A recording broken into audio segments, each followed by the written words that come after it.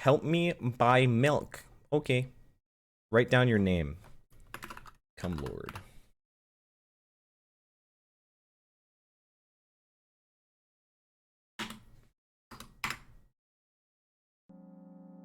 I walked down the road to the store and rehearsed my speech. I'll probably move some shit.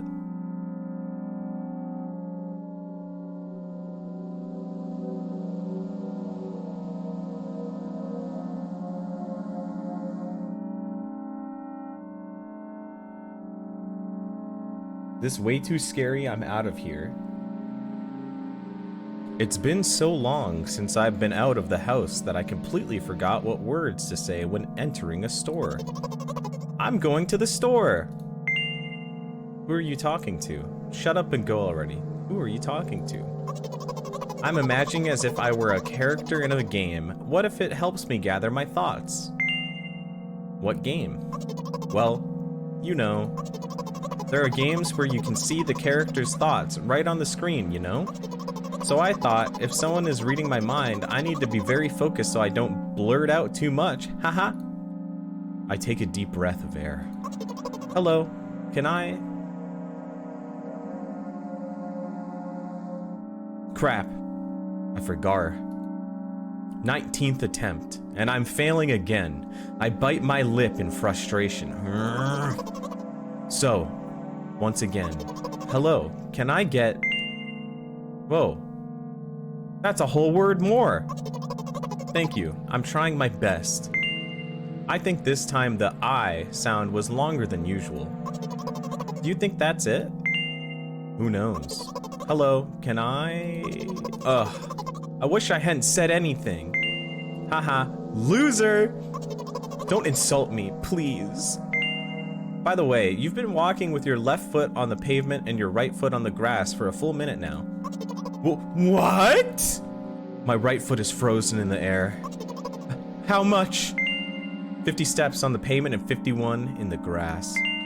You have to undo the previous step. Hee hee hee. How do you imagine that? It's not the first time this has happened.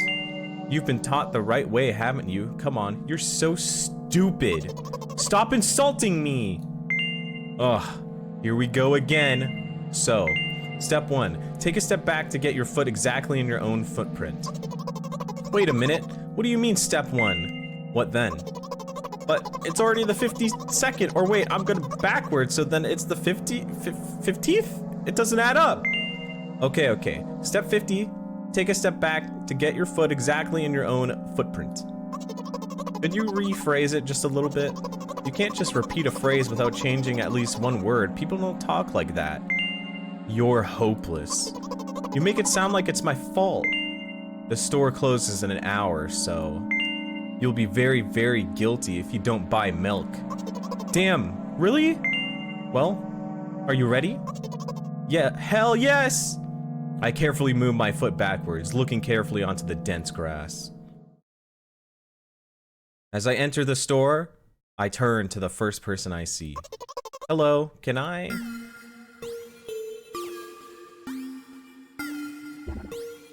Oh. Excuse me, what? Oh. Excuse me, what? Oh. Excuse me, what? Oh. Excuse me, what? Oh. Excuse me, what? Oh. You shouldn't have done that. I am not getting into the game. He's obviously not going to change his lines. You run the risk of ending up in an endless loop. Excuse me, what? Oh. Excuse me, what? Oh. Excuse me, what? Oh. Excuse me, what? Oh. Excuse me, what? Oh. What? Oh. What is he trying to tell you? He's trying to scare me, but how does he know that I am terrified by the letter O? What's so scary about it? I have a frightening image when I picture it in my head. I can show you, explaining won't be enough, but keep in mind that it'll...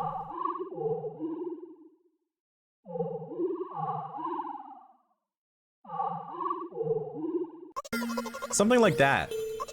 So, I'll just continue to ignore his question. What? Oh. What? Oh. What? Oh. What? Oh. I gather all my will into a fist. Oh? Oh! My interlocutor shook and crawled away. You just repeated after him. And it worked. Do it more often. Wait, I said he crawled away. Did he really crawl away? I mean, I didn't even look at his direction. When exactly did you say that? Just now. Personally, I didn't hear it. You're just trying to distract me. But I know that my words were shown on the screen. I'm standing by the shelves. On the rack, there are bags of milk. We both stand, and the milk lies? Or maybe... Hey, slow down. Do you even remember why you're here? To buy milk. So buy it. Right, here? What do you expect me to say? I guess something like, not here. Not here. Take the bag and go to the cash register. You're getting on... I guess the first sentence. And you, as if out of spite, didn't pause before the second one. You want to rob me of my little victories? I sigh and reach out to take the milk, or rather, the bag with the milk inside. Or rather, a bag of milk inside a bag. Or rather, a bag of milk inside a bag of milk. Or rather, a bag of milk inside a bag of milk inside a bag. Or rather, a bag of milk inside a bag of milk inside. Come on, come on! 15 minutes before the store closes, hurry up! I remembered what these games are called, visual novels. And by the way, the numbers are written there in full, with letters. Are visual novels worse than books? But the authors are not lazy, so don't get lazy either. Wait, I thought only your thoughts were visible on the screen. Not anymore, so watch your mouth, hee hee. Anyway, you heard me. Hurry up, or you'll get it. Wait, hurry up, or you'll get it at home again. You get it at home again? I'm on my way. Hello, can I get some milk, please?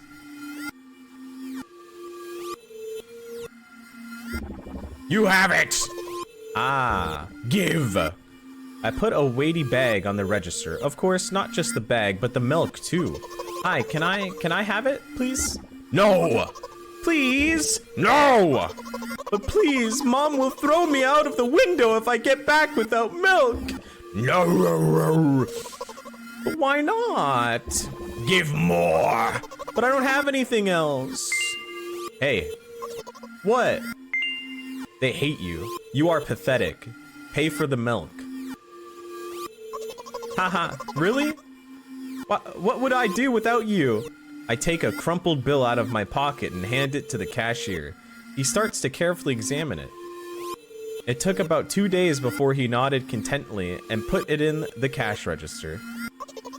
Thank you, goodbye! I walk down a familiar street past a gas station. A bag of milk unpleasantly tugs at my hand, reminding me of the days when I was in physical therapy.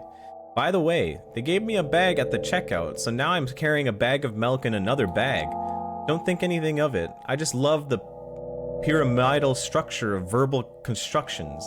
The gas station is getting closer. How are you feeling? Thank you for your interest. I feel like a mile-long bar of ice cream. What is that supposed to mean? As if I'd tell you. But I'm really interested. You're just a weirdo.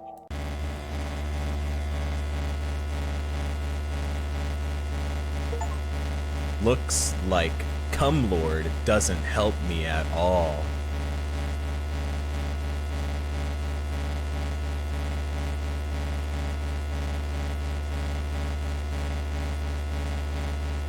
I guess I'll try something else next time.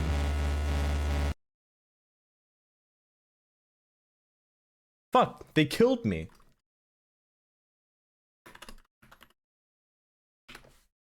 I hope you can do it better than Cumlord.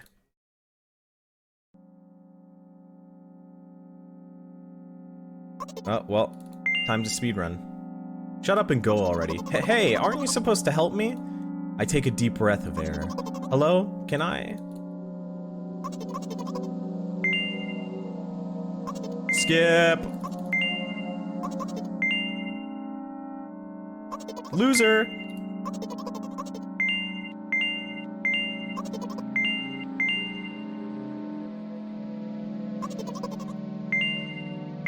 So, step 1.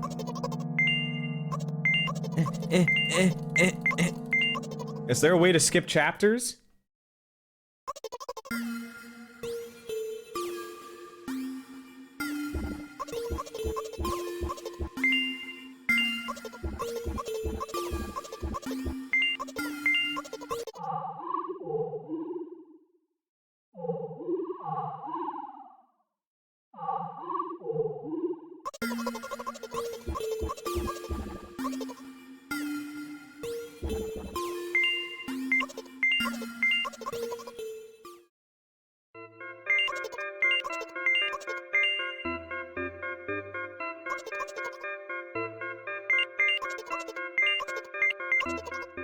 Speedrun.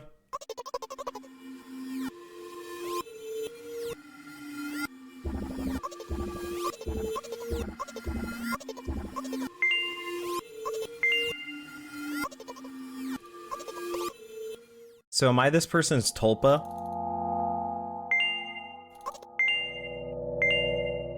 But I'm really interested. Well, look, the ratio of water to milk and the volume of air occupied by me is about 30 to 1. And yeah, ice cream is not the best unless you want to drink more than eat. Anyways, the road from the store to the gas station is a stick, and the road from the gas station to home is ice cream. During today's walk, my body has been to every part of this path. Simple math. I see. I feel movement under my feet, asphalt grains, petrol stains. I'm trying to keep my balance. And how do people move over something as uneven as city plain?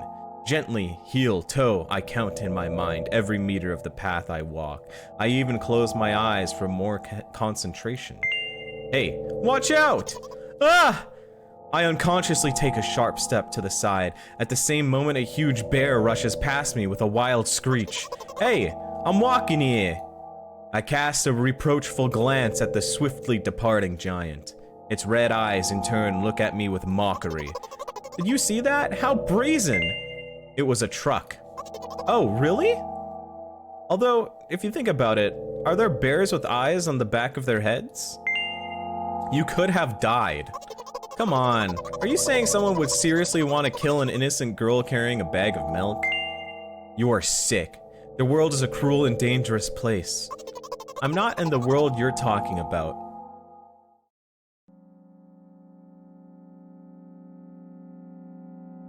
My journey continues. If you think about it, the road from the store has one interesting property. It adjusts to me in the most bizarre ways. When I am in a hurry, all the traffic lights turn off helpfully. When I feel like crying, a cloud appears over me and pours rain streams that hide my tears. Right now, I can feel a cloud slowly gathering over the top of my head. I'm sad. Are you sure this is really happening? What else could it be? Has it ever occurred to you that this is all just in your head? Ellipses. You know what? What? Since I'm a character in a visual novel, I want to talk to whoever is reading this right now. If you say so. I forcefully squeeze my head with my hands and place a thought block. Out of the corner of my eye, I notice a small bench, the perfect place for cliched visual novel monologues. I move closer, place a noticeably weighted bag of milk next to it, and raise my head to the sky.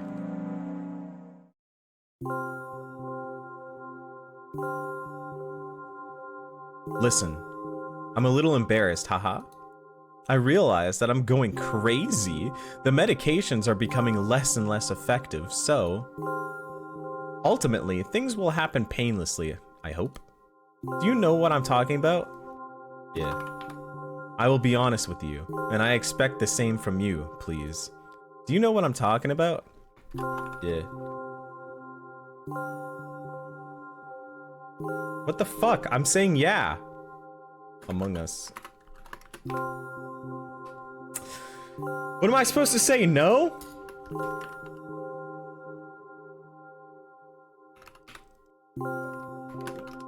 Well, I'm not really surprised. I must be nothing like the model protagonist at all, huh? To be honest, I haven't read many visual novels. Sometimes I regret it because now it costs me a lot of effort just to distinguish between letters and words. By the way, if you don't mind, I'd rather not name my diagnosis. Let at least you be the one who sees me for who I am. Even though I made you up, don't take that away from me, okay? Don't ask me for too much. How stupid does this all seem? From the very beginning, you've been following me, reading my delusional thoughts, hearing my silly conversations. I must seem crazy and weird to you. Haha. What is it like to see the world through my eyes? Ever since, something happened, all I see is red. Red blood everywhere. No, don't worry about me. I got used to it a long time ago. Admittedly, I'd even forgotten what other colors look like. Come on, haha. Those monsters from the store, they didn't scare me at all. After all, I know they won't hurt me. Sometimes I think that they themselves are afraid of me. Can you imagine that? By the way, if you want to ask me what happened, please don't. Promise? Okay. I'm serious! Of course, you couldn't help but ask. What? But I didn't ask. In the end, I'm just talking to myself. Sooner or later, I would have brought it up. So you're really that interested in what happened to me. But I said, okay, I wouldn't ask. I won't waste time. What do you see?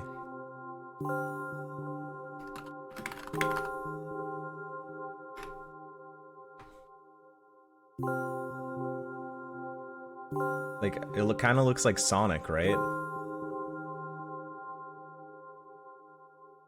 Anyway, this is my dad. Some of his parts, at least. We do have a very difficult family. But despite all the problems, I never would have thought. Sorry, I shouldn't have raised my voice. Anyways, he jumped out of the window and died.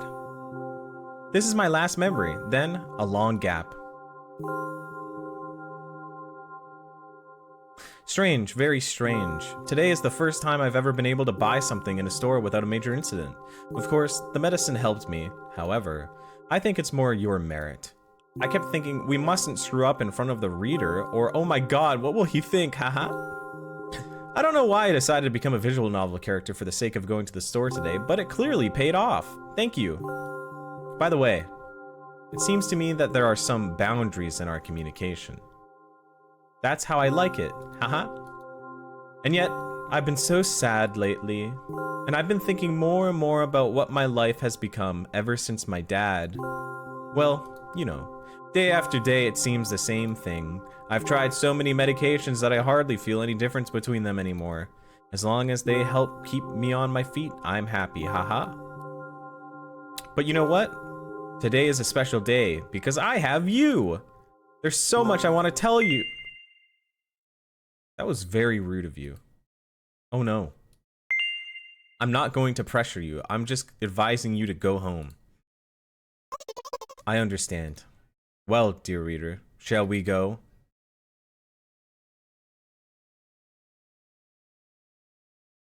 When I get to my floor, I hang over the railing. Repeating this action every day, like a ritual, I stopped being afraid of heights altogether. A few minutes ago, the effects of the medicine finally wore off, so I just enjoy the blissful silence. When I am under the influence of drugs, terrible and unpleasant melodies sound in my head, mixing with the sounds of the world around me. They create a terrible dissonance in my head. I turn around and go to my apartment.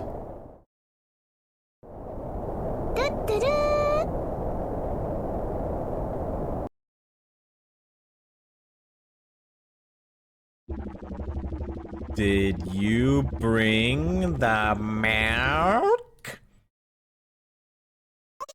Hi, Mom. Did you bring the milk? Yes, Mom. Did your new medicine help? Yes, Mom. Go to bed. Yes, Mom.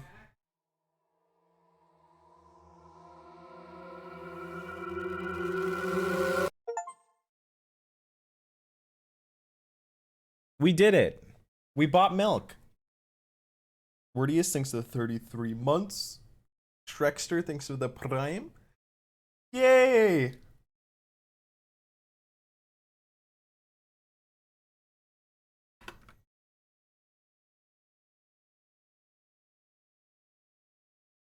That's milk inside of a bag of milk inside a bag of milk. And now there's milk outside a bag of milk outside a bag of milk.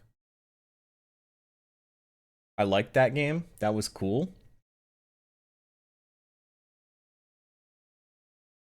Real?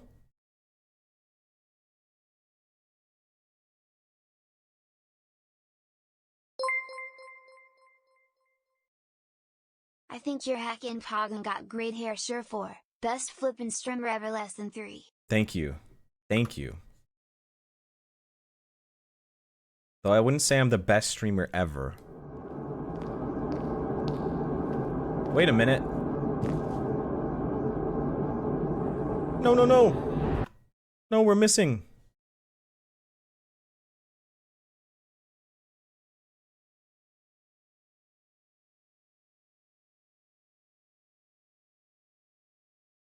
Is it showing up now? Why isn't it showing up?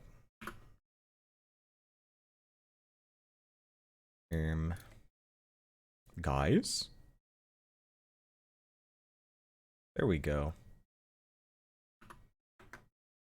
Wait, when I full screen it, it doesn't work. It doesn't show up.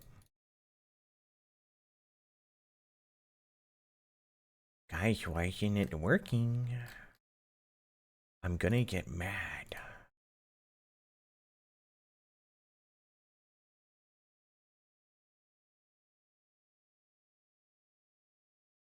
Can you guys see it right now?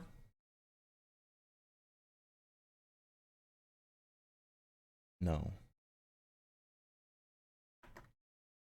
Wait, you are lying. You can see it right there. You guys are freaking liars. This game contains flashing images and touches on the heavy topics. Take care. I'm Shaggy. Thanks for scubbing as well.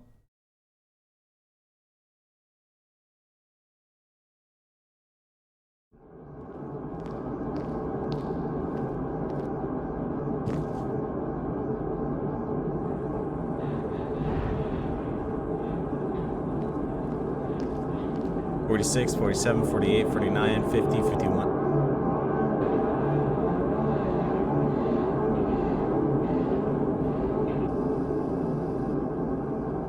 The store is closing soon.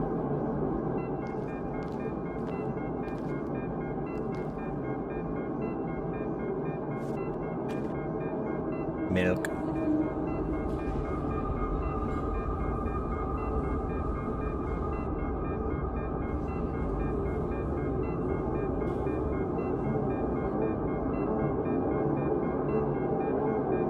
Hello, can I?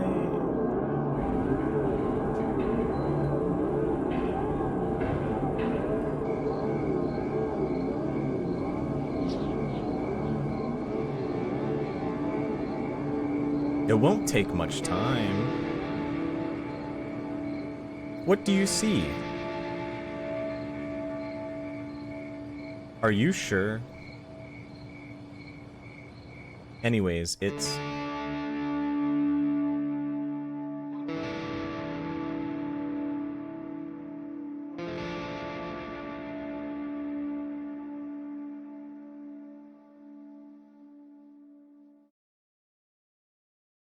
Mama?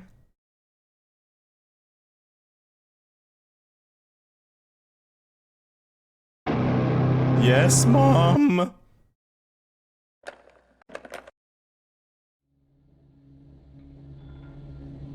Wait, continue. No.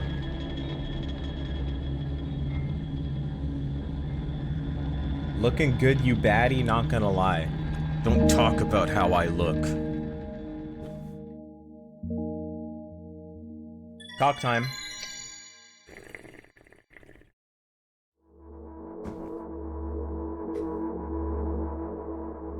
I'm walking to my room, trying not to look around. Playful shadows dance around me here and there. They dash all over the walls, the ceiling. One of those shadows whizzes past me, touching my face ever so slightly. I smile and continue walking, paying it no mind. Sometimes, it's so easy to lose self-control and track of time, spinning in a joyful dance. But I'm in a bit of a hurry here. Mom told me to go to bed.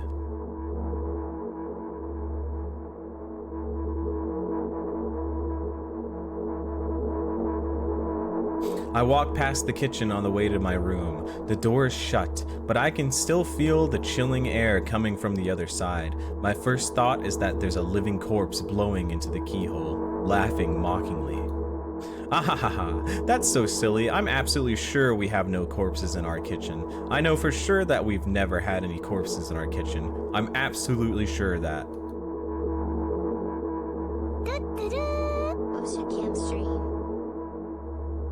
Runga.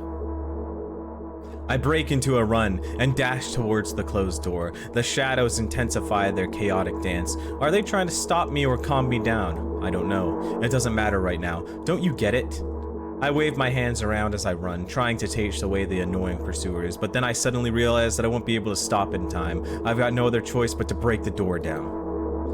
If there's somebody inside, I'll surely scare them to death. But wait, how can I scare to death someone who's already dead? What if it actually revives them? No. I don't want that. What do I do? I couldn't fully complete my thought when my shoulder hit the door and it flew open.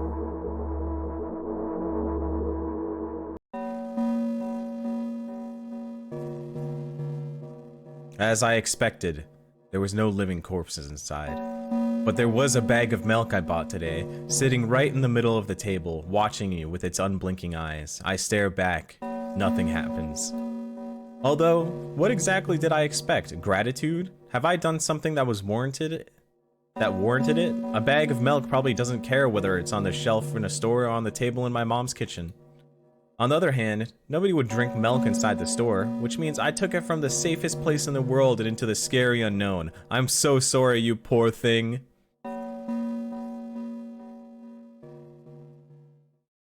I turn away in shame and leave the room in a hurry. I only bring others trouble. I walk towards my room through a narrow corridor. Ma'am? I meet a familiar, formless creature at the door. It locks me in its clutches and starts sniffing every inch of my body, like a hungry dog. I'm not struggling. I know it's useless. I just stay silent and endure its tight grip that stops me from moving.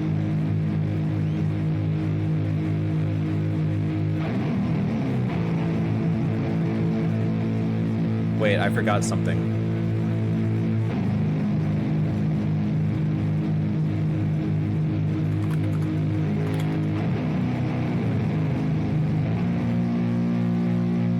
There we go, I fixed it. After sniffing from head to toe, the creature holds out its ugly paws, bearing a single claw, thin and sharp like a blade. Again? I stare questioningly into the monster's bottomless eye sockets. Don't move! The creature squeezes my hands until my veins start bulging, and I just keep staring into the black cavities where its eyes should be, ignoring all pain. I've promised so many times. Stay put! The moment it says that, its claws pierce my arm. I don't feel anything other than the barely discernible crawling under my skin and the ring of tightly sprung sinews, but then the claw injects its venom into me. It hurts! A white veil appears in front of my eyes. My fingers cramp and start twitching frantically. I lose control over my body and slowly slide to the floor, just like last time. But why? Why do I feel so hot? I feel my blood boiling up. Strong shivers run through my body, paralyzing every single cell, while my veins and arteries heat up, almost bursting from that pressure. I try screaming, but instead of producing words, I vomit thick, milky foam. The creature notices it and throws itself at me in anger, grabbing by the throat while keeping the poisonous claw inside my arm. Kill me! Kill me! Hysterical screams resound through the corridor. In a fit of madness, the creature starts scratching my neck. Bright splashes fly everywhere, hitting the walls with a loud sound. I try to imprint where every drop fell in my memory so I could gather them all later. I need to remember. A new wave of pain washes over me. Everything turns pitch black in an instant. Say it. I'll never drink milk ever again. Say it. I'll never drink milk ever again. Say it again. I'll never drink milk ever again. I'll never drink milk ever again. Bro, why they hate milk so much? The fuck?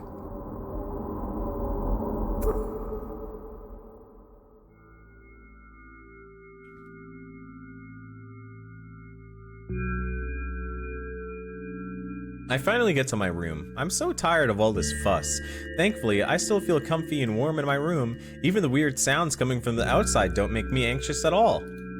Mom told me to go to bed, so I need to perform all the needed preparations. I've washed my face, and now I'm standing in front of the mirror with a toothbrush in my mouth. I look at my reflection. It shows absolutely no desire to sleep. Yeah, I get how you feel. And there was a time when the last minutes before I sleep were my favorite time of the day. I loved anticipating the inevitable moment when the reality and the dream world would clash. I woke up from that moment's sake, lived through the day for it. My biggest dream was to sleep all day long. It would have been so cool, but the dreams always slowly but surely slipped away. As if somebody fished them out of my head, one after another, until nothing was left. And now I have to sleep again, even though I don't feel any need for it.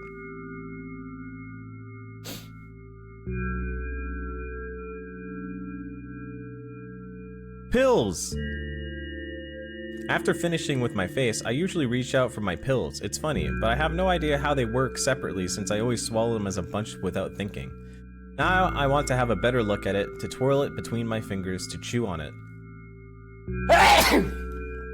I'd do anything to stall for just a little bit more time. A smooth, protruded red capsule is looking at me. It's covered in a murky, semi-transparent film, but I can still discern its contents. So what do we have inside you? I gently press on the capsule from both sides, and to my surprise, it turns out to be soft and squishy. I press harder, and the capsule pops. Sticky, bright red liquid pours out. Filthy, filthy. The pill flies straight to the waste bin, and I start rigorously washing my hands. No, there's no way I'm drinking that. Next time was a flat pill of the same blood red color. There were some letters printed on it. Oh, I get it. This is the medicine that makes me really sleepy. But it's not the type of sleep I want. That's not it at all. It's fake. No, no, no. I don't even want to look at it. The pill flies into the waste bin as well. The next half an hour goes by in a similar fashion. I study every pill from all sides, and then I find a reason not to swallow it. I invent my own medicine instead and enjoy swallowing them one after another, letting myself drown in their healing effects. Hey, my neck doesn't hurt anymore. Hey, my hand doesn't hurt anymore. Hey, my head doesn't hurt anymore. Hey, my heart doesn't hurt anymore. Hey, my stomach doesn't hurt anymore. Hey, my eyes don't hurt anymore. How come I didn't think of this earlier? This is so simple. I need to brag about it to someone right now. But not to my own mom. She'll just scold me. And she's sure I'm already sleeping anyways. I don't want to disturb her without reason. I'll think of something myself. Besides, I just really want some small talk. I wonder who's going to be my conversation partner. Hey.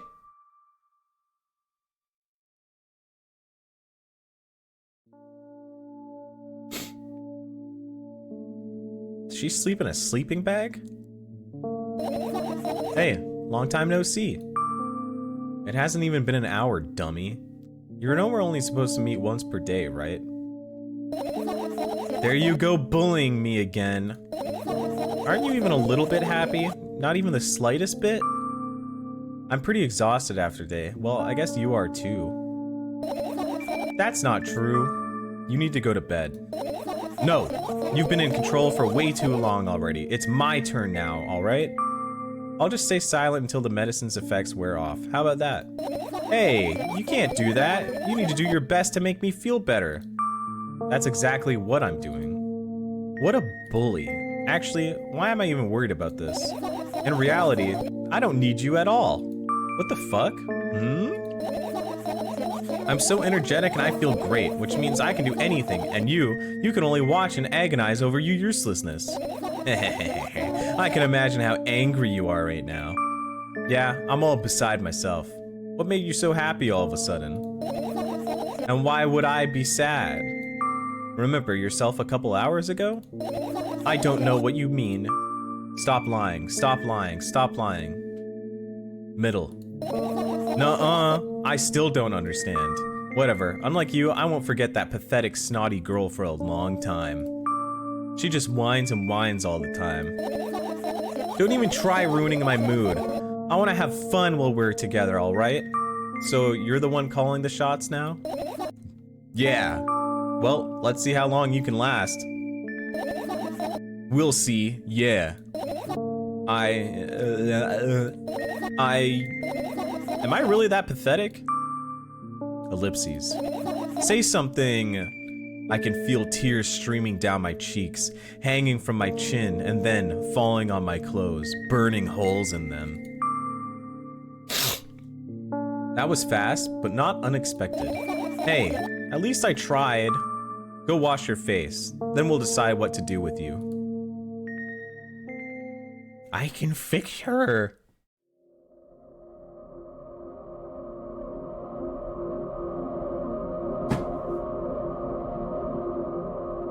I'm in front of a mirror again. I keep staring at my reflection, trying not to get distracted by the sneery looks the walls are giving me. Trying not to drown in their giggling, but then me in the mirror also shows me a creepy smile, bares her teeth at me. I shut my eyes, but that doesn't help. I wouldn't have helped even if I sunk through the floor. I started counting in my mind. 2 squared, 2 by 2 squared, a square squared, a square pyramid squared, a pyramidal structure cubed, a pyramidal structure, a hypercubed. I feel better. She's autistic! But my head is splitting apart now. How do you feel? You're mocking me, right? I'm obligated to ask you this at least a couple of times per session. A session, huh? You don't like that word? I'm fine. No, you're not. I don't know why, but I thought I'd be able to take control. I was almost ready to. I was sure I'd be able to change something. After all, I was able to buy milk, you know? Yeah, you ought to know how challenging it was.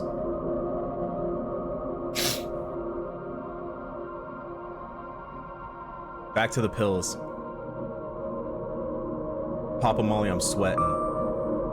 Is that why you threw away the medicine? What a stupid decision, right? Whatever it was your decision. Does it even matter? Yes, no. And what do you think? I can't be sure about anything, and you don't take me seriously anyway. Then why did you do that? I felt like I'd be able to fight it on my own. It's true, the pain subsided for a bit at that time, but now I feel it tripled in force. It hurts so bad. Just drink your medicine already, or I'll stop talking to you. You know what to do. Dejected, I reach out for the shelf with my medicine. I swallow the pills one after another, chasing away the unpleasant visions that keep floating up in my memory. And yet, my mind still draws a terrifying picture. Lumps of coagulated blood and transparent coating travel down my esophagus, scratching its soft walls, leaving behind furrows. I shake my head violently. I don't care if it makes me feel dizzy or worsens my pain. I just don't want to think about something so repulsive. You still haven't changed. What do you mean? You're afraid of being alone. This worries you much more than pain. Yeah, I guess. I toss the last pill into the air and catch it with my mouth.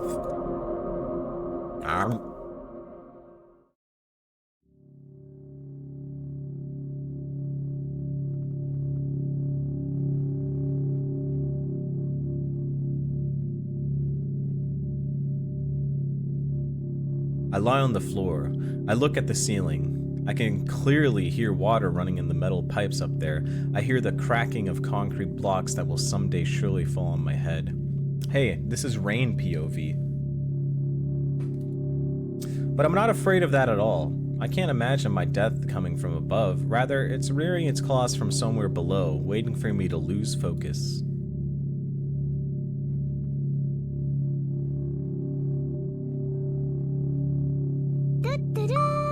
Do you want to talk about it? No, I've had enough talking.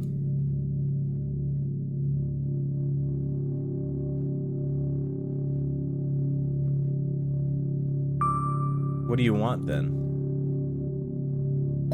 I just want to lie down for a bit.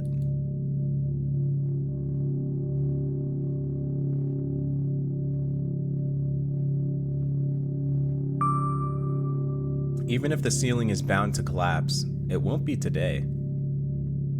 Ellipses.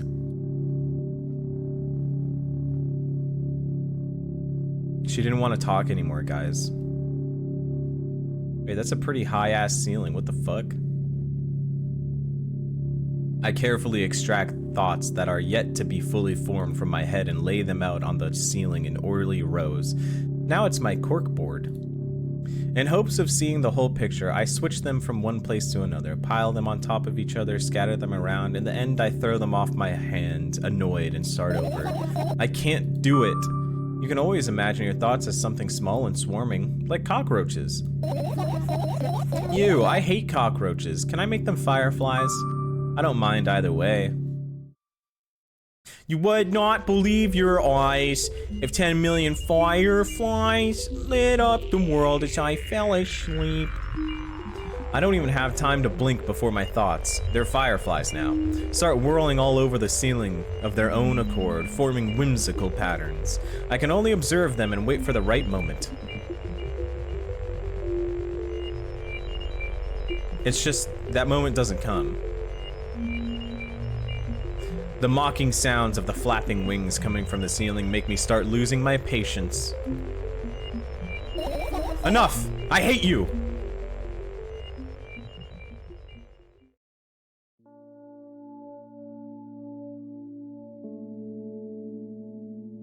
I spring to my feet and scream at the top of my lungs. The fireflies scatter. Good job. Now start over. No way! Unstable behavior makes you look bad. I don't give a damn. So, that doesn't bother you? Should it? Yes. And what do you want me to do then? I don't know. It's up to you. You're at it again. What do you mean? Never mind. And I've changed my mind anyways. Please don't stay silent for this long anymore. I'm having a hard time without your help. Ellipses? Fine. I raise my eyes to look at the ceiling once more. Sadly, all my fireflies seem to be hiding somewhere. I need to find them! Ellipses. I glance around the room. There are too many places for creatures as small as the firefly to hide here. They could be anywhere. Suddenly, I hear a deafening rumble. The clock just hit midnight. It's so late already, but I can't go to bed right now. Will you help me, please? Tell me you will help me. Ellipses. Come on, stop bullying me. You promised to talk to me.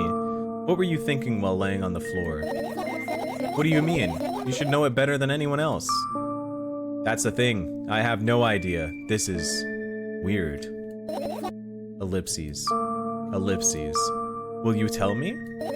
I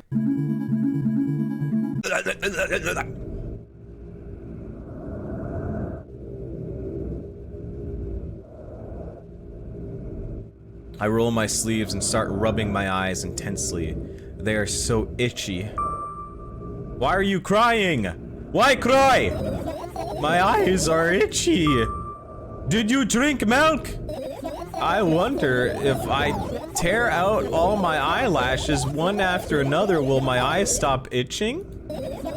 I wonder if I tear out all my eyelashes one after another, all my eyelashes one after another, if I tear out all my eyelashes one after another. What have you done? I need to gather the glass, and then I need to have a bath, and then... Here, drink some milk. No! I stand in the middle of the room, my mouth agape, gasping for air. I think I just experienced death. I don't know any other way to explain what happened. Well, that was surely something. Will you tell me or not? About what? Let's look for the fireflies instead. You're acting weird. Help me instead of running your mouth. I've already had enough adventures before bed. I need to gather my thoughts quickly and go to bed. And my thoughts are hiding from me. To be honest, I have no idea where to look for them. Me neither. I guess we'll have to tear the whole place apart. No. If I make even the smallest of messes here, I'll feel really bad. All the things should stay in their place, and that's it. Why? Ellipses. Ellipses. Are you trying to come up with a reason right now? You don't have to tell me if you don't want to. Who, me? No, of course not. I think you forgot to put your mind block. I can see through you. Rude! Alright then, so we need to find a bunch of tiny insects inside a mountain of junk without moving anything even an inch. Yeah! Oh my god. I have an idea. Last time, becoming a visual novel character helped me achieve my goal. Now I want to become a point-and-click adventure game character. You know, those games have moments when you just look at different objects and something inevitably happens? It sounds so fun. And what about the things you use regularly? Do you refuse to touch them as well? It would make even more interesting. This is so childish. And want to know what's the best part? You'll be the one doing it. Oh no. Oh yes. I start panicking as soon as I get in multiple choice situations. I'll just keep changing my mind and end up crying and running away. Do you want that to happen? You're such a handful. You've already proven that you're able to make decisions. Why not continue on that road? Come on, don't be so boring. I was just teasing you. You don't have to bear the whole burden. Asking for help is a reasonable decision too. Let's begin already. I go to the middle of the room and look around, where I would hide if I were a tiny firefly. Ah, this is so thrilling. My heart gets warmer from the pleasant anticipation. Hey, what? Look down. I look down. After a moment, a small ball of light and warmth crawls out from under my sweater. Wowie! Wowie!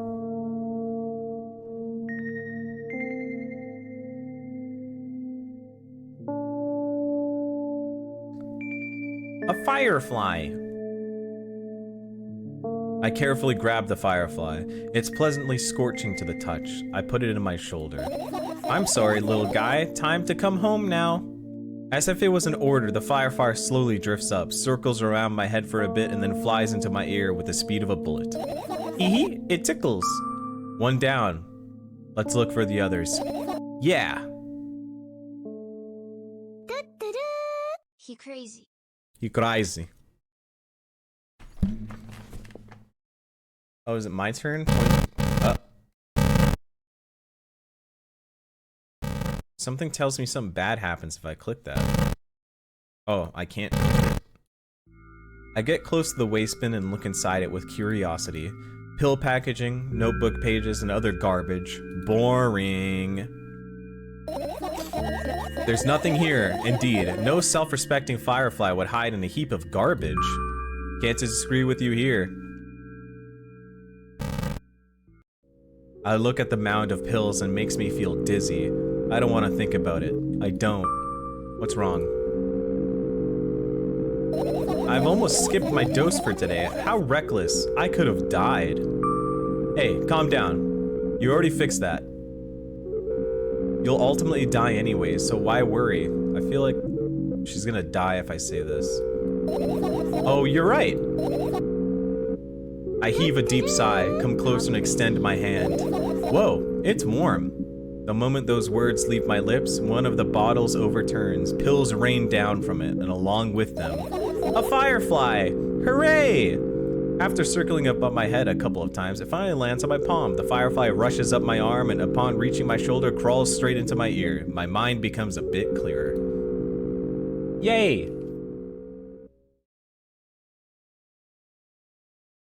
I turn my eyes towards an inconspicuous shelf near the mirror. There's a glass with a toothbrush sitting on it, and a small towel is hanging nearby. What a wonderful sight! My fireflies are smart and good. They would never get in there. They know about personal hygiene. Okay, let's look somewhere else. Happy partner anniversary, Sherlock. I tilt my head backwards and almost fall over. The closet is hanging under the ceiling, at least 300 feet off the floor. Are you joking? Even though it's my room, not everything here is for me to use. Whatever. I don't care. Yeah, I don't care at all. Like, totally. And I'm definitely not worried. Not even the littlest bit. Not even a smidgen of the littlest bit. Not even for 1,000%. That's how much I don't care. Ellipses. Hey, I'm not done telling you how much I don't care. From this moment on, I'm ignoring you. Oh no, you don't. Then act normal. Ellipses. Your usual notebook pages glued to the wall with duct tape. Numbers are drawn on them. It's the only kind of information I can take in without trouble. Dosage and side effects? Yeah. I thought you know them by heart. Yeah. This is not your handwriting, isn't it? Ellipses. Of course it's not. Shaky, broken lines, ugly numbers. It's not writing. It's more like claw marks. Don't forget to thank your mom. I don't need your advice. My scream makes the pages rustle restlessly. After a moment, a firefly appears from underneath one of them. After looking around in a businesslike manner, it takes off into a businesslike flight and ends entering my businesslike ear. Hey, let's continue searching.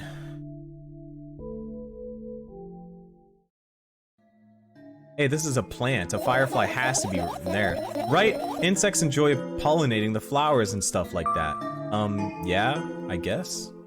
I get close to the flower shelf. I sniff around. The leaves smell of dust and cardboard and death. You know those plants are long dead, right? I'm not sure a dead plant will be able to attract any insects. Well, we kind of don't have a choice here, you know. Still, you're right. Let's continue searching. Why don't you just throw them out? Weren't you listening to me at all? Ellipses. No plants. Clock. I look at the alarm clock. Time continues, its unstoppable flow. It's so late. Are you tired? You bet I am. I let out a theatric yawn and hold out my arms to the sides. 1, 2, then I raise them above my head. 3, 4, maybe a little workout will help me freshen up. Good idea. Do you remember the exercise you've been taught? I think so. I take a hesitant stance. What was it? Heels together, toes apart? Whatever. I'll go with that. Count down 5 minutes. Fine. You have a clock right in front of you, though.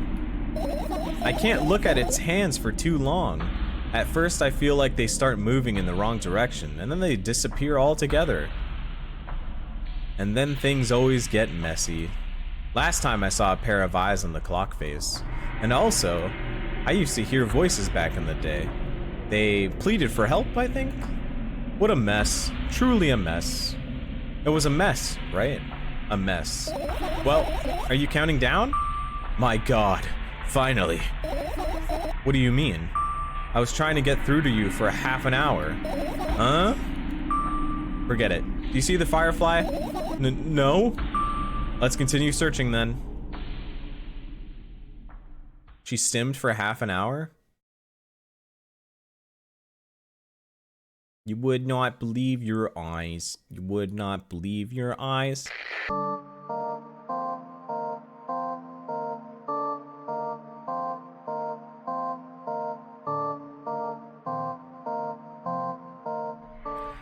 I look at my laptop. I haven't touched it for years, so it's covered with layers of dust as thick as my finger.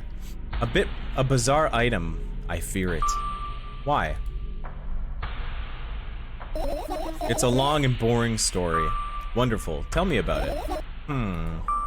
I insist. I don't remember how it appeared in my room.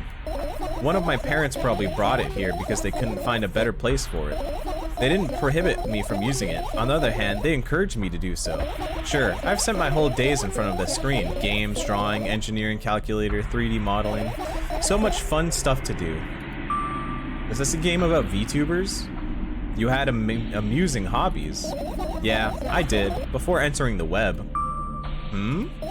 Imagine this. You're a hamster that lives underground. You have everything for comfortable living. Did you imagine?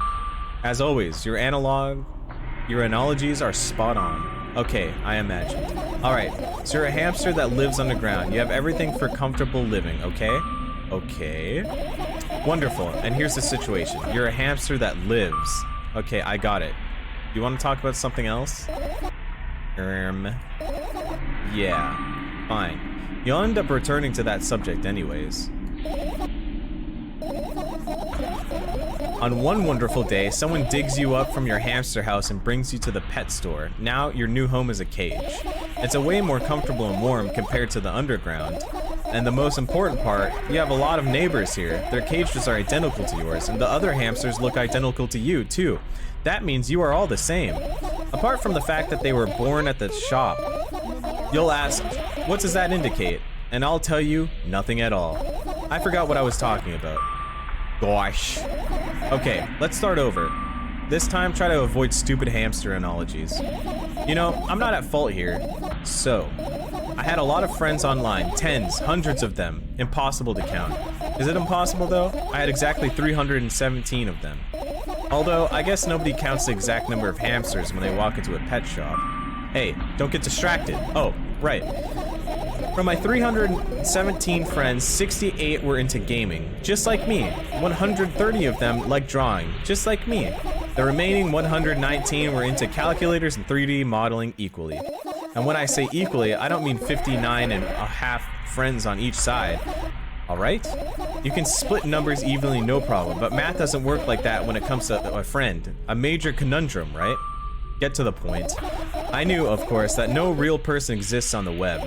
I also understood that all of my friends die the moment I turn off my laptop. But I still wasn't even a bit worried. Why? Do you know what computer programs consist of? It's just a combination of numbers, which means my friends are also numbers. Isn't that amusing? Not really. Why do you call them your friends? I mean, everyone who shares my interests is my friend, and I don't care whether they know about my existence or not.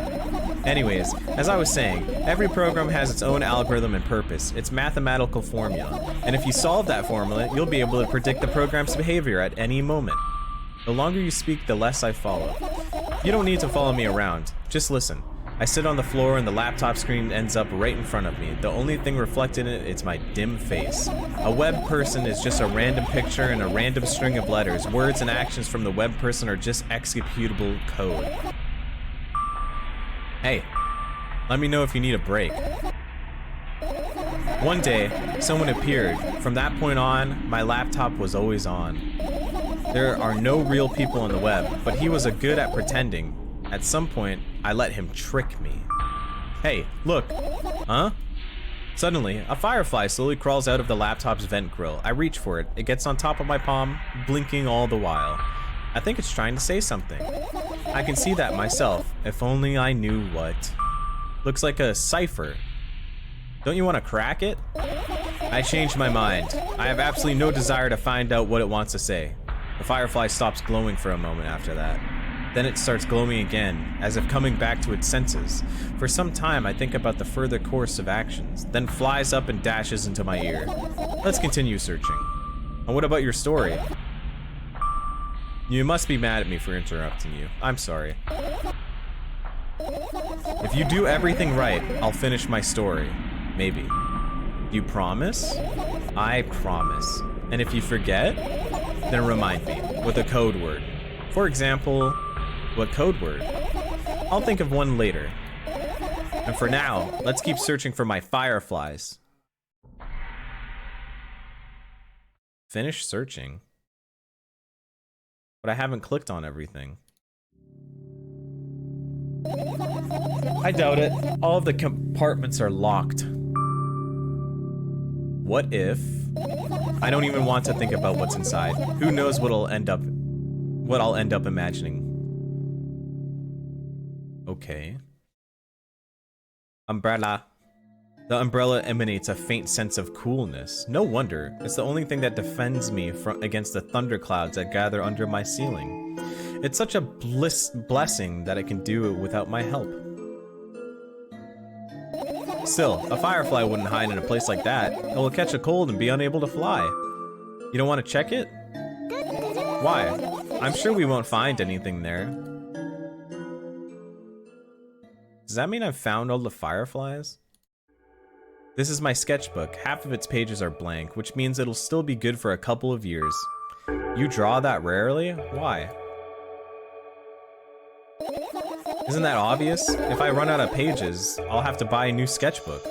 I can't get to the stationery store on foot. I'll have to take the bus. Do you even realize what kind of nightmare that can turn into? Well, maybe you can ask your mom to buy you one. Oh, yeah, we don't ask the mom anything. I get closer to the sketchbook, stepping over the wires, the sleeping bag, the cracks in the laminate, and the window's reflection. The sketchbook is lying on the stool. From my height, it seemed like the stool is missing 2 legs. I squat and look again. All the legs are in place. Will I be able to think of an interesting allegory? Oh, let's not go there, okay? I stand up and study the sketchbook from inches away. Its pages are pure white. The last drawing is buried on the previous page, the way it should be. Too bad. I'd love to see it. Maybe next time. A sudden gust of chilly wind breaks into the room and makes the pages rustle. Oh no! I shut my eyes. A distinctive sound of pages turning echoes with headache in my head. I know what's going to happen. The rustling has stopped. Even though the wind is still howling from every direction, it can only mean one thing. The notebook is open on the first page. If I wait a little longer, the wind will close it. I won't have to look. If I wait a little longer. If I wait... Open your eyes. No! It's okay. Just do it. No way! I know you're lying! Calm down. No! Calm down. No! Calm down. No! Calm down. No! Calm down. Calm down. Calm down. Fine. I open my eyes with the utmost caution. The notebook is still open in the middle. No drawings, nothing. The pages are still pure white. Did I imagine it? I don't know. Did you? You're the smart one here. You tell me. Next time, don't close your eyes. What did you... I couldn't finish speaking because the pages started moving again. Don't close your eyes! Don't make me do it. I'm scared! Trust me. The rustling grows louder. The pages lift up. I can almost see the outlines of drawings on previous pages. No way! Everything that is in the past should stay in the past! You couldn't convince me. That's it. I'm closing my eyes. Look. Look there! A barely visible light seeps through the pages. With every new gust, it becomes brighter and brighter. A firefly! The wind immediately stops. For a moment, the world sinks into perfect silence, but only for a moment. The buzz that has always been haunting me fills the surroundings, but it doesn't matter now. Goodness gracious, little boy, you made me so scared. The firefly blinks, flies up, and enters my ear, buzzing loudly all the way. It spends some time looking for the perfect spot in my head, but then its buzzing dies down. Phew. Are you okay? We're running short on time, so let's continue searching. Did I do the backpack? I look down. My school bag, worn down and silly, is almost screaming of its own uselessness. From another angle, it looks like a full belly. Its contents are also regurgitating, decomposing, and turning into a sticky, mushy substance. What a cool image. I need to remember this. Totally not cool. Meow. Tell me what's inside your bag instead. Nothing special, mostly just all sorts of books. I've taken out all the pens and notebooks out of there, and I'm not interested in anything else. You used to go to school, didn't you? Yeah, I did. I had a blast all the way. Are you sure you understood my question? Do you think everything in my life should be doom and gloom? Well, you're wrong. Alright, what do you like the most there? Well, the rooms were really bright. Not like at home. That's it? Don't rush me. Let me remember. Well, the beds were also soft, and the food was nice. By the way, I attend all the classes. The others always skipped. They probably got told off so hard. I smiled gently, absorbed in warm memories. You never graduated, though. Yeah. You remember your last day there? It was a normal day. Dad picked me up earlier than usual. He told me that I'm already too old for school curriculum. I also realized that some time ago the tasks were way too easy. Then we got into the car and went home. Mom greeted us there. We had dinner and went to our rooms. And what happened then? I don't remember. And does it even matter? Tell me about it again. Is your memory that bad? Please? Oh, fine. That day, Dad picked me up from school earlier, explaining to me that I need to grow up. It's not like I could completely grasp what he meant. Either way, I didn't resist. We got into the car and went home. Mom greeted us there, we had dinner together and went to our separate rooms. Satisfied? Tell me about it again. Dad dragged me out of the school building while I was scratching and biting. The teachers didn't interfere. That scene was ordinary for them. Who knows what the little brat has done? Then he pushed me into the car and we drove home in complete silence. Mom greeted us there, we had dinner together and went to our separate rooms. Please, let's not discuss this further. No, you'll tell me again. Dad bought milk on our way home. Again. I hate milk so much. Mom was not home. Again. I hate Mom so much. What happened next? Suddenly, I feel someone's eyes on my back, knowing that these moments should never ever be ignored. I turn around, but there's nothing there. What happened next? Everything that happened next happened after something that led to everything that happened after what had happened.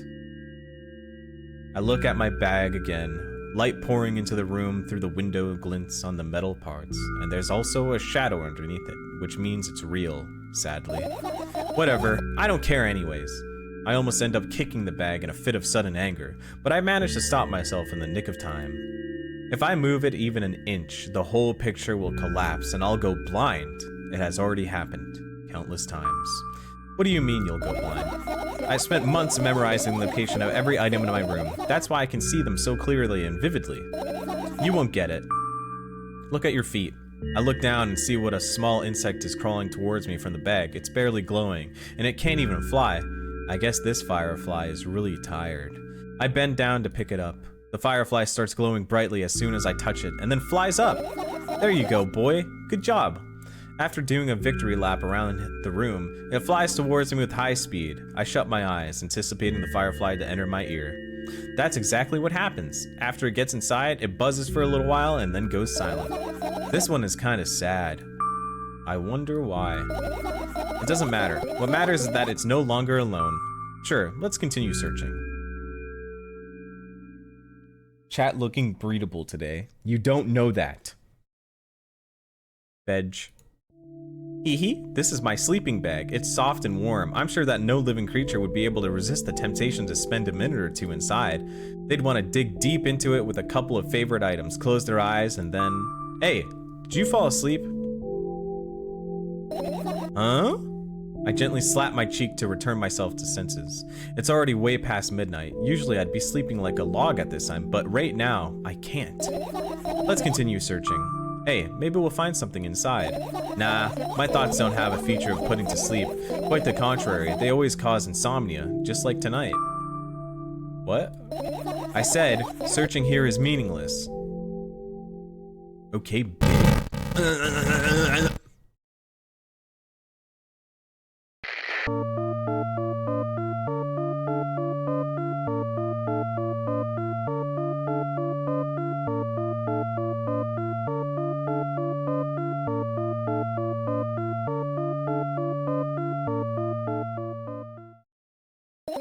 It's not easy to get out of here. Ehehe.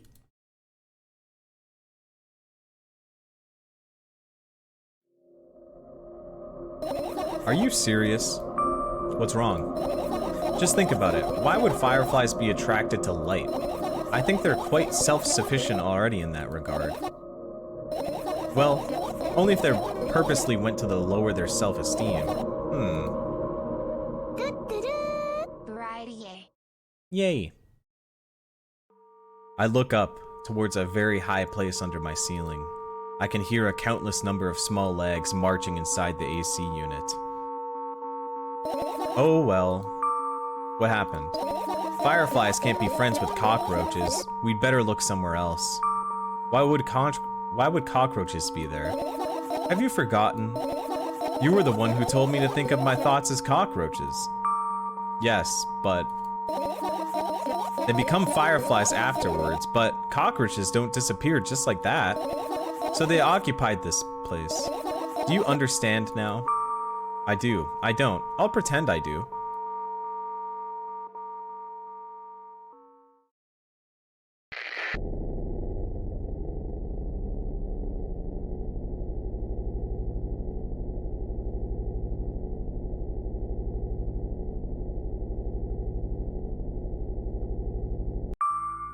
What are those?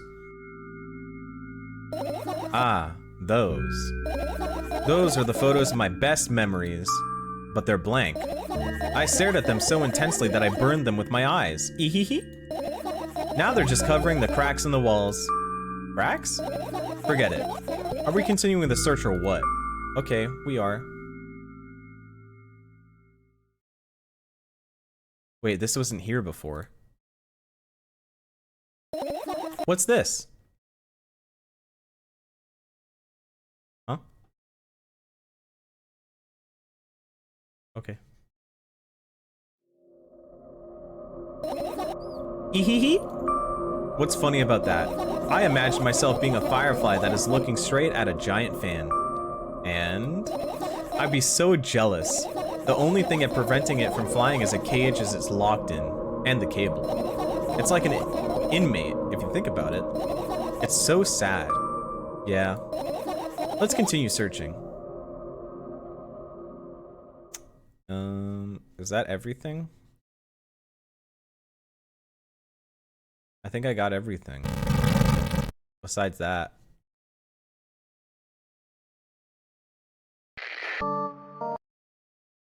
Oh, I was gonna try and turn all of them on at the same time.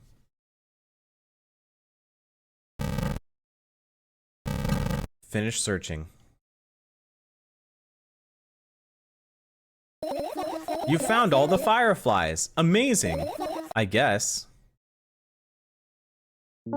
I've managed to gather my thoughts, but something still worries me. On the other hand, I wasn't supposed to be happy anyway. Why not? If I lose something and then find it, it's just going back to the starting point. No changes at all. A zero sum. And happiness is always about being positive, right? You shouldn't think too much. It hurts you. I want to sleep. How about you get some fresh air before sleeping? What do you mean?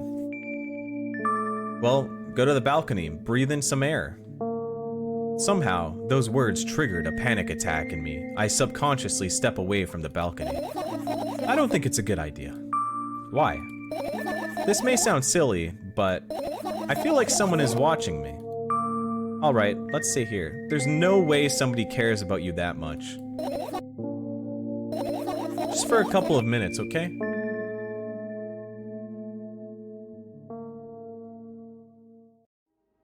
Do not the balcony. It's too late. We're at the balcony.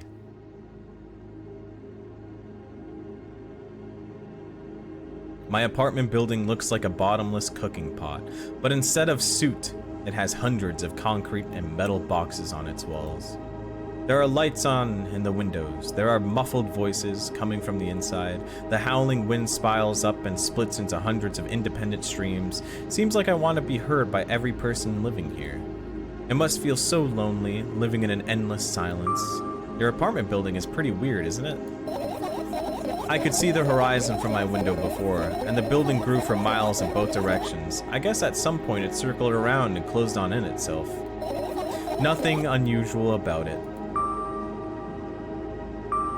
How do you feel? I definitely feel sometimes that's more than enough. Still, you're anxious, aren't you? Of course. Moreover, I'm completely terrified. Was it that obvious? You're looking in every direction, but not up.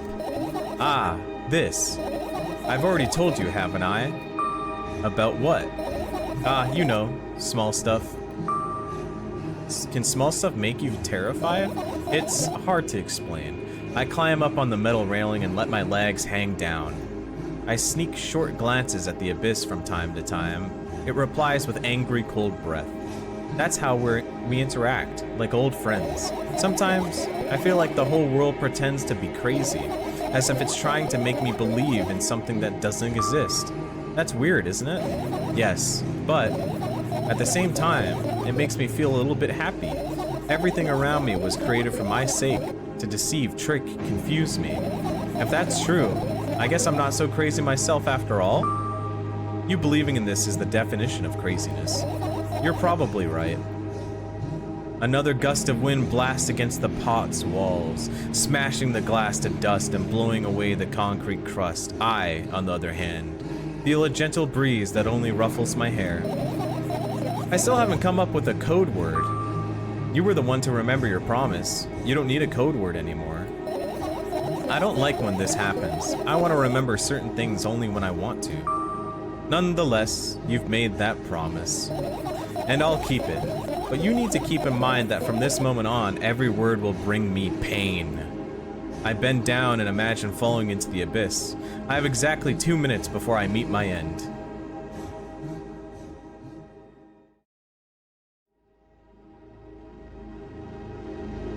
Whee!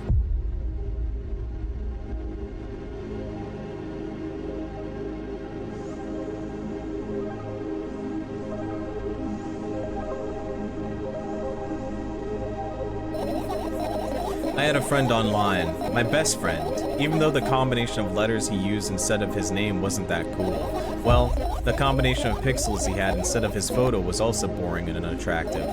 This is so strange and wrong, breaking the rules of being online. Why was he doing that? Maybe his code was a few lines short?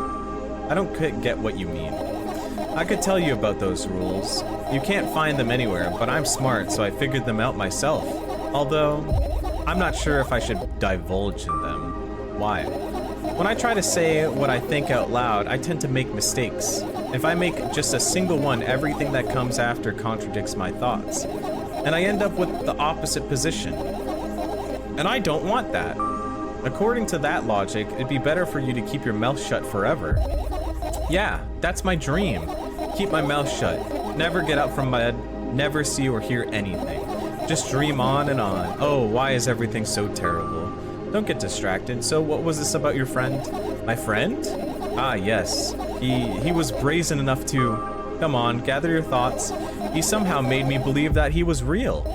He kept describing someone else's life to me in detail, as if it was him. And he expected me to do the same. And then I could told him everything about myself without hiding a single thing. I grit my teeth. The wind whips my face without mercy. It slices my skin into uneven stripes, as if it's a piece of thin cloth. He knew more about me than anybody else in the world. You know what he did? Yes. Ahaha. Sending an army of bots to harass me was probably fun. And what's the most important, it was a win-win situation. They spawn here and there, simple bits of code that are effortless to run. No wonder the algorithm assigns that pattern more often than others from the list. Text and video generators get to work, and at the same time, my name surfaces on the web more and more. It's unbearable. Unbearable. From around every corner, every balcony, ceiling, attic, wall, I always feel many pairs of watchful eyes directed at me. And now they watch me from the screens, too. But I'll put an end to it. I've decided a long time ago. Though, maybe I only decided that only my finally crashes into the ground, smashing into millions of tiny pieces, like porcelain. It's my second death for today already. I'm cold. Let's go back inside.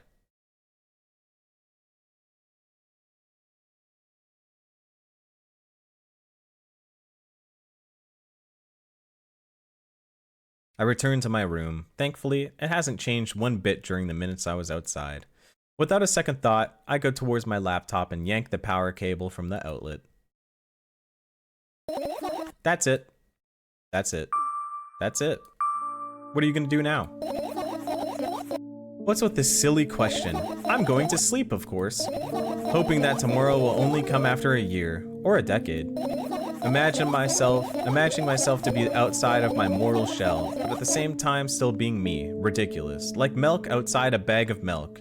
And yet, you don't have to talk out loud for me to understand that you're worried about me. I know that already.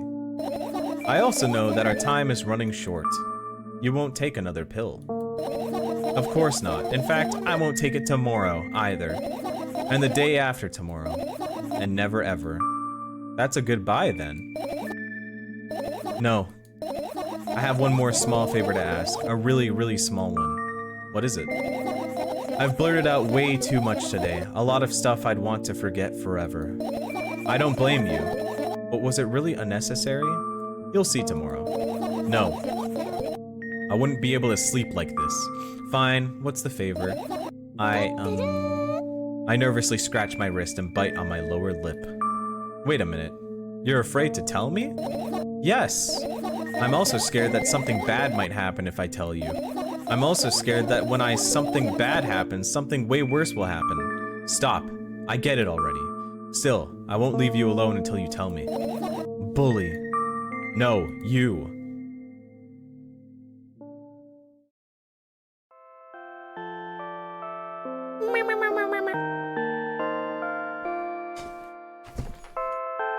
I crawl into my sleeping bag. The lower part of the room is very cold. I hurry to wrap myself in blankets, even though the electric heater is working hard to keep me warm. I'm sad because the dreams just won't come anymore. You won't believe me if I tell you how I dealt with it at first. Of course I'll believe you. I know, it was a joke.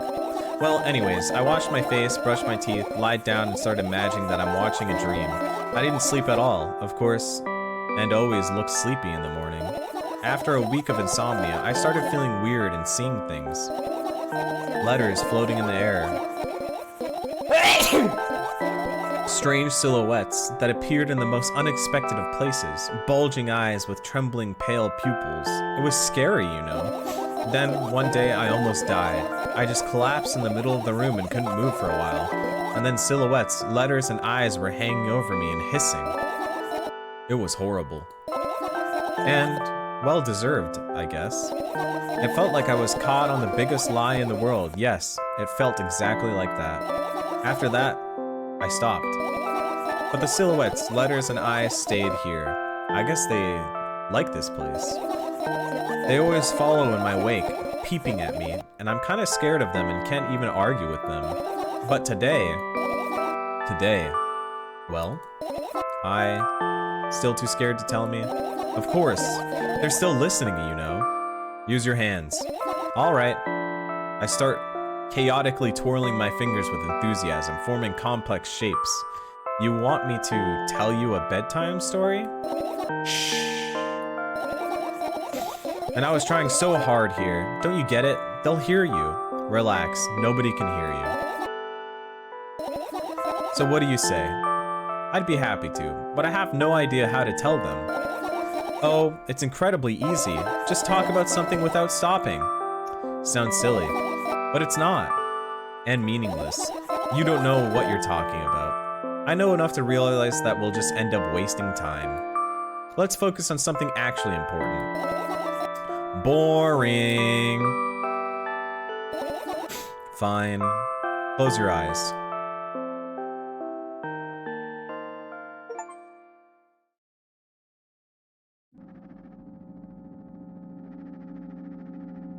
I wake up on a wooden bench. In front of me lies a narrow, dimly lit alley, an awfully familiar road. Where could I have seen it?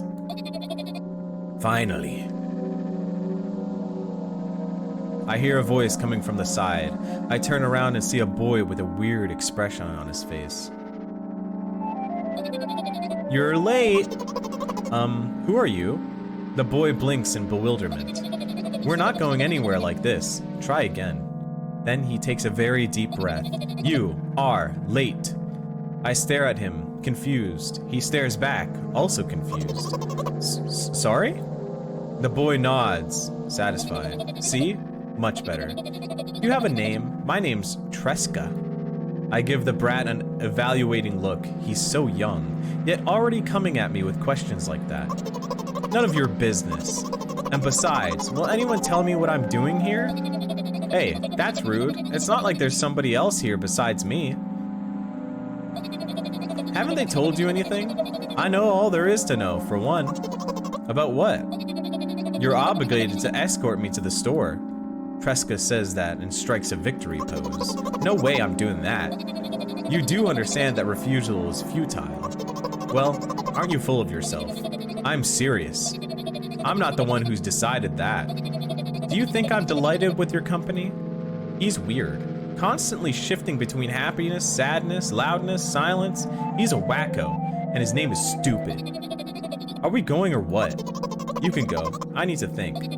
I'd be happy to, but I don't know the way. Tresca puts on a cunning smile. I bite my lower lip in frustration. I'll be honest with you. I don't like you. He simply bursts out laughing in reply. I do like you, though. Then he grabs my hand without hesitation. I don't even have time to retort. Lead the way.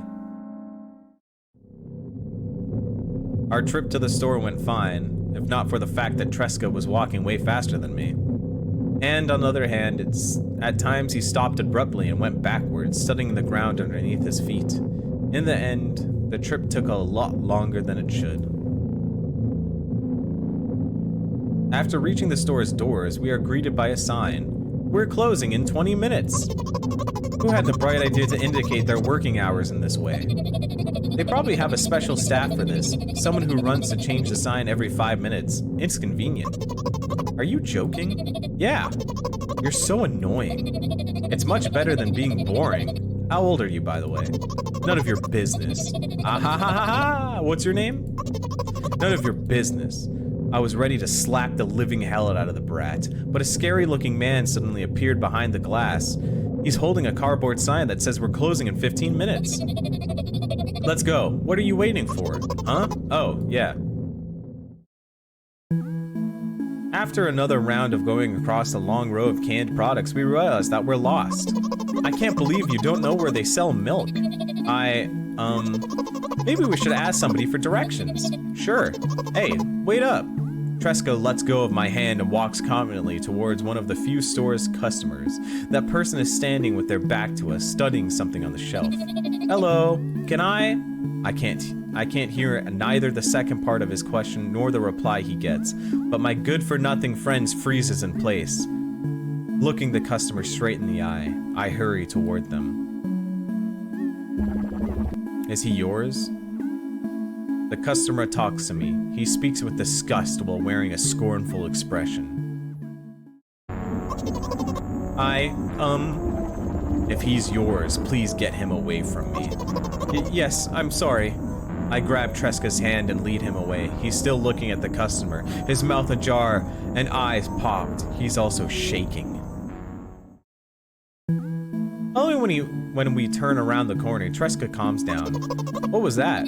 I got so scared. He said, what? No, not again! Suddenly, Tresca starts screaming like crazy. I cover his mouth with my hand. His face is burning. He's crying.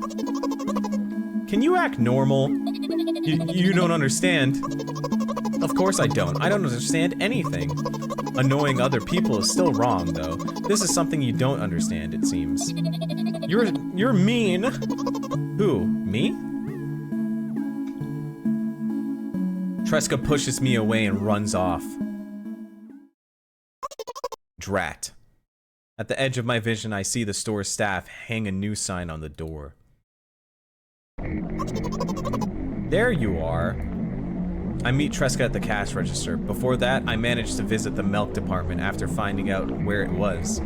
Hey, you, move. I hear an angry voice coming from the other side of a long queue that has formed after Tresca. I squeeze through towards him. What happened? The boy doesn't respond. He just looks at his feet and sniffs. The cashier towers over him. There's a bag of milk lying between them. Is he yours? Yes. Just leave him home next time. People in the queue nod in agreement. Pay for the goods, please. Yes, of course. And the waiting fee. What? You heard me. I did, but that's unheard of. Tresca starts giggling all of a sudden. And for the fact that your son is a... Okay. But... You heard me. You know what? In a fit of rage, I throw a banknote to the cashier of a much higher value than needed, even continuing all the stupid fees, then grab a bag of milk and turn around my heels. We're leaving, Tresca. We spend the whole trip back in silence. At some point, we end up turning right, towards a gas station. There, Tresca finally breaks his silence. Do you like ice cream? No. Okay. I look at the boy's face. A light flickers in his eyes for a brief moment and then goes out. You know, he turns away from the path and walks straight towards the highway with determination. I stare at his back, confused.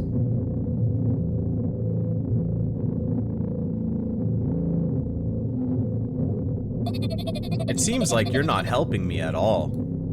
A new playful light flickers in Treska's eyes.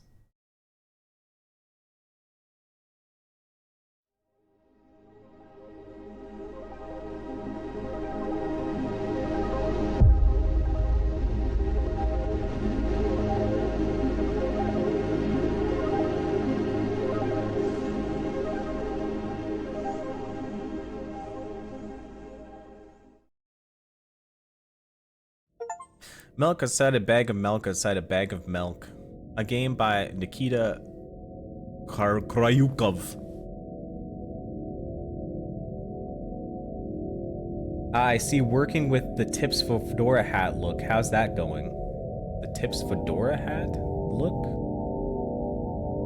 I don't even have a neck beard. I shave.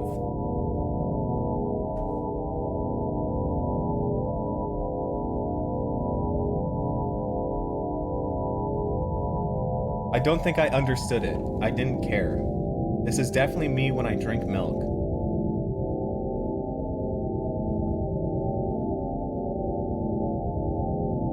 Visual ghost funeral.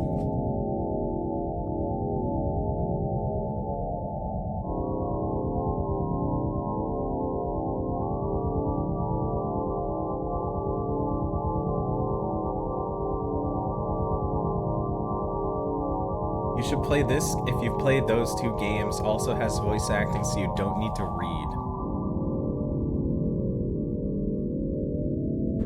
read. Hazy Mind?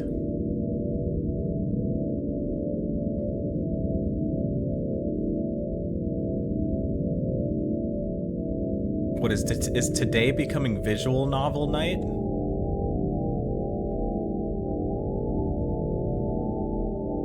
What if I play that incest game?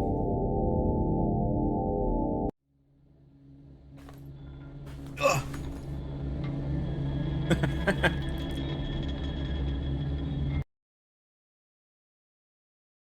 The what? It's like the coffin of something and something that a bunch of people like.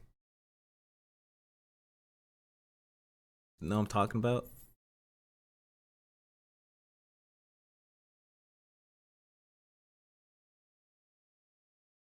Play Honey Pop? I can't play Honey Pop. I'll get banned. Is that what you guys want? You want to see me banned?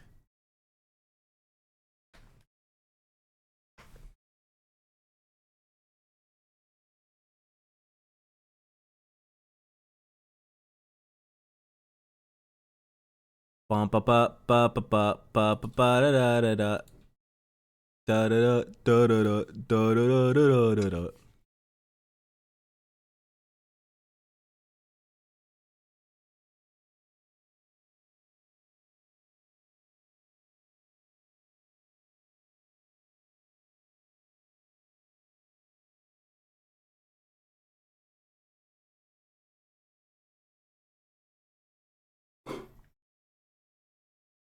Slash me plays with my cock.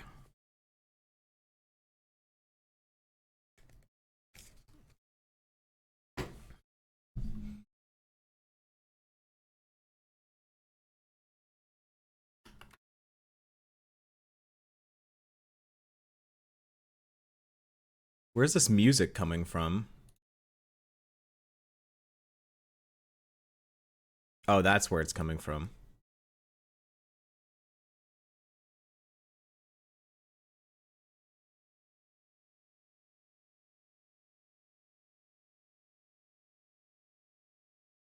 Intense trailer music for playing with his cock. My cock is very intense.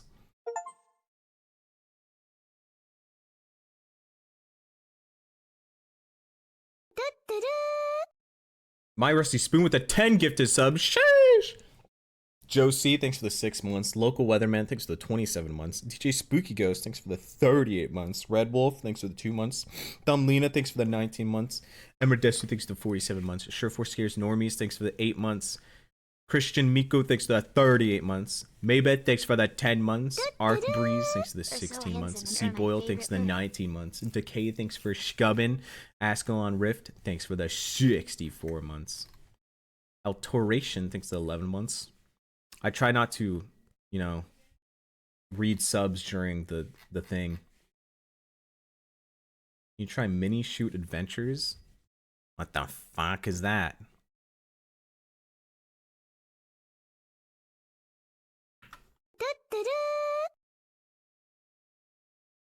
Lithia Rhea thinks of 38 months.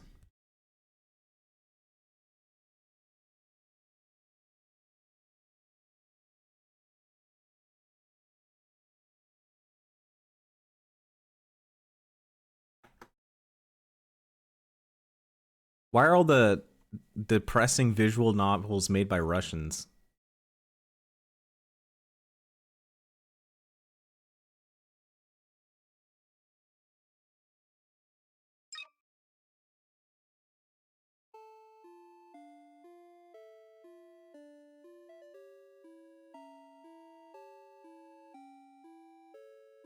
Russian literature tradition?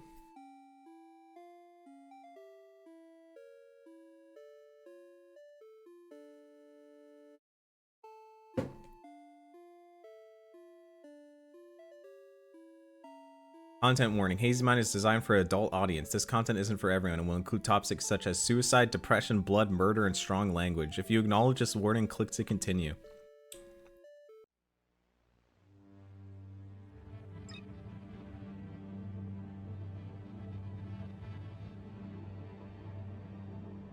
Sounds fun? Yay! My thoughts fragment my mind like shards of glass. I can feel each suicidal thought slicing me from within. I'm tired of battling with my own mind, with each day growing increasingly burdensome. Antidepressants and sleeping pills, my daily allies, will yet again become today's escape from this world.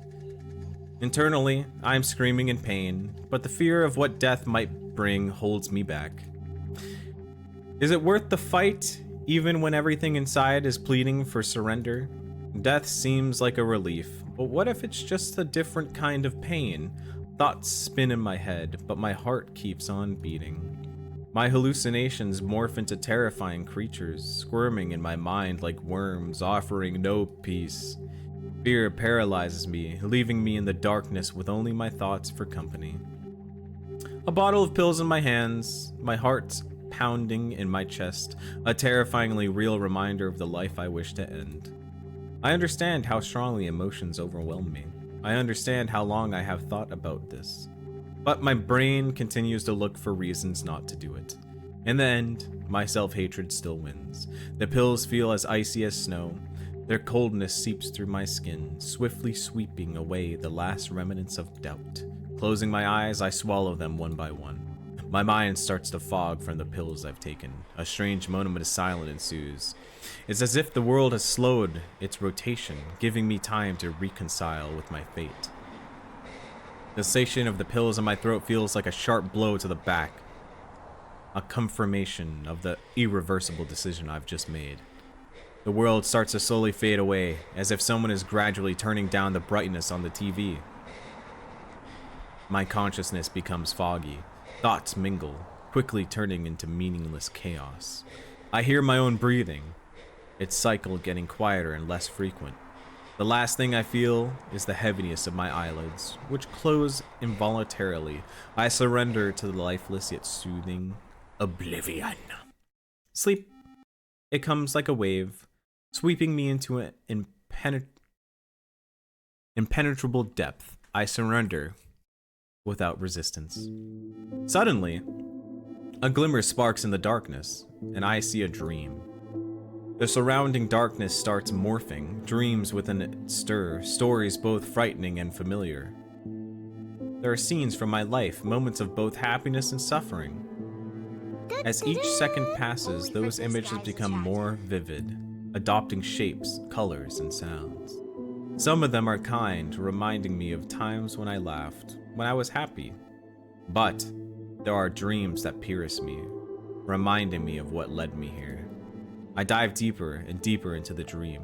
It's like a journey through my own soul. And suddenly, in the endless depth, I begin to see light. It's a warm, muted glow that becomes me from the darkness. I'm drawn to this light, like a moth enticed by fire. And when I touch this light, I can feel it start to fill me, rousing me from the dark sleep. My eyes open. I feel the solid surface of the bed comforting my body. My head is still foggy, but it no longer pains me the way it did before. My consciousness slowly returns. Something is off.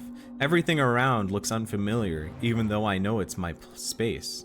Memories spin in my head, like flashing images, but I can't piece them together into a coherent whole.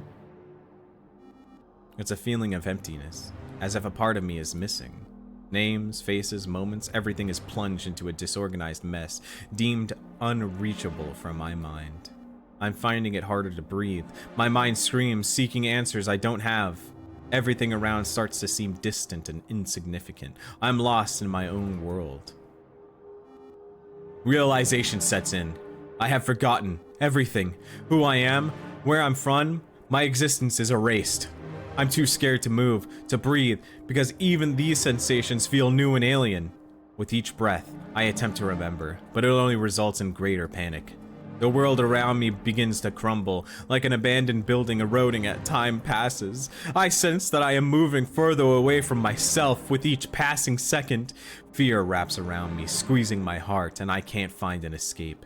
Gravity feels doubled. My body fails to resist, falling back onto the bed. The moment my body touches the bed, there's an instant relief. It's an unexpected calm in the midst of chaos.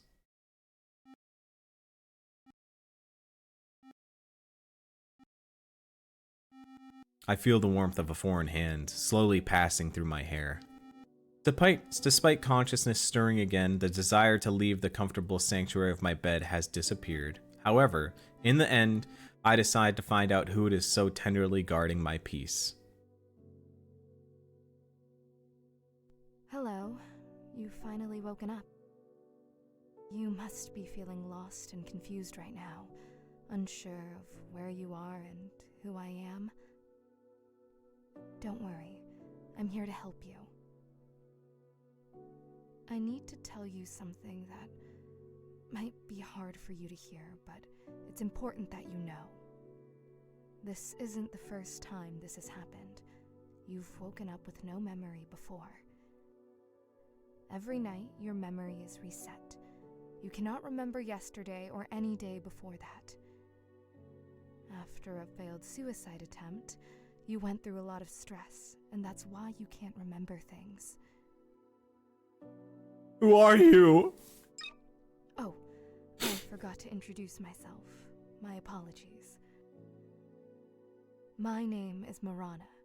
Your mom hired me to look after you, as every night you wake up oblivious to the world around you.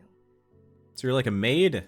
My role is to be a beacon in the early hours, to help you navigate through the confusion. Of course, I am also here to assist you in regaining your memory. By the way, my duty is to provide you with a guide on what to do when I'm not around, and where to find essential items you might need. Here, this is the guide. As you can see, it's a bit worn out since you've used it prior. In case of emergencies, the first aid kit is in your cabinet at the very bottom. You'll instantly recognize it. It looks like a typical first aid kit.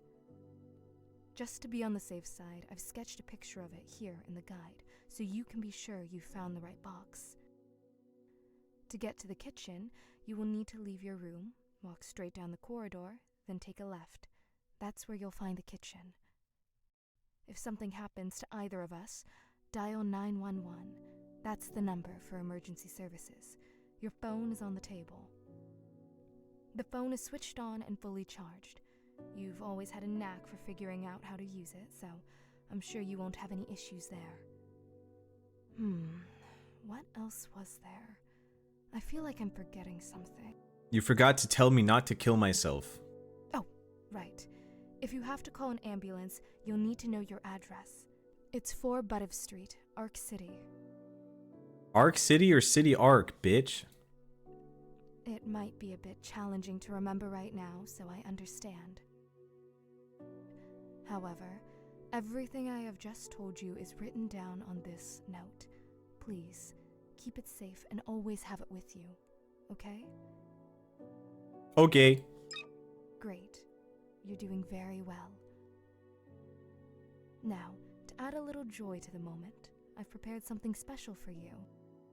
I cooked your all-time favorite dish, toast with egg. That's my all-time favorite dish, just a toast with an egg? It's important to fuel your body. After eating, I can give you a tour around your room and help you discover more about your life that's been temporarily forgotten. So don't rush yourself. Eat at your own pace. I'll be here. Ellipses. Ellipses. Ellipses. Well, since you're done with your meal, we have one more thing to do. Sex. You'll need to take these pills. Fuck. They're antidepressants. They've been prescribed by a doctor to keep any panic attacks at bay. Without them, things could become difficult, and I don't want that for you. I don't want to appear as if I'm forcing you to take some strange pills, especially if you are uncomfortable. That is not my intention. While it's a condition for me to be able to show you the room, the decision is completely yours. Just so you know, regardless of your choice, I will still guide you around the room. And I understand if you choose not to take them. Will you take these pills or not? Okay, I will take these pills. I had faith you would make the right choice. You'll need to take 2 pills to ensure everything goes smoothly. I know it might sound a bit daunting, taking 2 instead of 1, but trust me on this. Volume is a bit low.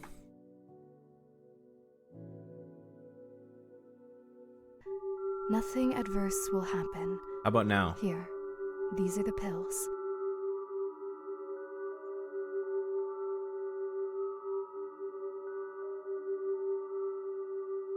No way that's what he looks like. What do you mean by that? Just take them with water and let them do their job.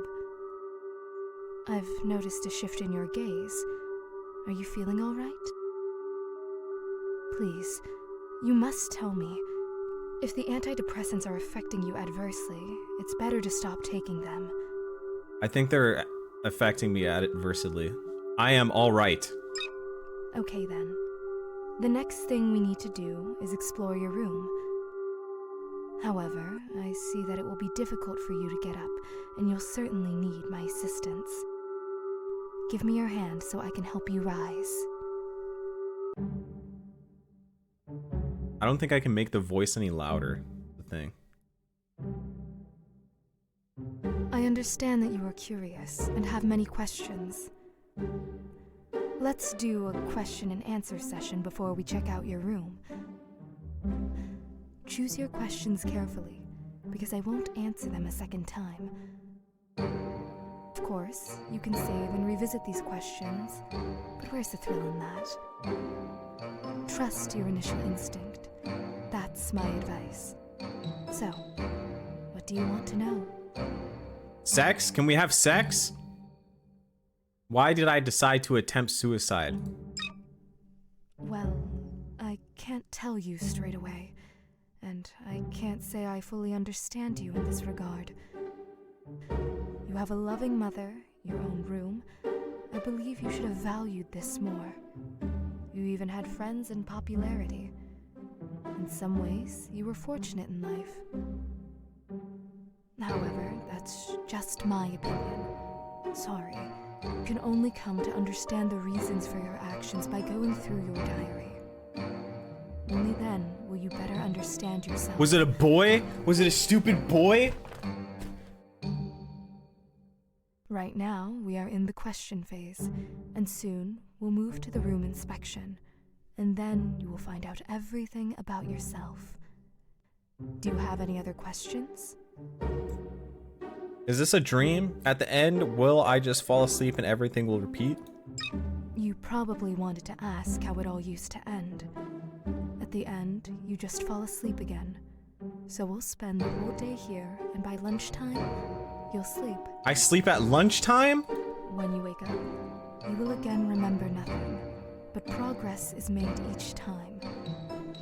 Your psychiatrist says that it will end as soon as you come to terms with your past. Do you have any other questions? Why do you look so strange? I'm not even sure whether to take that as a compliment or not. If, in your understanding, strange means unconventional, then I am actually quite impressed. I always want to make an intriguing impression. Not a pleasant one, but an interesting one. Because to leave a pleasant impression on people, you often have to just nod along with them. Why is the voice so quiet? You're probably wondering about my makeup, right? No, I'm more wondering about the talon hands. I love to experiment with my face and try out different looks. So far, this is my favorite. You should enjoy life and do what you like without worrying what others think. Want to wear weird makeup? Go for it. Does that mean I should start wearing guy liner? Put them on. Yes, people might give you odd looks, and yes, they might judge, but so what? People who pass you by won't remember you in 10 minutes. And I won't stress about it.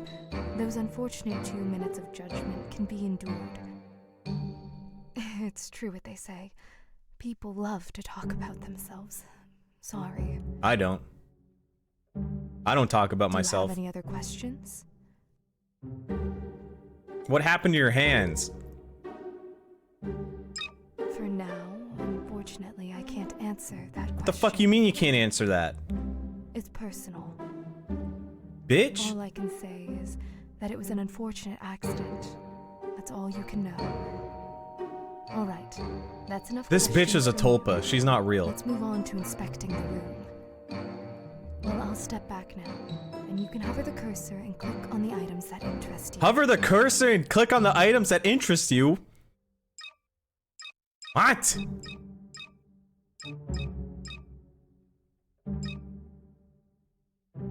This is the coziest place on the planet.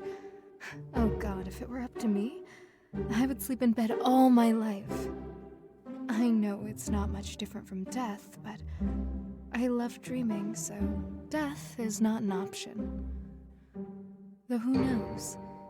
Maybe we really do dream after we die. Think about it.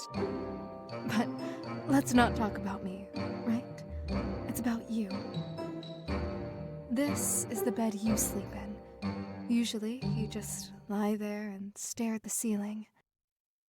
As a child, it seemed you had fun glow-in-the-dark stickers that you would gaze at for a long time when you couldn't sleep.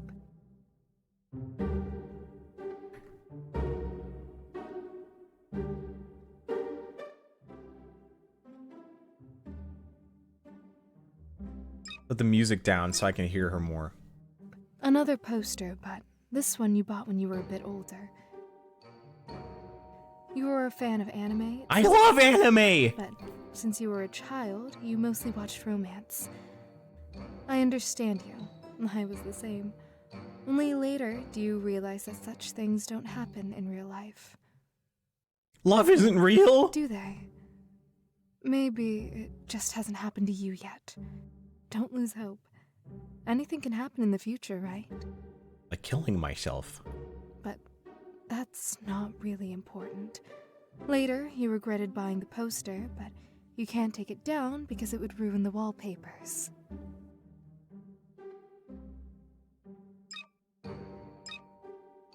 This is a poster of a rock band you liked as a child.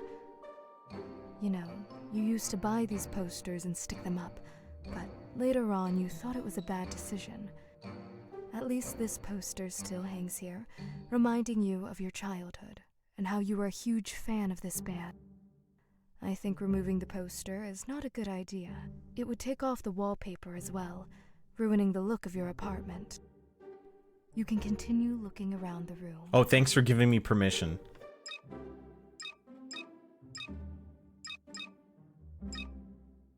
This is the plant your mom gave you for your birthday.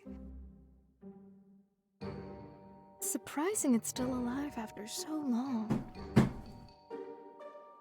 Just kidding. It's really because you've always taken such good care of it. Good job. This bitch isn't real. Lately with your health troubles, it's your mom who's been looking after it mostly. This is my imaginary goth friend. I should start by saying that all information I'll share comes from your mother.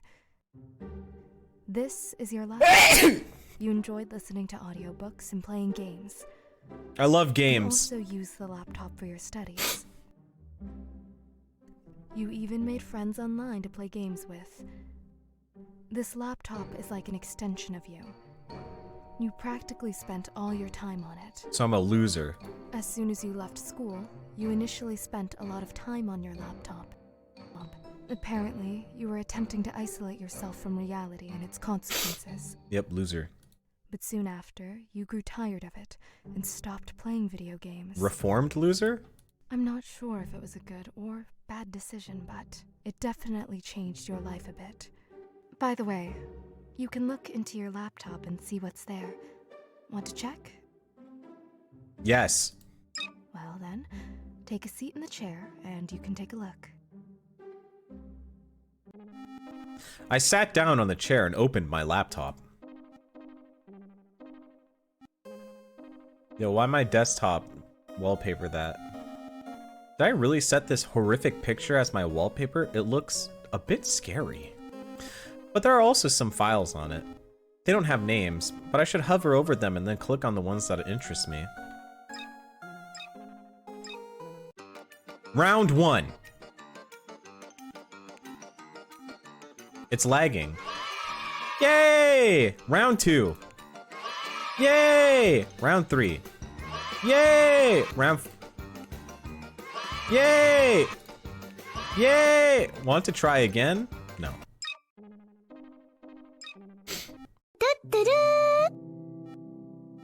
It looks like some social network is there.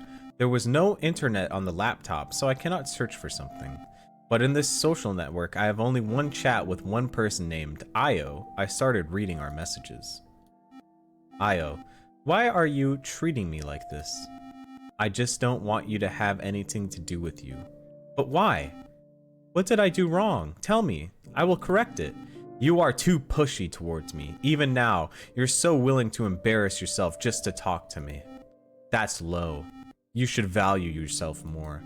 But you're my only real friend. I'm sorry. Don't apologize. I'm the one who should be apologizing, so please forgive me. I hope you find a better friend than me. Why does everything have to be so complicated? How can I fully understand you? Why are human emotions and feelings so complex? I don't understand. I just want to be friends with you, like before.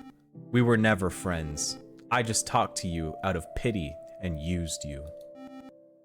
I'm a terrible person. You just dreamed of a friend to walk with, play with, and share jokes with. That's your ideal, right? And you projected it onto me. But I don't really want to talk to you. I'm not really interested in everything you send or share. I'm not even interested in how you're doing. I ask out of politeness. Although I don't even remember the last time I did. I've been silent about this for so many years, and finally I can speak out. This feeling is priceless.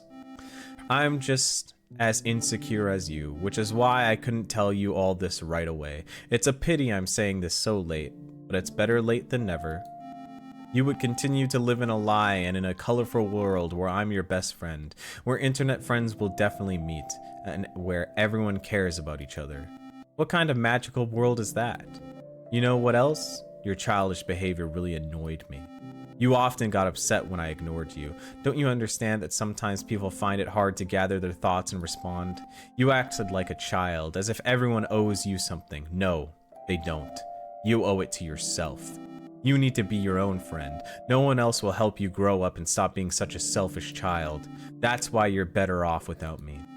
This is my last message, after which I'm deleting my account. Goodbye. Sorry. Okay. Huh? I'm New Arcadia, a vast city. Oh, in New Arcadia, a vast city, there was a unique job held by a man named Icarus Fitch. He was known as an architect of memories, crafting and molding memories into real-like experiences for people seeking more than their everyday life. Icarus' small studio, high in an old building, was filled with jars of shimmering essences, echoes of laughter, sorrow, and joy. Many visited him, each longing for memories they missed or never had. One rainy night, a ballet dancer named Alara came to Icarus. Her life was a series of rehearsals and brief shows, her movements a display of disciplined grace, but her eyes held uncried tears. She wanted to remember something different, a deep personal love, not the fleeting praise she was used to. Icarus, calm and thoughtful, agreed to help but warned her. He said that sometimes our hearts want that what only real life can give. Alara, desperate, agreed. Is this a fanfic? For days, Icarus worked hard. He created a memory of true love for Alara, full of first glances, touches, and whispered words in the quiet night. He made a memory where Alara danced not for an audience, but for someone who loved her deeply. When the time came, Alara experienced this memory. She found herself on a starry balcony, dancing with a blurred figure, feeling a love that filled her. She woke up joyful, thanking Icarus for letting her feel love. Icarus, a bit sad, told her that this was just a shadow of real love. He knew that true love was something to be discovered and experienced, not made. Alara left, her heart touched by this experience, but soon the memory faded. She realized that the real love couldn't be made for or remembered. It had to be found and nurtured. So, Alara changed her routine life. She explored New Arcadia, making real connections and finding joy in simple moments. And then, in a quiet cafe, she met someone. This time, the spark between them was real. Starting a flame no craft and memory could match, Icarus stayed in his studio, creating dreams. He knew some things, like love, were too wild and real for even him to make.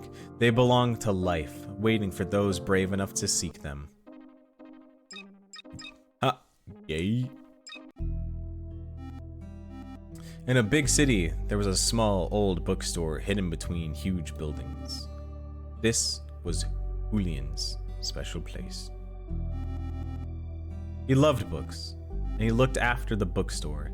He had lots of stories to tell, but his own story hadn't happened yet. This writing is ass. That's what we have to do, though. We have to read to find out if it's ass or not. Then, one rainy Tuesday, everything changed. A girl named Amelia came into the store. She had eyes like the storm outside and a mysterious smile.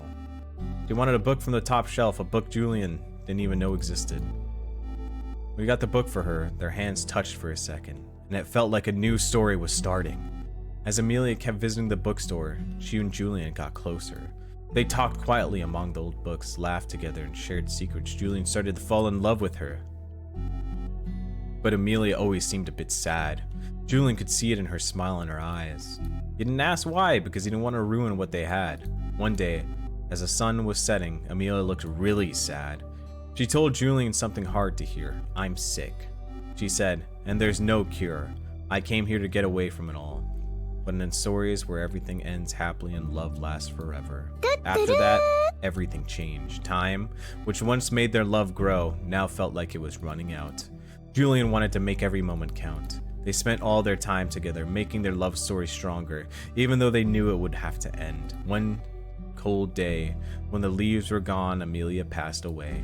Julian was with her, holding her hand. The room was very quiet, like when you finish a really good book.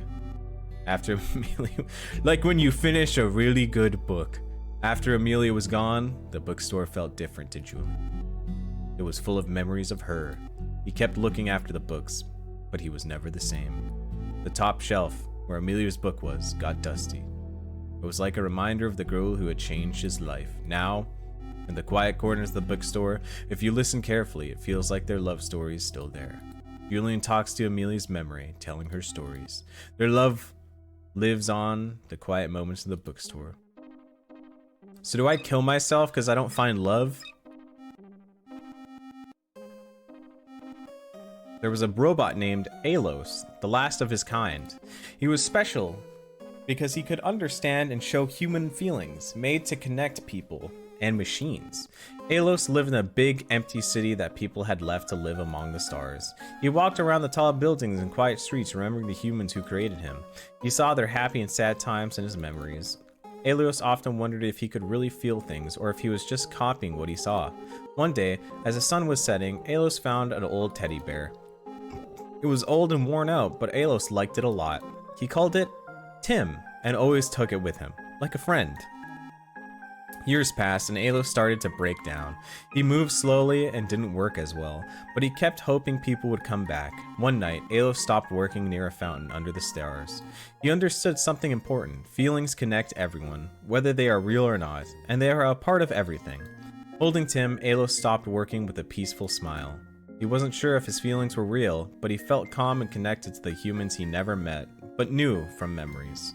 The city stayed quiet, a reminder of the past, but Alos' story stayed, showing how everyone looks for connection and tries to understand feelings. Well, do you have some questions about your laptop? Those stories, I wrote them? Yes, you really did. As you can see, not every story has a happy ending. Bro, I'm fucking shit. But you're always trying to make stories with happy endings, like those in movies. I think the story with the ballet dancer shouldn't have ended like that. That ending was so stupid. Like, what? Why? Bro, why are you being so rude to me? What the fuck? The story could have ended when Alara realizes the memories are fading and she's not happy anymore. The part about her finding a new love interest is so far-fetched. But the other stories? I really enjoyed them. You're a good writer, I think. I don't. I should pack it up. Oh, no. I just confessed to looking at your laptop. Sorry. I didn't mean to. I'm just a bit tired from work, and when you sleep, I read those stories. Or I go to internet forums. They're funny, I think. Sorry, again. But She's a since you don't 4chan have much user. information on your laptop anyway, it's not a problem at all. You can continue looking around the room.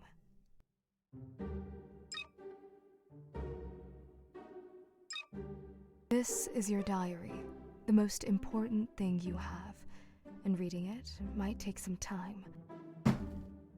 Oh god. But since you've clicked on it, you definitely need Stop to. breaking my immersion! I won't disturb you during this time. Read at your own pace. If you want to share your emotions after reading, I'll be glad to listen. I saw Morana sit down on a chair next to my table and close her eyes. Apparently, with such a job, she gets very little sleep. I carefully picked up the diary and sat on the bed. It looked like a regular book. It didn't have all that many pages, but the book still seemed thick. Perhaps because I had read it so many times, the book had become slightly misshapen, adding to its thickness. I don't know what awaits inside, and the atmosphere starts to get tense. Overcoming my anxiety, I finally open the diary's first page and begin to read. 22/08/2017. Hello. I decided to start a diary because Rhea told me it helps understand oneself and improves relationships with others. Basically, she seemed to be promoting it to me, so I bought a notebook and will try to write down everything happening in my life. Honestly, I don't think this will last long since I'm not a very consistent person. I can't do the same thing every day, but we'll see. Maybe it'll work out. It's hard for me to write. I don't even know what to write about. What did I do today? Went to school, talked with friends, came home, did my homework, and now I'm just sitting at home. My mom's not home, as usual, and I have nothing to do.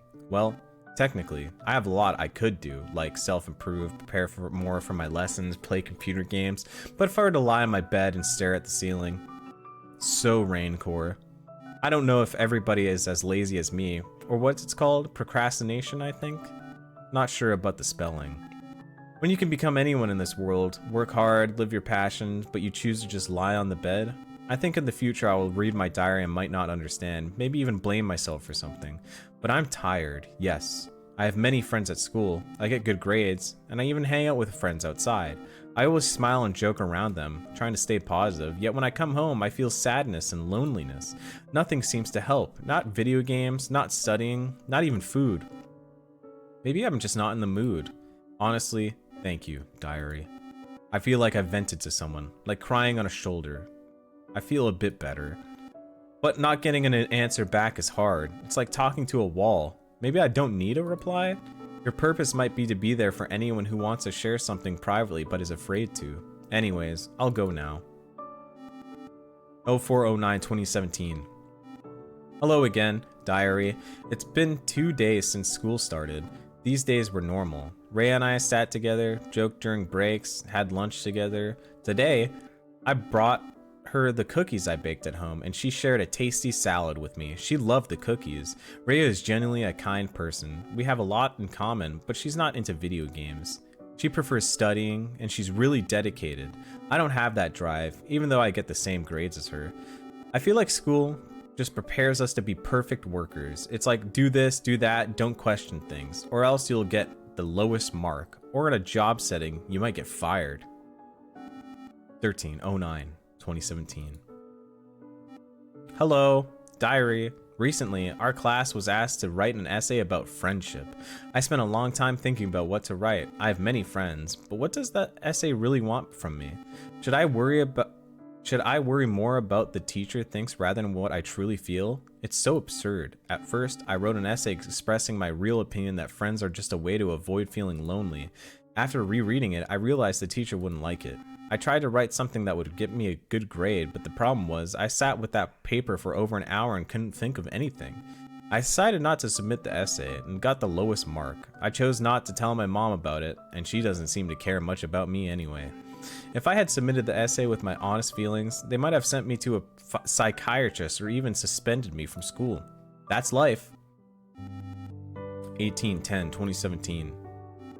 Hello again. Sorry for not writing for so long. Nothing new happened. As usual, I hung out with Rhea, played video games, slept, and of course, went to school. But something happened recently that threw me off. As I mentioned, I have many friends, including guys, and mostly play video games with them. And recently, one of the guys confessed his feelings to me. Diary, you can't imagine my surprise. I mean, I've seen some girls flirting with guys and vice versa, but I always set boundaries, and no one ever flirted with me. I never cared about such things and never even thought about it. But for the first time in my life, someone confessed to me. He just said it, honestly and openly, feeling it wasn't fair to keep it a secret from me and wanted an honest answer. I don't know how to respond to him because I don't feel that strong love described in movies or books. Still, I'm really flustered by all of this. I'm even embarrassed to write to you about it because I'm usually so down when I talk to you. But now I'm smiling as I write this. It feels so unusual. 02-11-2017. Hello again. I remember the last time I wrote about the guy who confessed to me. Well, we are seeing each other now. It's not like we're officially together and act like a couple. We're just hanging out and getting to know each other. Throughout this time, I realized I like him. And now, I'm now really worried about what will happen next since he hasn't asked me about my feelings yet. But if he does, I'll be so embarrassed. All of this is so overwhelming. Lately, I seem happier and even started turning down Rhea's offers to hang out. I was right!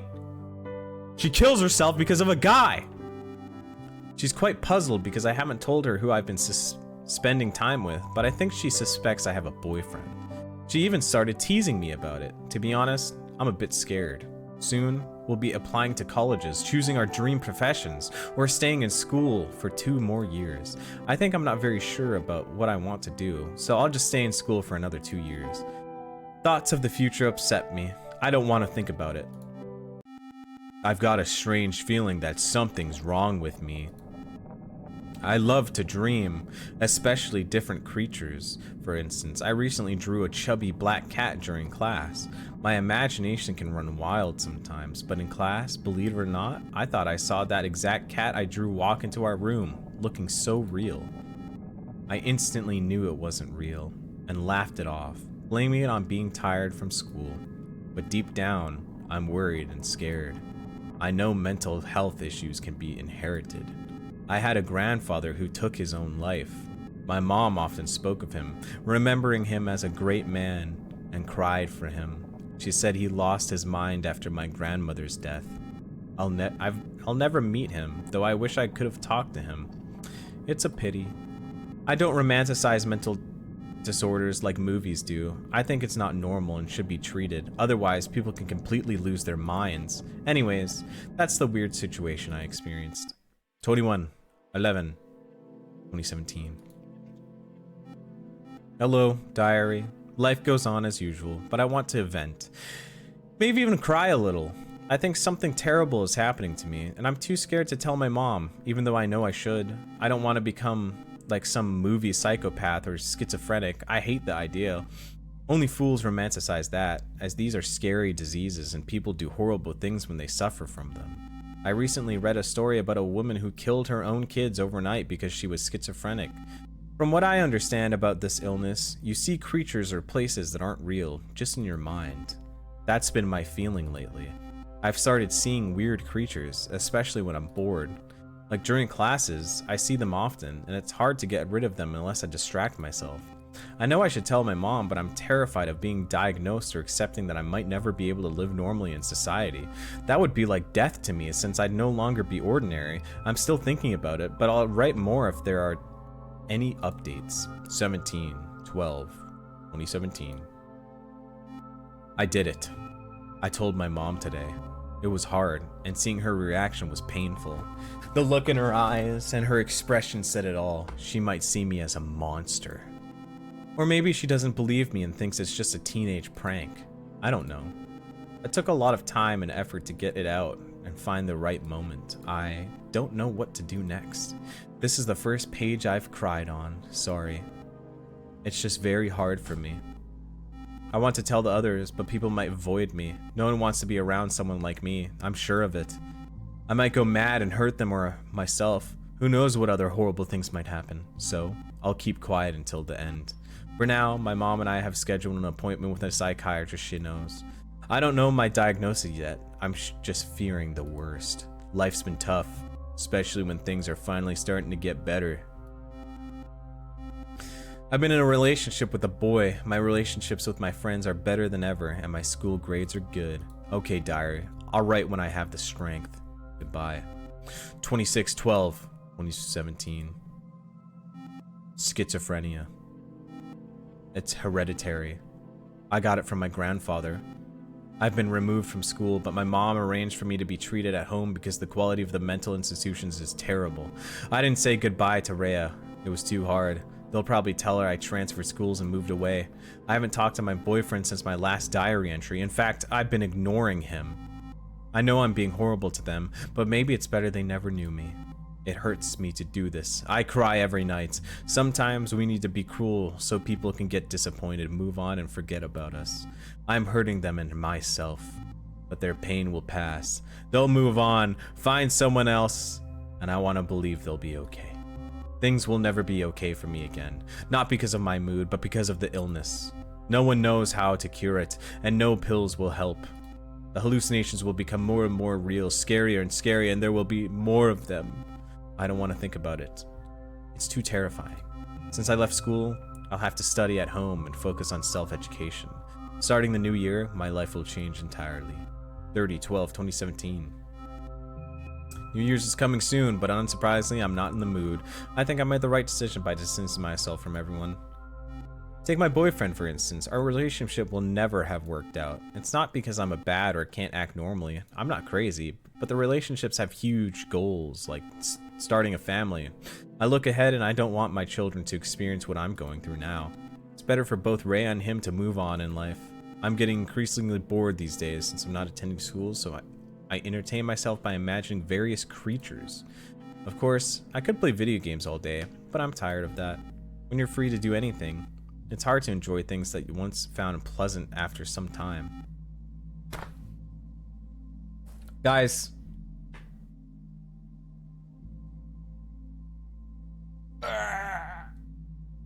There's a lot of reading here. I'm getting bored.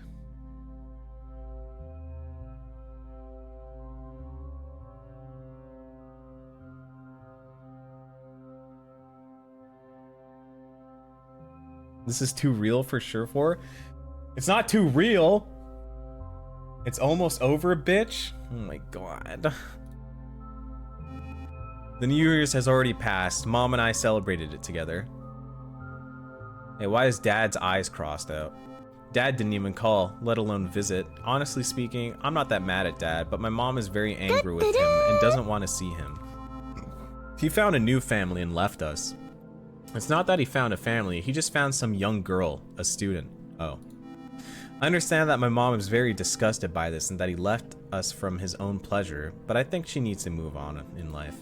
By that, I mean find a new man who will love her and move on. The only problem is my presence. I completely ruined that possibility, yet my mom loves me very much, despite this, and works hard for my sake. But what's the point of all this when I don't have a future? That's why I think it would have been better if I didn't exist. 24/01/2018.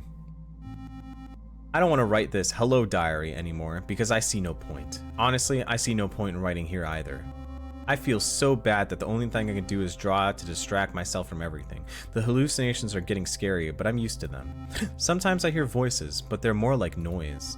My psychiatrist prescribed me antidepressants and antipsychotics, but she noted that they might have side effects. On top of that, I can't sleep at night, so I've also been prescribed some sleeping pills.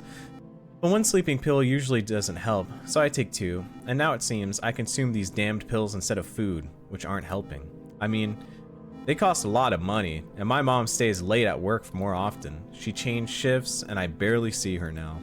I feel terrible because I fear that these voices will become more than just noise, and I'll start listening to them. I don't want that. I don't want anything. 29/01/2018.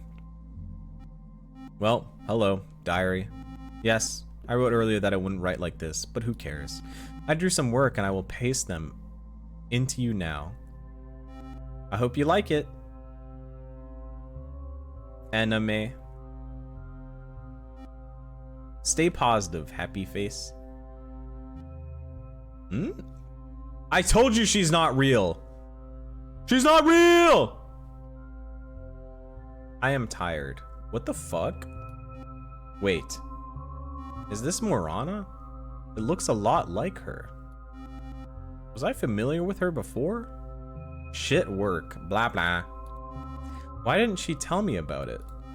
Or even then, was she with me because my mom couldn't be? But why didn't I write about this event in the diary? I looked in her direction. She was still asleep, right where she was. I need to ask her about it after I finish reading everything. I open the diary again and continue reading. 10/02/2018. Today I had a fight with my mom.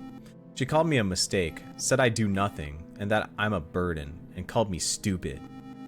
I understand she said it out of emotion, but she was telling the truth, and only the truth. I have no friends, no job prospects with such a diagnosis, and all I do is take pills that cost an incredible amount of money and don't even help. I can't even talk to anyone. I can't tell strangers on the internet about my diagnosis. It would look like I want pity. I just want to confide in someone, cry on someone's shoulder. But what's the point? If I cry, will everything suddenly become good? No. Nothing can help me now. I need to accept that. At least Rhea was right to suggest I keep a diary. Thanks, Rhea. Without the diary, I would have killed myself a long time ago. 23/03/2018.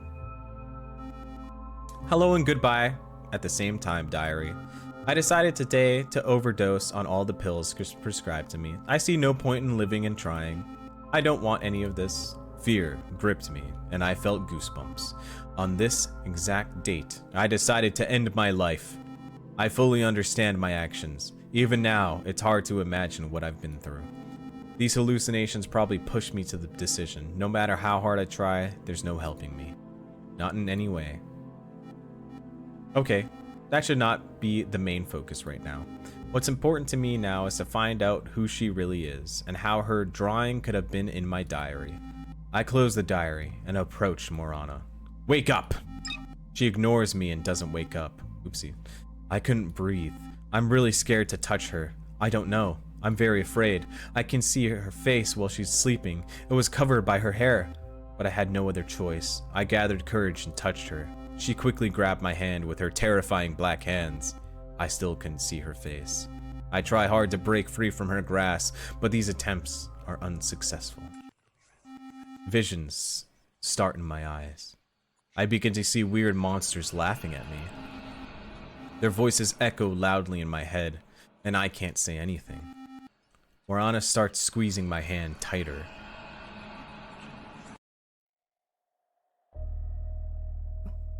Oh my god, how can someone be so stupid? I just can't anymore. Where is your intelligence? How can someone be like that? Haven't you tried thinking? I am not real, and even a fool would understand that, right? Even someone who hit their head 100 times could figure that out. But the nonsense in the diary that you made up, do you really believe all that? I understand it's a very sad story, but even this sad story is made up by you. Why invent such a tragic story for yourself? For a friend and a boyfriend? You hate the truth, don't you? Well, think about it again. Truth is, you never had any friends. You didn't have a Rhea or a boyfriend either. You made them up. Just like you made me up. Practically everything you wrote in the diary is not true, but fiction. Think about it again. You write in your diary about how your boyfriend and your friend ignored the fact that you suddenly disappeared.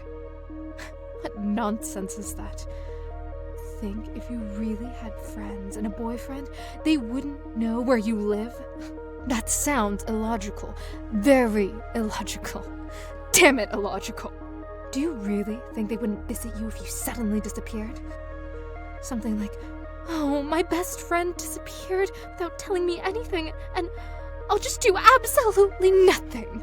Or, yes, I love her, but she disappeared and I'll just accept it. That sounds stupid. Don't tell me you actually believe they would continue their lives with your disappearance. Even considering that you're in school and you are practically children who can't do anything in this situation, your friends or your boyfriend wouldn't abandon you. They would try to find you. Something might have happened to you. Do you understand what I mean? But unfortunately, I got an achievement, guys. all of this is just your imagination.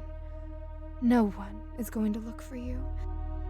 In reality, you're just a lonely girl with schizophrenia and a bunch of psychological disorders who doesn't leave her home. That's why you should have used Tumblr.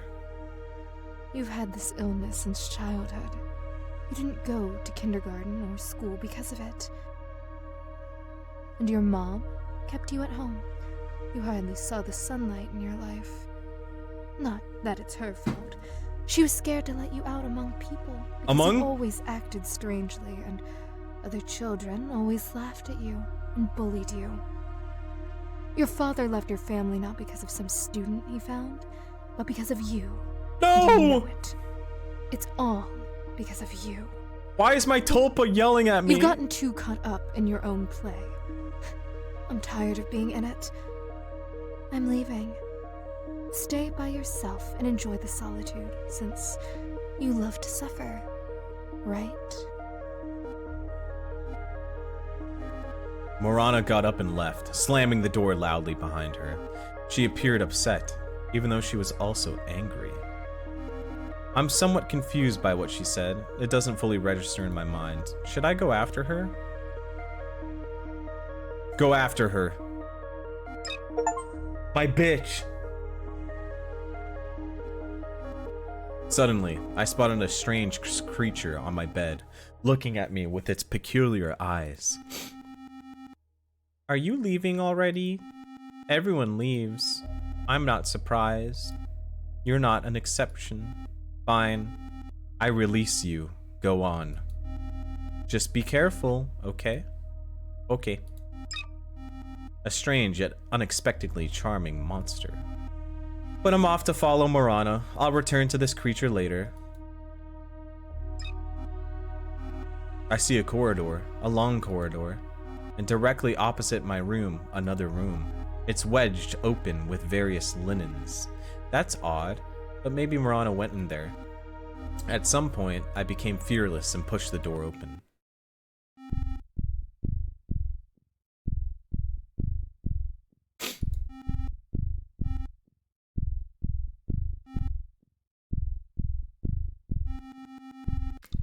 I don't think there are words that could describe what I felt at that moment. I was dumbfounded. The smell was revolting, and out of horror, I covered my face with my sweater. I don't understand. Who is this? What is this? Suddenly, I hear the sound of grinding teeth coming from behind me, and sense something approaching. Why are you so afraid, darling? Can't even turn your head. Am I that terrifying to you? You're insulting me with this kind of behavior. If you don't turn around in 10 seconds, I will kill you. I am counting. 10, 9, 8, 7, 6, 5, 4, 3, 2, 1. I come. Good girl. I thought that you were really stupid, but I see some progress. Wait, this is the guy I was killing in the video game. Oh, well, well. Who do I see? A little girl, lost in her own mind. Did you get lost, dear? It must have been very scary to see what you saw. I understand you like no one else. It's okay. But what did I see? Did I see my mom kill This herself or bound something? to happen. What you see is your mother, or rather, what's left of her. Yep. Ah, yes. Who did this to her, you ask, right? Did I kill my mom? You did. You did this. I don't believe you. You're not real. Well, you just said something quite obvious. Indeed, I'm not real. But to you, I am real. I'm your consciousness that has taken this form. Believe it or not. I don't need your trust. It's worthless. You're a sick person who should kill yourself. It's all Now! fault. Your fault that your mother has been decomposing for a week under her bed. If it weren't for you, she would be alive. And you, a criminal who deserves nothing but jail. But personally, I think it's better to kill yourself than to live a life like yours. Don't you think? Ah, wait. Your look. I know what it says. You don't just disbelieve me. You want to see evidence. Well, you could have said so straight away. I will gladly show and tell you everything in detail. In the smallest details. It was a regular evening, and you had a fight with your mom. You had been arguing quite a bit lately, mostly about trivial things, and it no longer surprised you. You had gotten used to it. But at some point, your mom began to lose her mind with anger towards you. Mom, please, She got no! so angry that she started hurling terrible insults at you. She kept repeating one word. Wretch. Perhaps she said more, but all you could hear was the echoing word. Wretch. Let's talk more about how exactly you killed her. You don't remember? No? Look, do you see the broken vase on the floor? With that vase still filled with flowers, you tried to kill her as she turned toward the window.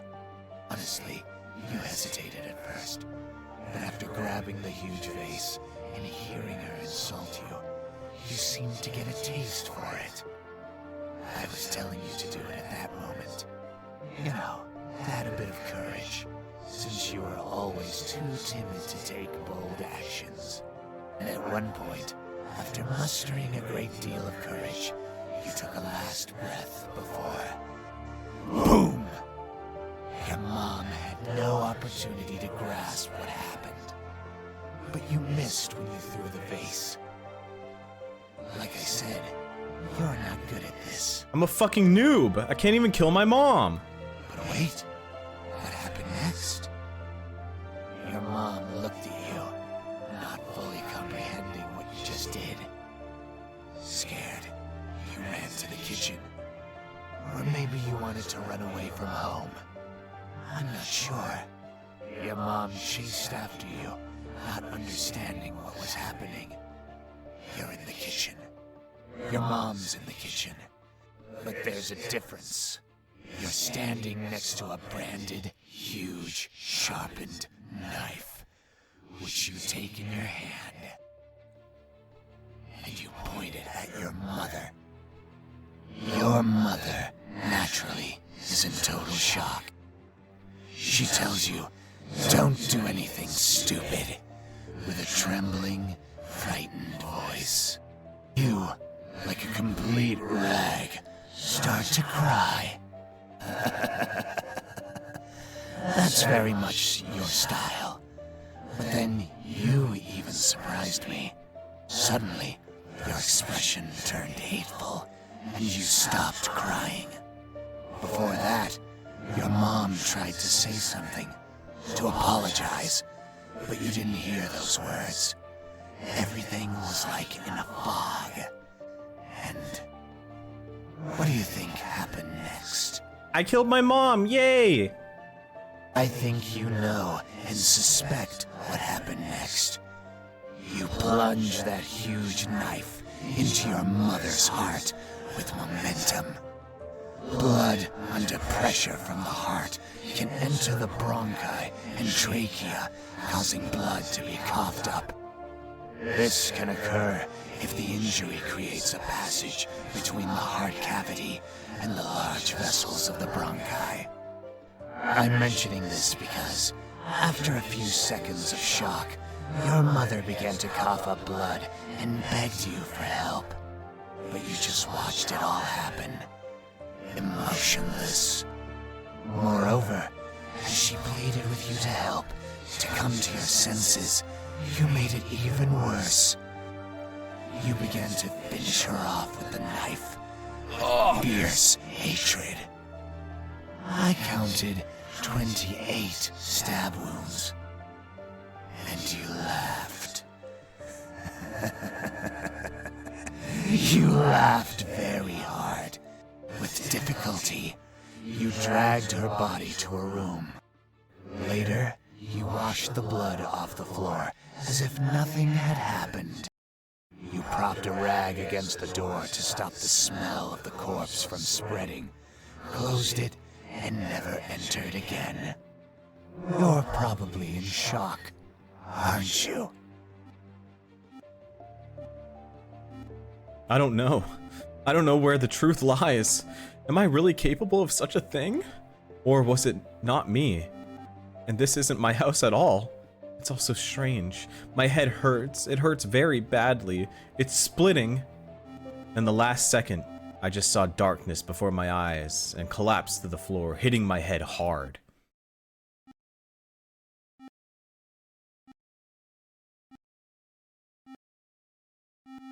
I didn't wake up with the comfort of someone stroking my hair. In actuality, I woke up because of the terrible smell of the corpse lying next to me. I instinctively moved away from it, struggled to my Feels feet, birthday man propped a rage towel anniversary. against the door, and closed it. There were no more monsters. And that red one was also gone. I could consider myself safe, but what should I do? Calling emergency service was risky because even if I'm not a murderer, I might still end up in jail. Should I check the medicine cabinet? Call someone? Or go to the kitchen? But for what reason? What else can I do? I honestly don't know. Go to the kitchen. I couldn't quite remember where exactly Marana said to go. Which way should I turn?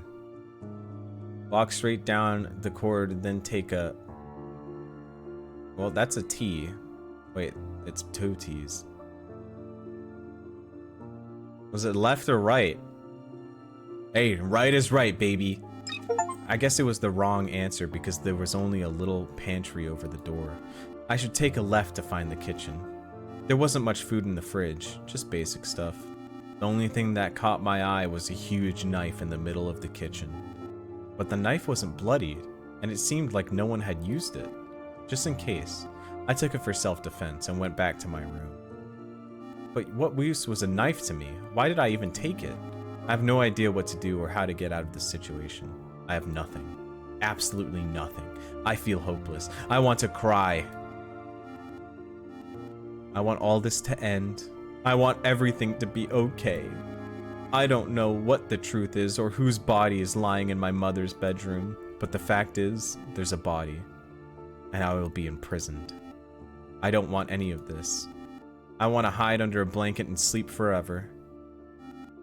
After crying a lot, my eyes became much heavier, and I wanted to sleep badly. I know I could forget everything if I slept. In my case, it was the best option. I lay down on my bed, comfortably covered with a blanket, and fell asleep instantly. Hey, are you there? Wake up. Do you really think that sleep will solve all your problems? My bitch is back. Sleep only helps to escape reality for a while, unfortunately. You're probably thinking that it would be better to not wake up at all. You might be surprised, but I think so too. Bro, why is everyone telling me to kill myself? Because I suffer from the fact that you're alive. I wish I could be free. Forget it. You can't help me anyway. I know you can't help yourself either. I thought there were no situations in life without a way out. But your situation, there is a way out. Honestly, but it's kind of a dead end. It's chosen when people think there's no other way. I feel sad for you. And sad to see you suffer. I'm speaking honestly, putting aside the image you've created of me. You just wanted to be healthy. Have a friend, a boyfriend, go to school. So many kids have these things, but don't appreciate them because they consider it normal. You, a lonely child, or very unlucky in life. You're actually smart and pretty. But your illness? Unfortunately, you'll keep losing your mind more and more. And soon, you won't be able to distinguish imagination from reality. I feel like I should help you, even though you want to see me as a monster. It may seem untrue, but in the deepest corner of your soul, you wanted to be scared at that time. You wanted adrenaline? I don't know. In any case, monsters won't bother you anymore.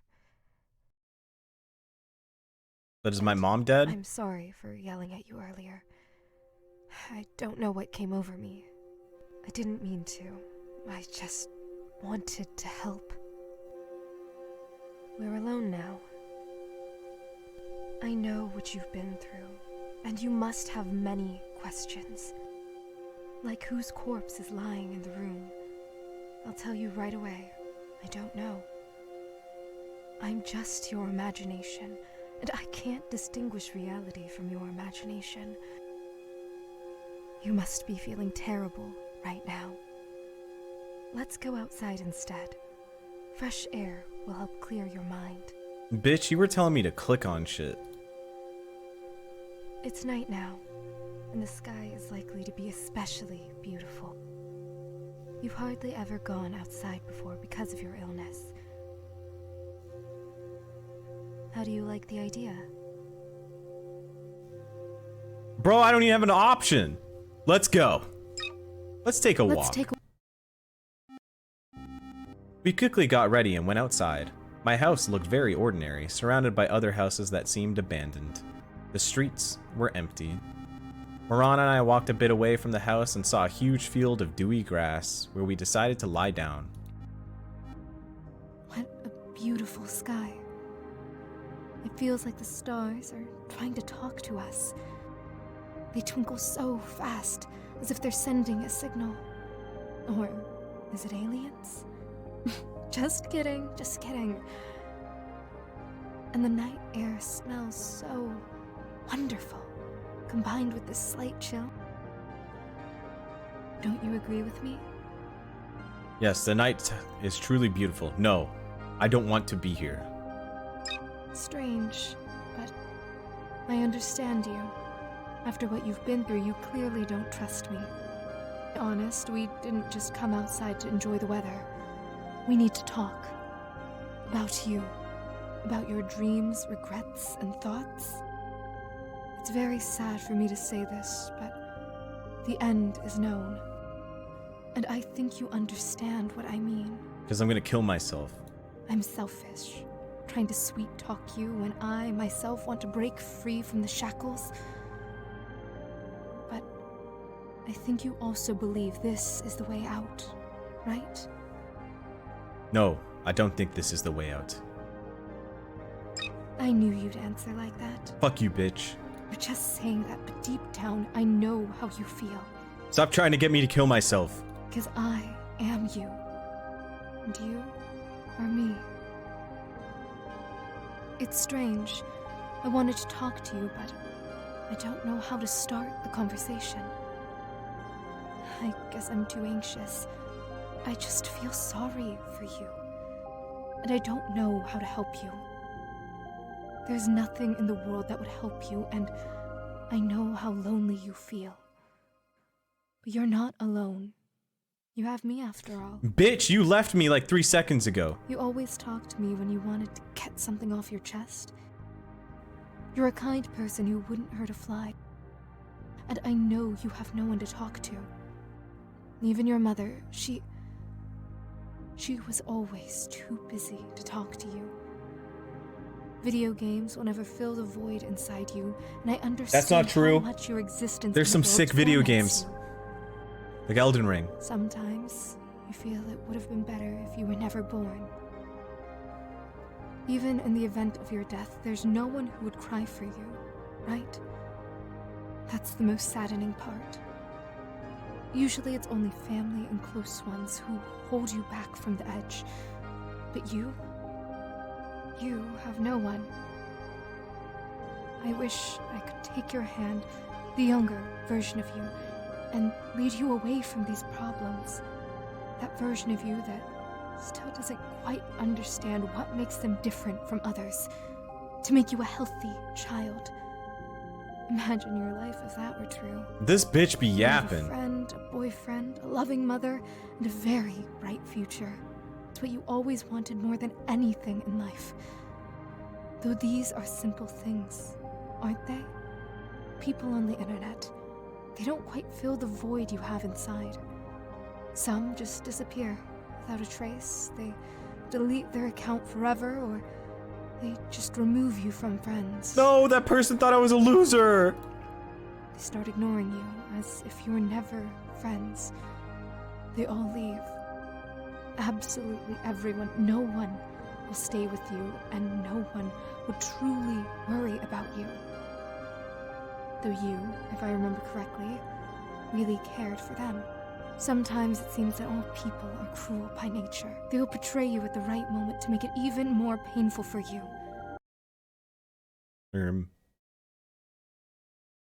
Io was such an example for you. That's her nickname online. Because of your amnesia, you probably don't remember her. Perhaps it's for the best, but I still need to tell you. Because I want you to have a better understanding of yourself. Bitch, you're just trying to get me to kill myself. When you were a teenager, you actually had many friends online with whom you often spoke. And since you were children, you shared everything that happened in your life. You became friends with Io shortly before your 13th birthday. You became practically best friends, and you knew about Io's problems in life. Everyone had problems, and you worried about Io, and even cried when she was hurt, always trying to support her. When she was at the toughest moment of life and death, you saved her. But could she do the same for you? Obviously, she didn't do that for you. She just deleted her account at some point when you wrote to her about your problems. Since you knew her by heart, you easily found her new account. She added all the friends from the previous page there. All, except you. And she shared photos where she enjoys life. I can't imagine what you felt looking at this. Sometimes, you even thought about writing to her. Ask what's wrong. Maybe there was a mistake. After all, you wanted to be friends with her. Even if she didn't want to support you, you still wanted to communicate with her, even without her support. That's how lonely you were. I think this has greatly affected you. You still, after years, follow her social networks, where she is happy. And it seems she's already achieved everything in life. I don't know if you're happy for her, or sad, or hate her. What do you feel for her? Sex.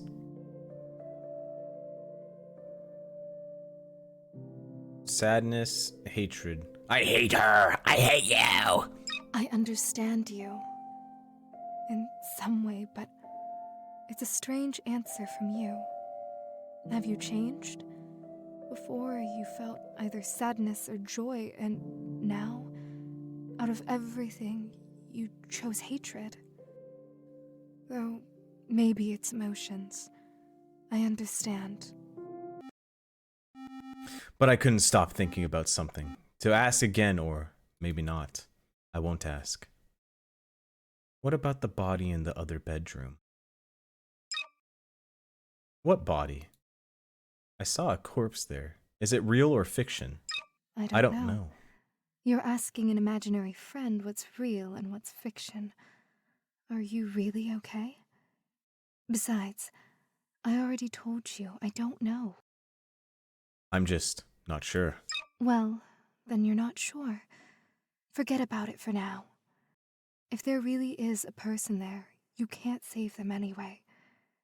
Enjoy the last few minutes of freedom before you get put in jail. No, don't put me in jail! Okay. It was cool outside, but the cold was pleasantly chilling on the skin. I can't say I was uncomfortable. I wanted to fall asleep right on Morana's shoulder at the moment and never wake up. I feel very cozy with her. Suddenly, I remembered a movie where a girl changed other people's lives for the better. Even though she was an introvert, she was happy for other people. I would like to be that kind of girl, to be positive and help others, despite everything not being great for me. You killed your mom!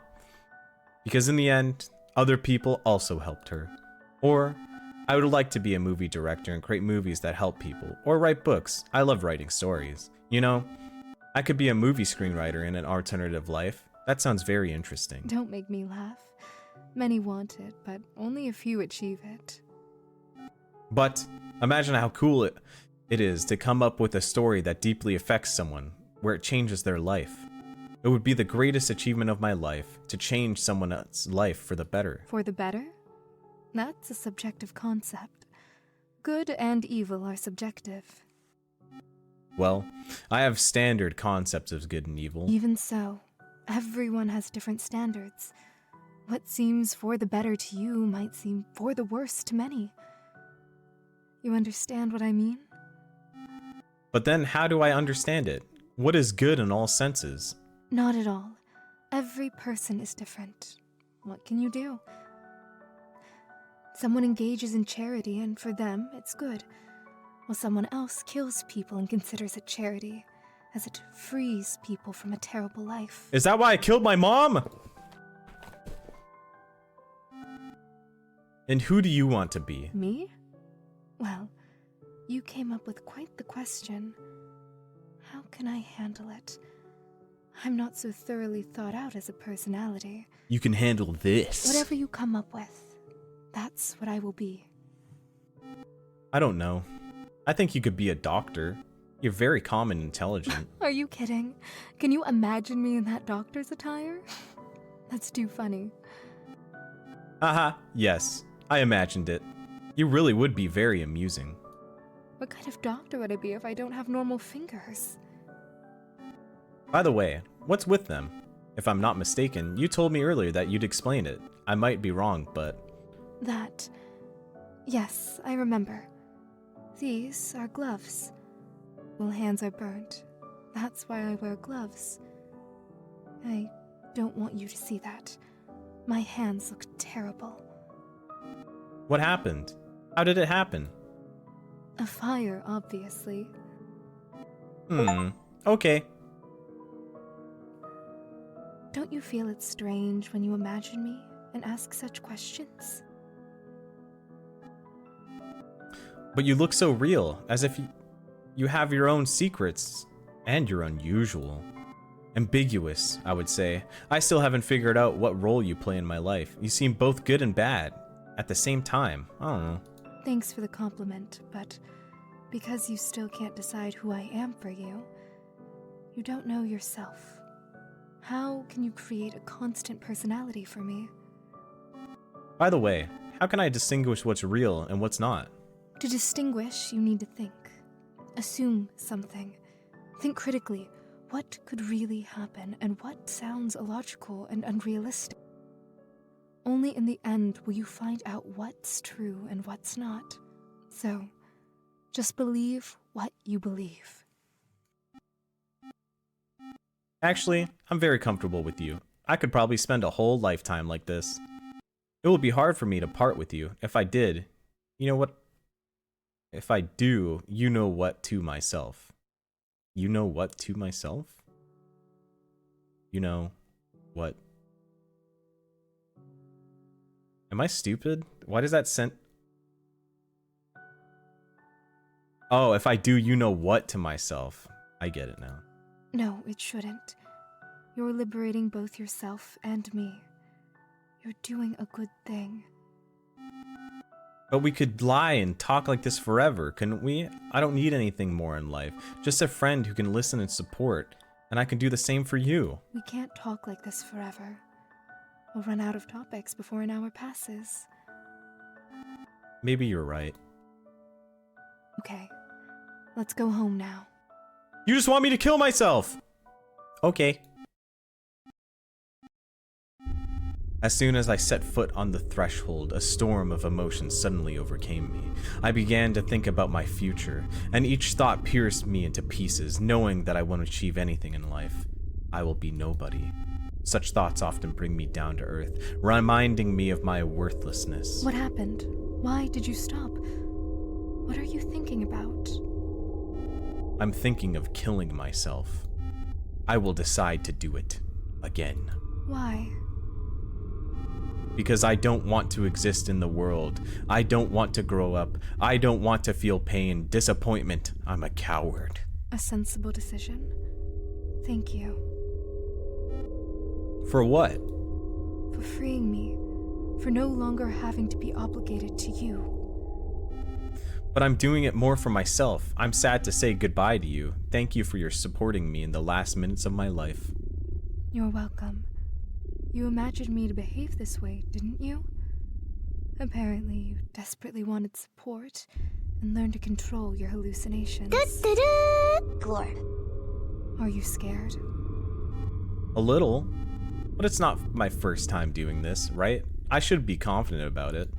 But now, I'm thinking about what my life could have been. Maybe I can change, for the better. To live life, enjoying every moment, to do what I like, and these thoughts disturb me. What if I'm making the wrong decision? What if everything could turn out differently? What if tomorrow everything gets better and I don't live to see it? No. How can everything be good for you? You will never cure your schizophrenia no matter how much you want it.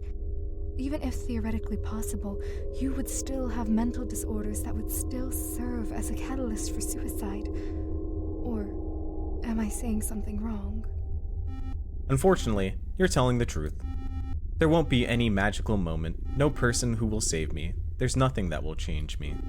But I still hope for it. Do you understand? All this time, I've been living my days in hopes. Hopes that things will eventually get better. But it only got worse. And it's just hard for me to make such a decision. I don't know what awaits me if I do it. I'm afraid of the unknown. I'm now also worried about possibly harming my family members who might still be alive. What if I have someone, but I just can't remember them? I'm unsure. Suddenly, Marana took a knife and stabbed me right in the heart. With all her strength. Strangely, at first, I don't understand what she had done. This strange feeling. And then a sharp pain. As if I was stabbed with all the knives in the world. I started to feel an insane pain inside. I see crimson blood on my hands. I feel the blood creeping into my lungs, taking away my last hopes for life. I'm dying. My eyes are closing, and my consciousness is blurring. Finally, I have found peace. This is my end. Thank you for playing the game. Give it another shot and avoid making foolish decisions. I also want to say a big thank you to some people. Without them, this game would have stayed just a dream.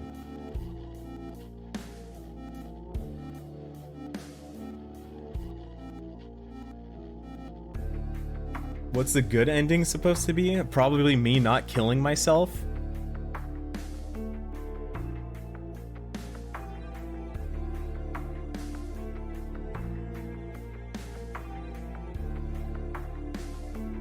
What'd you do wrong? I don't know, take the pills? Or not take more pills?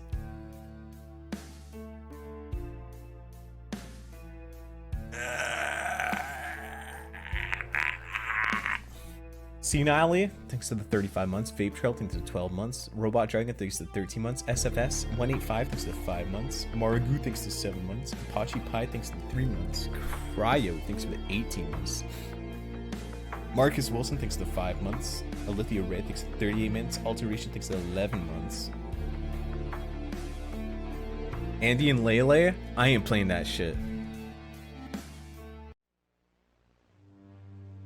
I don't know if I want to find the good ending on this game. I feel like there's going to be a lot of reading. I read a lot already. That was a lot of reading.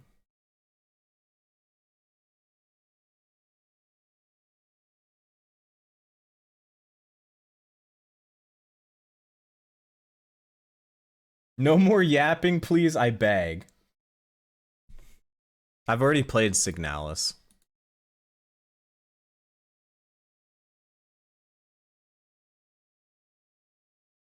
Have you ever felt the gyat of a loved one? Riz.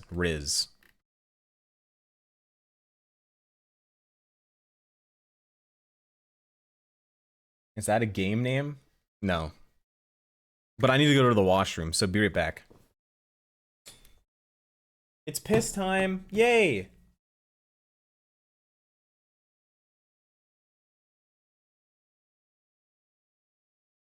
Take us with? No.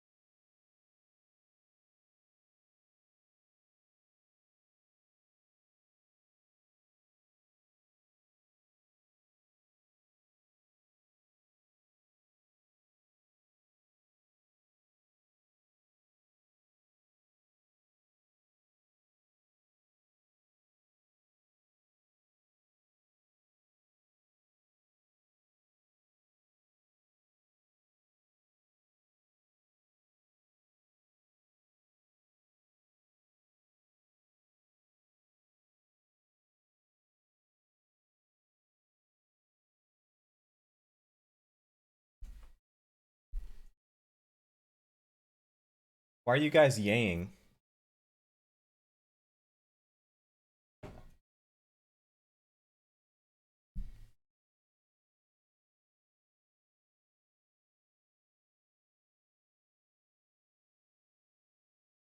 I need to order something to eat.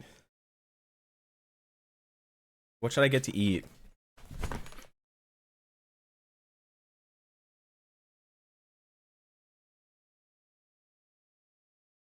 Sushi? Fish is gross. I don't like sushi.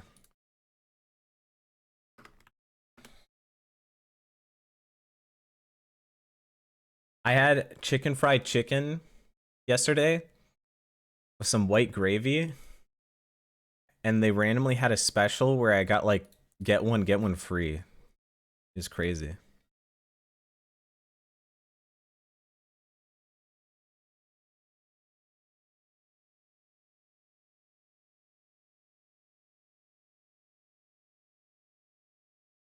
You fried the chicken with chicken?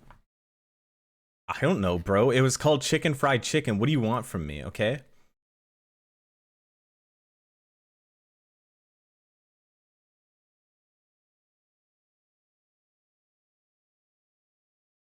I'm gonna get tacos.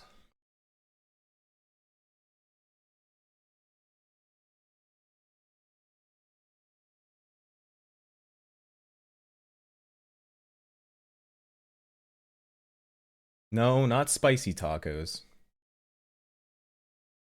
Is it from a real taco place? It's from a real taco place. Real, not fake.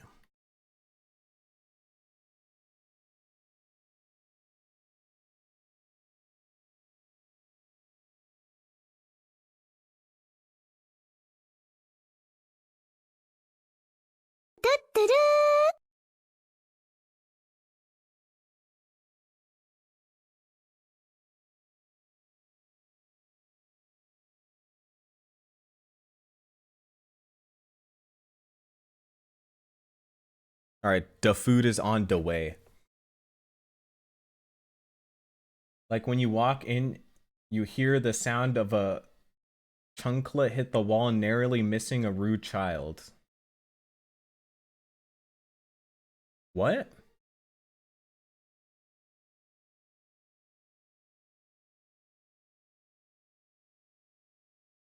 Not Moon XD, thanks to the 3 months. What do we play now?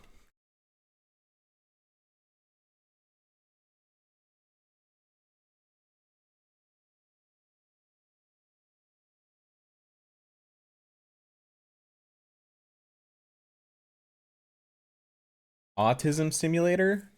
That's Twitch chat.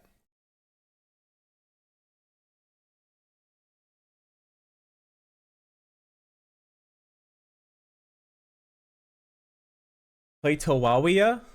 Well, we can play Tawawia another day. Or we could play Tawawia.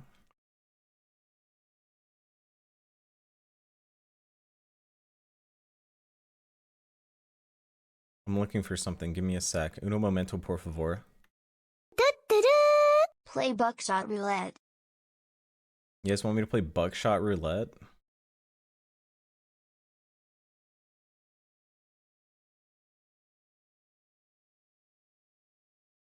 Psychosis? It's the 5 months. Coffin game? What's the coffin game? The incest game? Does the incest game have voice acting? I've done so much reading. Oh, dude, I've done so much reading.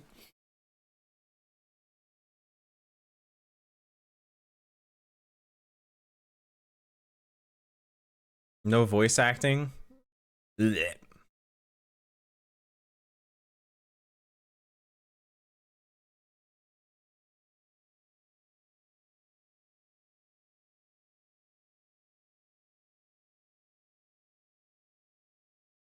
I have this game called Hypnospace Outlaws.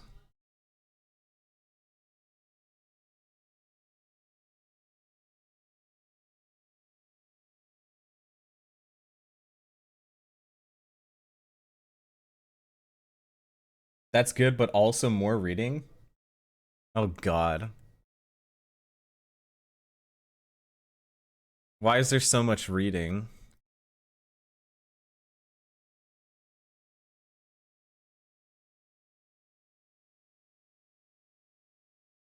Wait, he's into incest. No, I'm not into incest.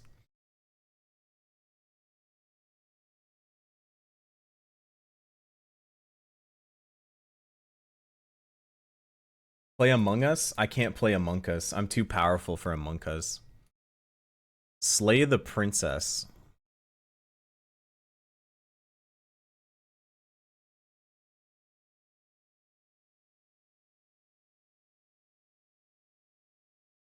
Huh? I have to save her just because she's a princess?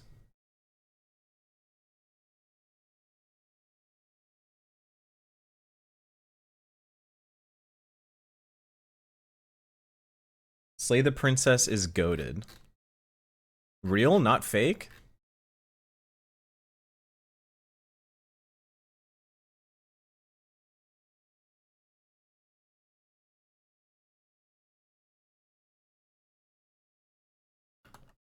It gets complicated, but interesting. Complicated? Does she have big titties? I only want to save her if she has massive tits.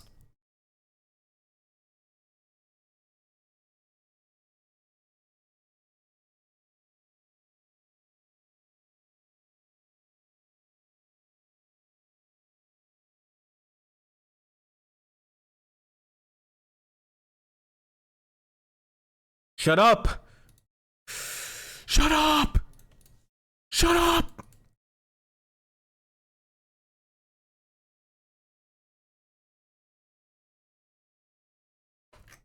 This is the Sleep Token song that got me hooked.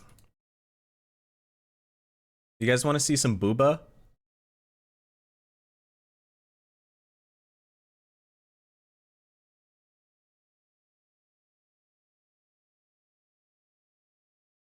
There's some booba.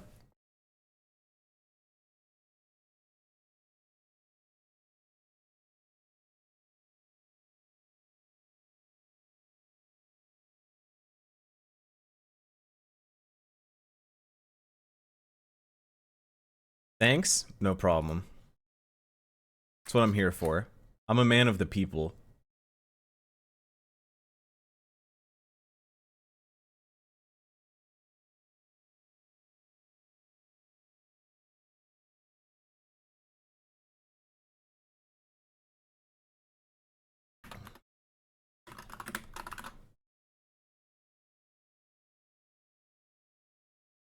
Love the Gooner arc? I'm not a Gooner.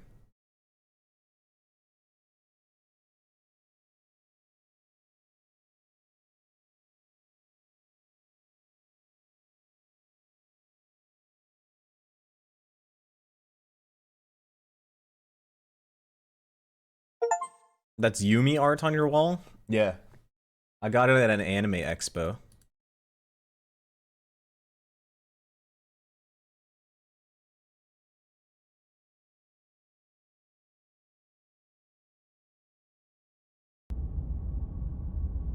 I don't know any good Surefour games because you hate everything but puzzles and Overwatch.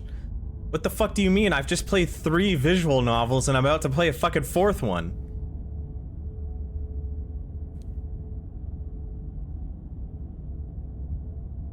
This is a horror game. The fuck?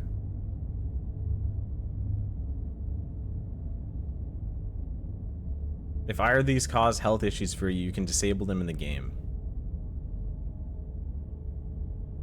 Whatever horrors you may find in these dark spaces, have heart and see them through. There are no premature endings. There are no wrong decisions. There are only fresh perspectives and new beginnings. This is a love story.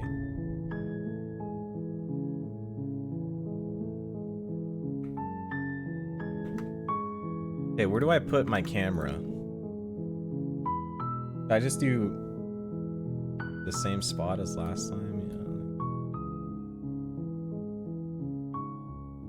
Yeah. Right here. New game. Chapter 1. The Hero and the Princess. You're on a path in the woods, and at the end of that path is a cabin. And in the basement of that cabin is a princess. You're here to slay her. If you don't, it will be the end of the world. Why is it going to be the end of the world if I don't kill her? The end of the world? What are you talking about? Have you considered that maybe the only reason she's going to end the world is because she's locked up? Killing a princess seems kind of bad though, doesn't it? Can't someone else do this? Forget it, I'm not doing this. Have you considered that maybe I'm coded with the world ending? Do I get some sort of reward for doing this? Oh, okay, thanks for telling me what to do.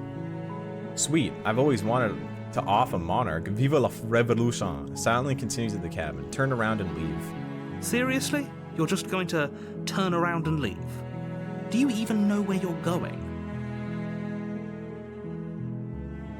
Quietly continue down the path away from the cabin. Fine. I suppose you just quietly continue down the path away from the cabin. Good. What we're being asked to do here is wrong. Better to wash our hands of this whole situation than to take part in it. Ignore that annoying little voice. He doesn't know what he's talking about. That's strange. It looks like this path also leads to the cabin. What the fuck? How convenient. Everything's back on track again. Maybe the world can still be saved after Hey! all. Turn around again and leave again. You're really keen on wasting everyone's time, aren't you? It's remarkably selfish, if you ask me. I've already outlined the stakes of the situation. If you don't do your job, everyone dies. Like, dies. Forever. Quietly continue down the path. Your silence is deafening. But fine, you turn around and trek back down the path you came. Oh, would you look at that? You're at the cabin again. Now, I'm not normally one for superstition or astrology, but I have to say, it seems like the universe itself is doing its best to bring you to your fated confrontation with the princess. There's no fighting this, is there? I have to go into the cabin, don't I? Fine. Oh yeah? Well, I guess I start walking in a different direction again. In fact, I'm going to just keep trekking through the wilderness until I find a way out of this place. There's always a choice. Let me tell you right now that you're the making music? the wrong one for pretty much everyone who's ever lived, as well as for everyone who ever will. And here we go. As you trudge into the woods, something strange starts to happen. At first, it's little flickers out of the corner of your eyes, glimpses of familiar wooden structures through the leaves. But as you focus on your surroundings, you start to realize that those flickers weren't just a trick. Why are there of so many light. cabins? In every direction, there is a path and a cabin. And not just a cabin, the cabin. An infinite fractal of paths and cabins desperately trying to draw you back to where you need to be. Wait, what's going on? But you're too stubborn for that, aren't you? It doesn't matter how many paths or cabins appear around you, you're just going to do whatever you can to shirk your responsibility because you care more about irritating me than you do about the fate of the world. You've doomed us all, you know that, right? But of course you do. Otherwise you wouldn't just wander off into the forest in search of certain death. Yeah, fuck you, narrator. You lose track of just how long you spend aimlessly tromping through the wilderness. But it's not like any of that time spent lost in the woods really matters, because it isn't long before the world ends and everyone dies. Yay! Wait, if everyone's died, why is there a chapter 2? You're on a path in the woods, and at the end of that path is a cabin. And in the basement of that cabin is a princess. Banners blocking choices? I mean, I'm like reading them out. What is like where do I right here, I guess. I gotta put it somewhere. You're here to slay her. If you don't, it will be the end of the world.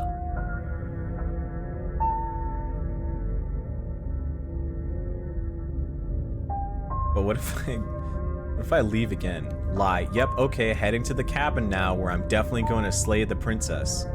You know I can tell when you're lying, right? What the fuck? Please take this seriously. I am begging you. A warning. Why is before there you a go wall any further. now? She will lie, She will cheat, and she will do everything in her power to stop you from slaying her. Don't believe a word she says. If we're stuck going in there, maybe we should believe her. Maybe she isn't a liar. Ignore him. He's just being difficult for the sake of it. Let's keep an open mind. No! They're forcing me to go into the cabin! The cabin interior is wrong. A confusing patchwork of many cabin interiors, all projected across what's almost the same space. But it's all shifted. An inch here, a foot there, such that the seams are never quite visible enough for the place to make any sense. The only furniture of note is a plain table, its legs all the wrong lengths, its material devoid of feature. Perched on that table is a pristine blade. The blade is your implement. You'll need it if you want to do this right. If he wants us to take it, maybe we should just leave it to collect dust, or better yet, grab it and throw it out the window. What good is a knife against a world-ending monstrosity anyway? That's what I'm saying. No, we're taking the knife. Have you seen this place? We have literally no idea what to expect and no idea what we're dealing with. Biting the wire.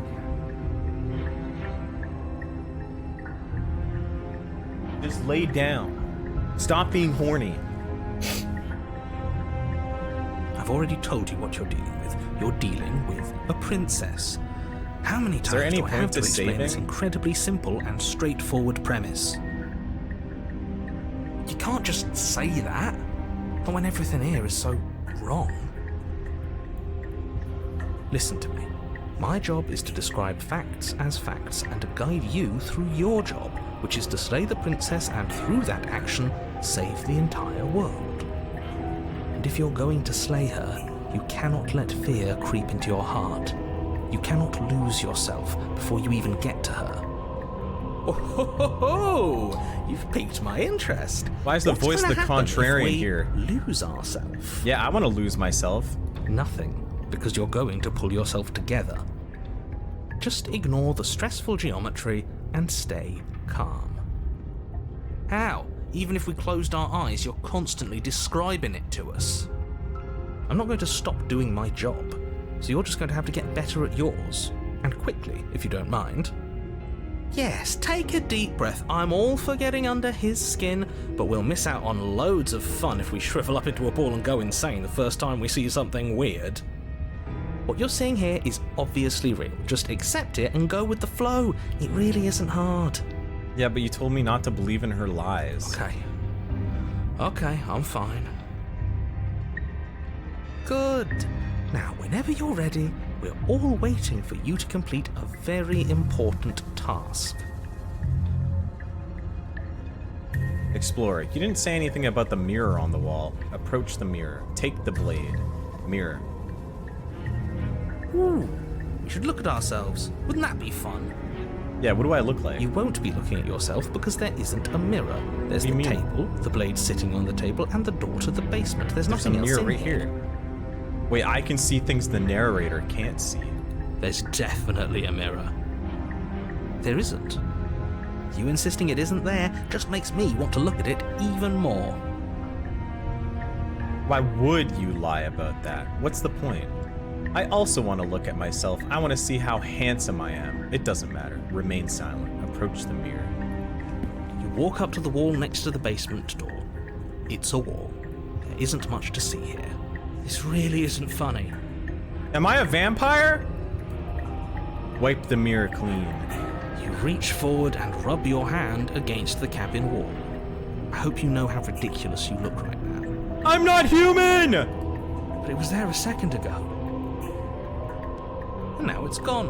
You know that taking the mirror away from us isn't going to change things, right? We'll find it again, and then we'll see whatever it is that you don't want us to see.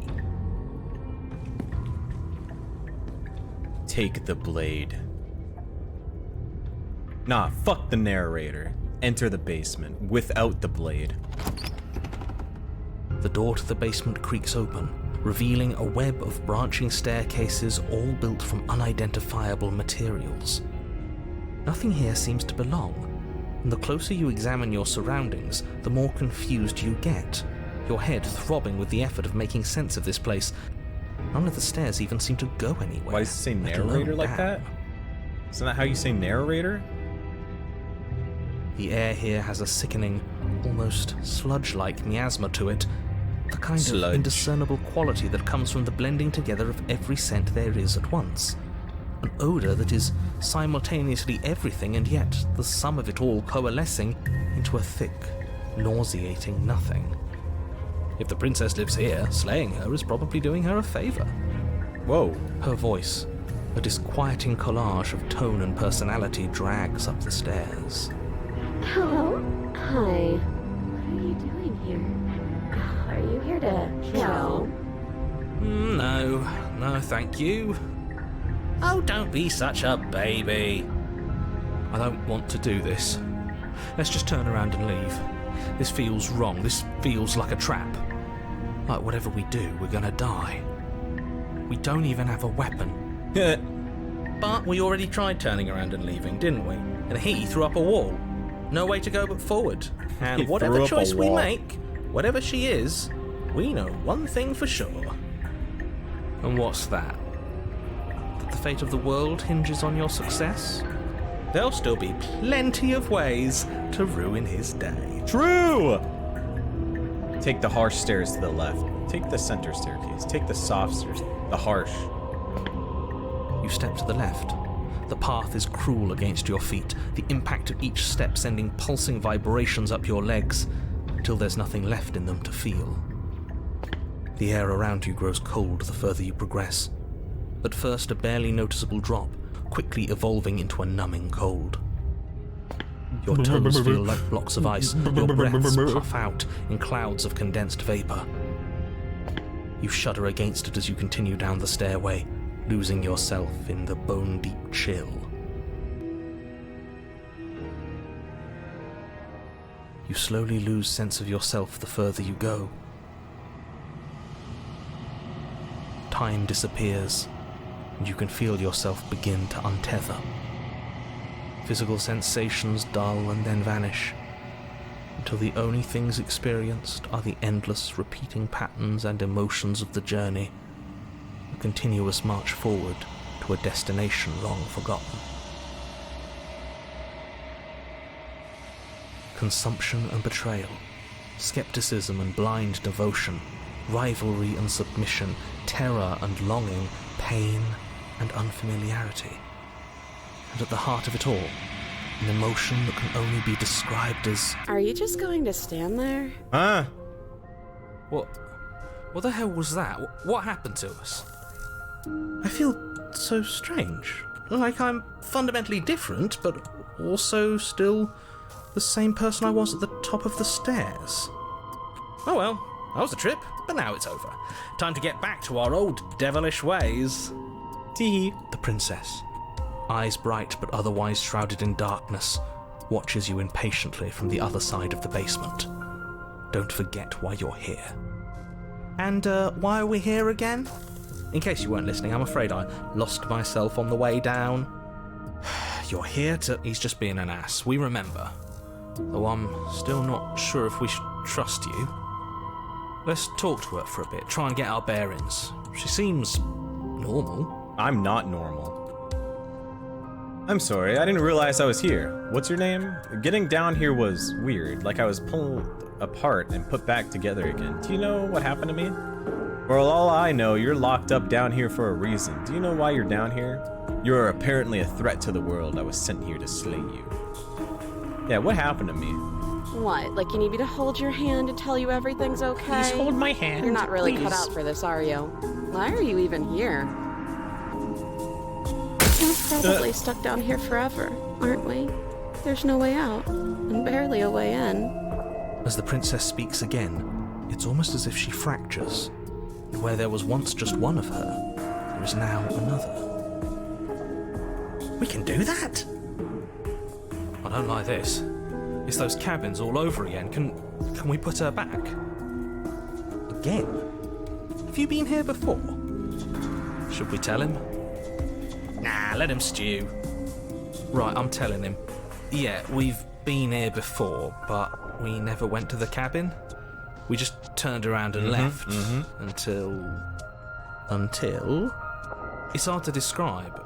Until the only thing we could see was the same cabin going on forever. And then you told us that the world ended and we died. And then we woke up, and I'm pretty sure you're familiar with all the rest of it. It seems to me like you saw something you weren't supposed to have seen. If only you'd listened to whatever words of wisdom you were given in that other reality. But what's done is done, isn't it? Whatever you saw last time, unsee it. I can't unsee it. Whatever thoughts weaseled their way into your head, unthink them. I can't unthink them. It's not already too late. You have a job to do here, and you need to do it now. But there's two. How do I kill two princesses? Ooh, new plan. Let's see if we can make even more of her.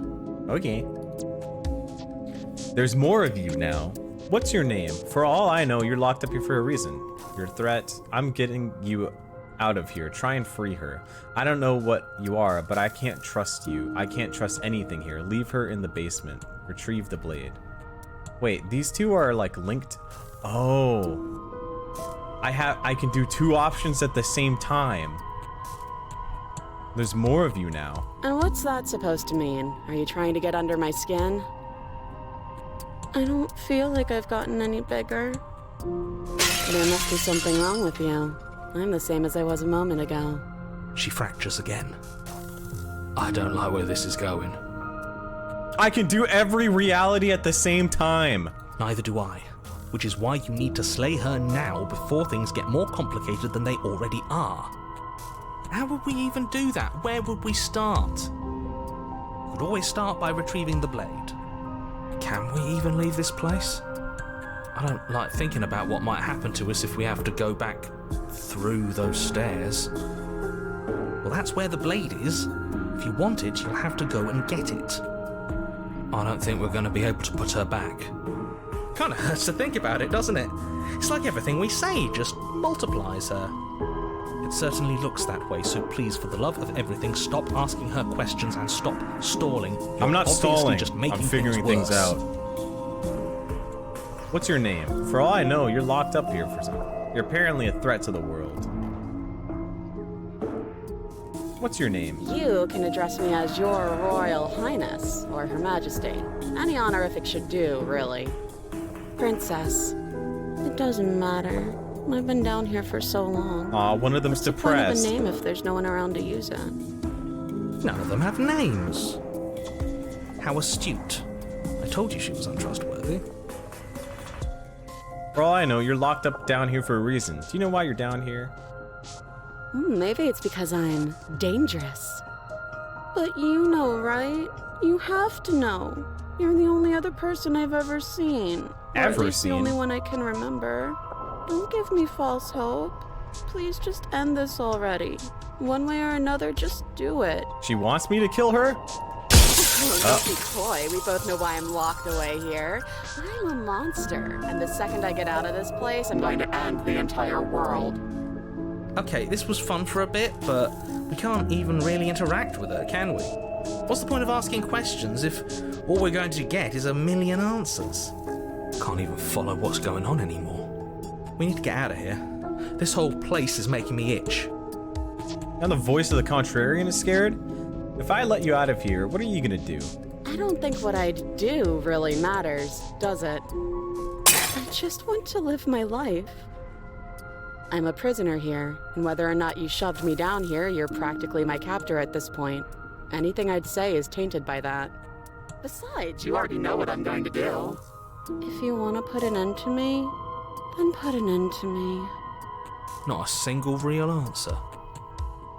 At least aside from Miss Blood and Destruction, it's infuriating, isn't it? Whose buttons are there for us to press? Whose skin is there for us to get under? Get under? Not exactly how I put it, but I don't disagree. There must be something we can do. Asking questions just seems to make things worse. This is reaching its breaking point. If you don't act now, there will be nothing in here but her. Take a deep breath and focus up. You can do this. But how do we decide what to do? Can there even be a right choice when all of them are so different? Stop overthinking it. Your drifting thoughts have clearly been part of the reason this situation has gotten out of hand. If you're trying to do the right thing, there's only ever been the one option, and that option is slaying her. Well, there's obviously more, because now I have 5 princesses. Just do something. Do anything. Do all of it, if that's what you want. This place is hell, and it's only getting worse. Jump scare top left.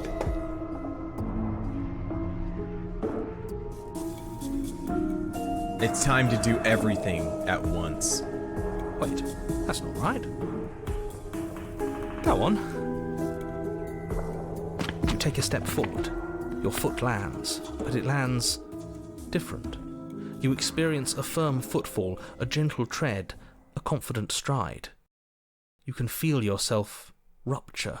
The room spins, your perception multiplying in a sickening kaleidoscope as your very self is pulled in incomprehensibly many directions.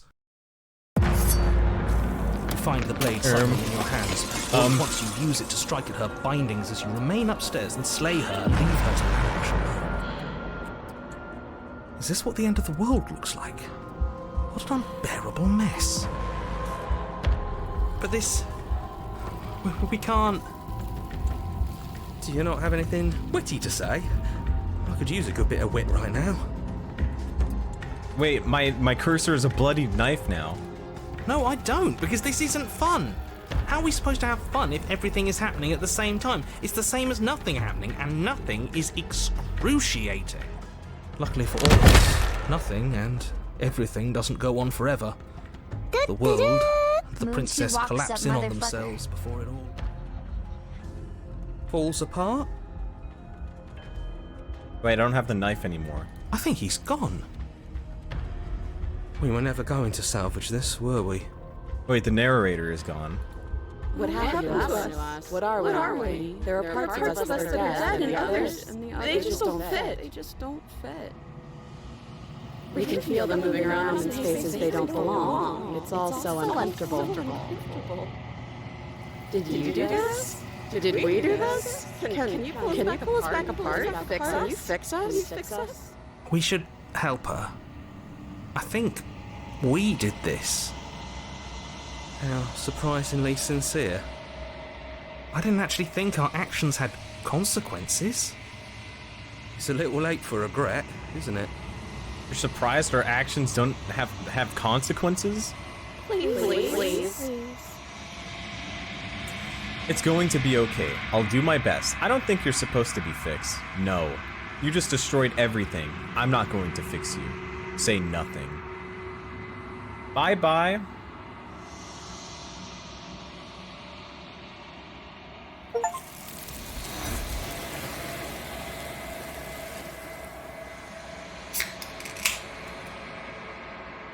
But you don't know if she had the chance to hear your silence.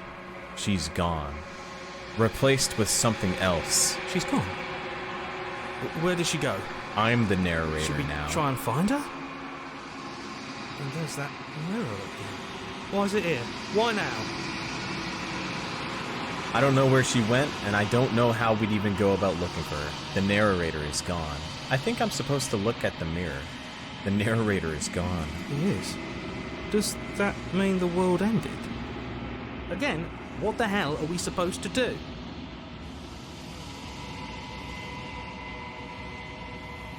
You're right. She's gone. It's just us and that awful thing. Again, what the hell are we supposed to do? Approach the mirror. I'm begging you, don't do this. The mirror never scared you before. It's different now. It feels... I don't know. Final. Yeah, don't look at it. I don't like that thing. You approach the mirror. This doesn't feel right. It feels different. Final. Yeah, don't look at it. I don't like that thing. The voices feel small, distant, as you approach. Gaze into your reflection. Silence as you reach forward. They're gone. But the mirror remains. It's time for you to see what's in it. It's you. You are alone in a place that is empty. It is quiet here. Proceed to the cabin. You are at the cabin. Approach her. Something finds me in the long quiet and brings me the gift of a fragile vessel.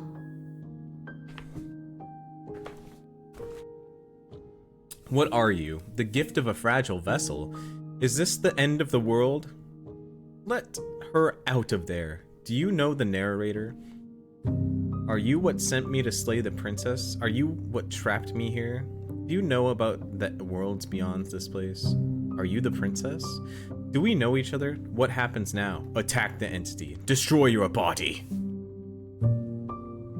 What are you? I am solitary lights in an empty city. What are you? What do you think I am? I don't know what I am. I'm a person. Solitary lights? What do you mean? What do you think I am? I think that you are like me. We are oceans, reduced to shallow creeks. The gift of a fragile vessel? Question mark? Yes, nerves and fibers to feel the worlds beyond, perspectives to make my own. These ones are a contradiction, a winding kaleidoscope of paths unwalled. They are stretched into a shape not unlike me, but it is a shape they cannot hold. I am sorry that you met this vessel so early in your journey, but they will make for a rich and vibrant heart. Do not mourn them, for they will finally get to know themselves. Okay. Is this the end of the world? How can the world have ended if we are talking? So true, bestie. Do you know the narrator? You are the only thing I have ever known. The space we're in is vacant. Nothing comes here but us. Are you what sent me to slay the princess? Are you what trapped me here? I have only just now stirred to consciousness. I could not have trapped you here, and I too yearn to be free. What happens now? Nothing, as we are, but I know that there are worlds beyond us, and that we are meant to reach them. There is no exit, but this vessel is a creature of perception. She can make you forget, if only you believe her to be able to. Bring me more perspectives, so that I may be whole, and perhaps then we will know our freedom. Aren't you scared that I'll find a way to kill you? How much will I forget? How many more pieces of you do I have to find? And what if I don't let you do this to me?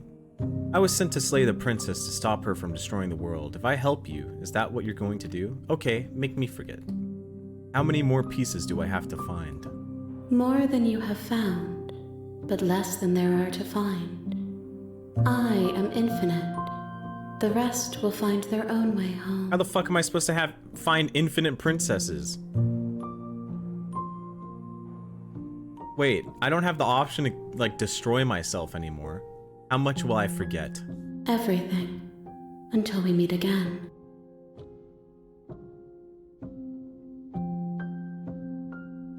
Aren't you scared that I'll find a way to kill you? I have not lived. I am not afraid to die.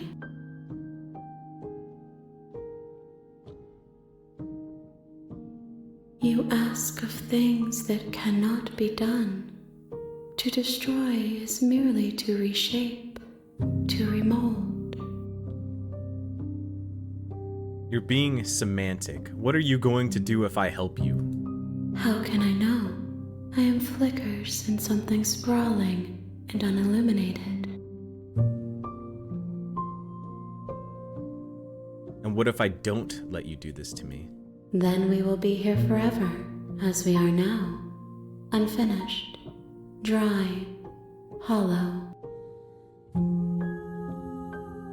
I'm not going back. Wait. If you need time, then I'll wait with you. Wait forever. You are as I am now, and forever is a long time to remain undone. I am not you, but I know that I would return before forever was finished.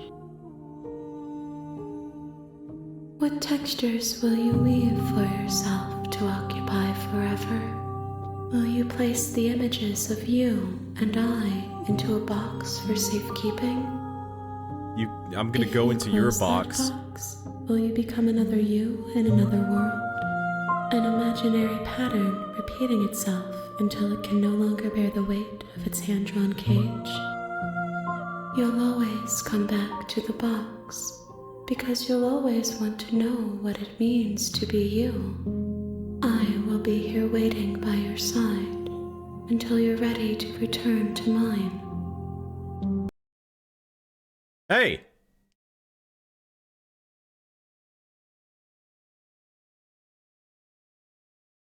Why'd you close my freaking game?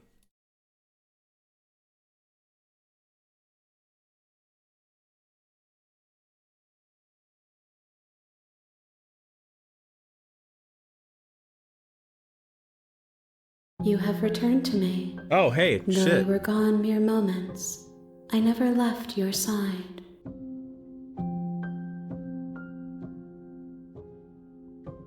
Oh, so if I Alt F4, then I'm technically staying with her forever. Yeah, the game closed itself. I'm shirtless, skypad sleeve on, crisscross applesauce in my chair, straight dominating in a death match right now. My life is a movie and I wanted you to be the first to know.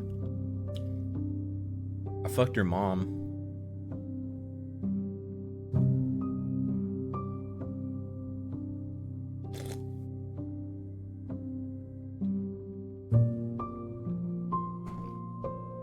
Wait, my food's here, I think.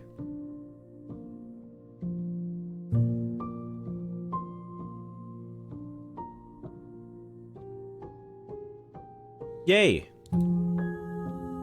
Taco time.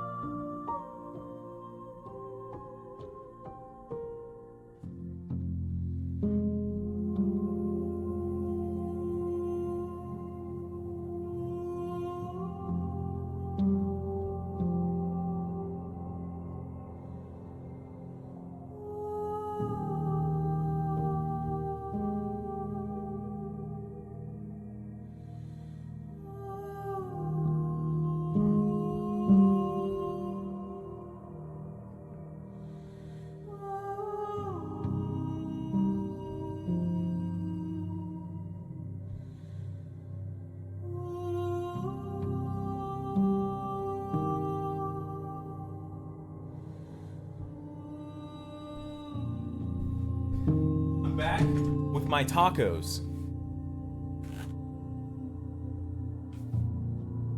Okay, make me forget. She asks that I tell you to remember her. Which one? Who am I remembering? There's like 16 of them. You won't. Ow! Everything goes dark and you die.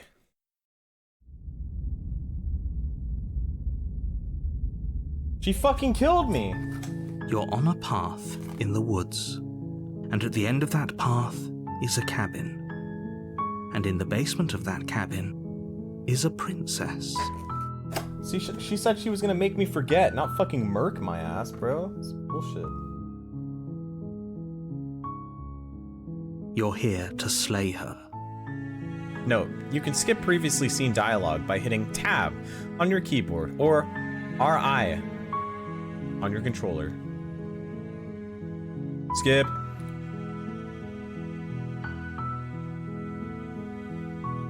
Silently continue to the cabin. Wait, I can't go backwards, anyone?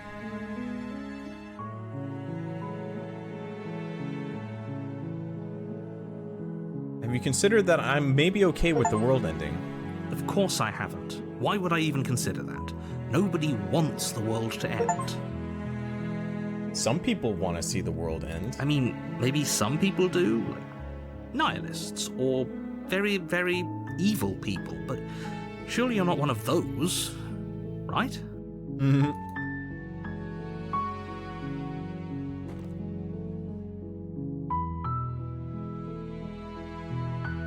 Wait, where's the option where I said I want the world to end? Can't someone else do this? Unfortunately, you're the only one who can pull this off. I don't make the rules. I wish I did, but I don't. Taco.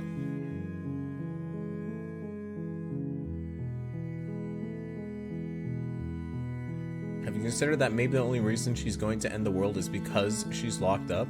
While I appreciate the mental exercise, we are running up against a bit of a ticking clock.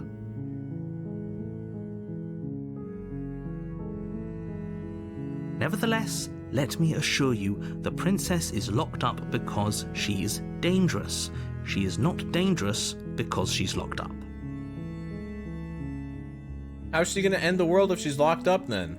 And before you decide to waste even more of our time by asking how I know that, let me suggest a more pragmatic lens through which to view this situation.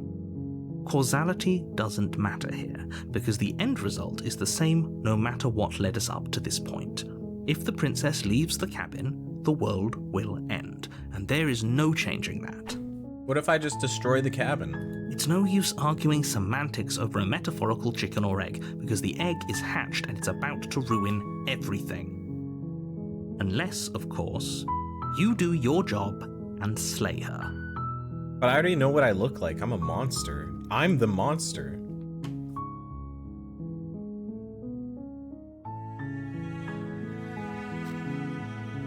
Killing a princess seems kind of bad though, doesn't it? Does it? Are you a monarchist? Is slaying a princess that much worse than slaying a fisherman or a miller or a seamstress?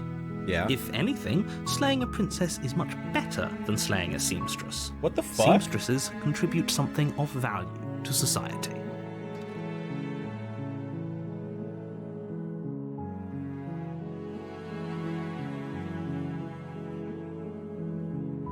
Oh, okay. Thanks for telling me what to do. Don't mention it. It's all part of the job. Glorp is so cute. It's just a little guy. You make your way up the short path to the cabin. You'll find the princess within. A warning before you go any further. Wait, I'm pressing tab and nothing's happening. I thought tab was the thing to skip. She will dialogue. lie. She will cheat. We're not going to go through with this, right? She's a princess. We're supposed to save princesses, not slay them. Try control. I think it's saying saving at the top right. Ignore him. He doesn't know what he's talking about. But I guess I haven't gone this path yet, so I haven't technically seen it. Because there's gonna be no mirror this time, right? The Yeah, there's no mirror interior of this the time. cabin is almost entirely bare. The air is stale and musty, and the floor and walls are painted in a fine layer of dust. The only furniture of note is a plain wooden table. Perched on that table is a pristine blade. The blade is your implement. You'll need it if you want to do this right.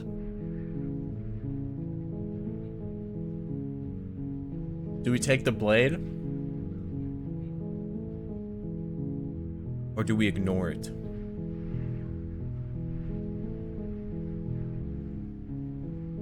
Damn, you guys really want to see me stab a bitch. You take the blade from the table. I have a knife. It'd be rather difficult to slay the princess and save the world without it.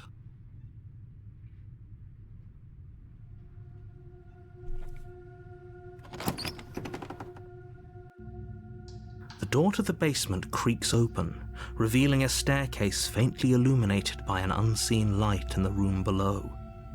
This is an oppressive place. The air feels heavy and damp, a hint of rot filtering from the ancient wood. If the princess really lives here, slaying her is probably doing her a favor. Her voice carries up the stairs. Who's there? She sounds dangerous. It's almost as if she's the one in charge down here. Don't let it fool you. It's all part of the manipulation. She can't manipulate me. Hi. Just checking in on you. Hey, I think I'm here to kill you. Oh, are you now? Why don't you come down and let me take a look at you? Great job. You gave away the element of surprise. Good luck, hero. You walk down the stairs and lock eyes with the princess. There's a heavy chain around her wrist, binding her to the far wall of the basement. She's so coldly beautiful. Is she really a threat to the world? Hey, don't think with your dick, hero. Think with your knife. Focus on the task at hand. You weren't kidding when you said you were here to kill me. What? No way. Why would you even think that? Yeah, it wasn't a joke. I haven't decided yet. I'm just here to talk. Seal your nerves and step forward. I'm gonna gaslight her. What? No way. Why would you even think that? That giant knife you're holding kind of gives it away, doesn't it? The blade. Of course she doesn't want to talk. Who'd want to have a conversation at knife point? We should drop it. Don't you dare. It's fine. We can decide what we want to do after we talk to her. Maybe she really is a monster, but killing someone in cold blood isn't very becoming of us. Tighten your grip. You ignore the trembling in your hands and tighten your grip on the blade. You poor thing. Your hands are shaking. Are you scared of me? Because you should be. You step forward, your grip on the blade tightening as you steel your resolve.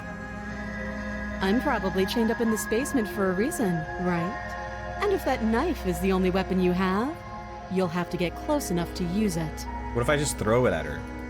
So, you should just drop it. Best not to risk finding out what I can do. She's unarmed. If you hesitate now, it'll be too late. End this. What if she isn't bluffing? What if she kills us? Are you sure she's not armed? I'm sorry, can we just talk? I'm not dropping the blade. Then I'm not talking to you. Fine then, I guess we're at an imp. Squint at the princess while holding onto the blade. You stare at the princess, squinting. She squints back. Bitch. The two of you are gonna do this forever, aren't you? Squint at the princess even harder. You squint even harder. So does she. At least nobody's dying right now. You're going to have to make a choice. You can't keep squinting forever.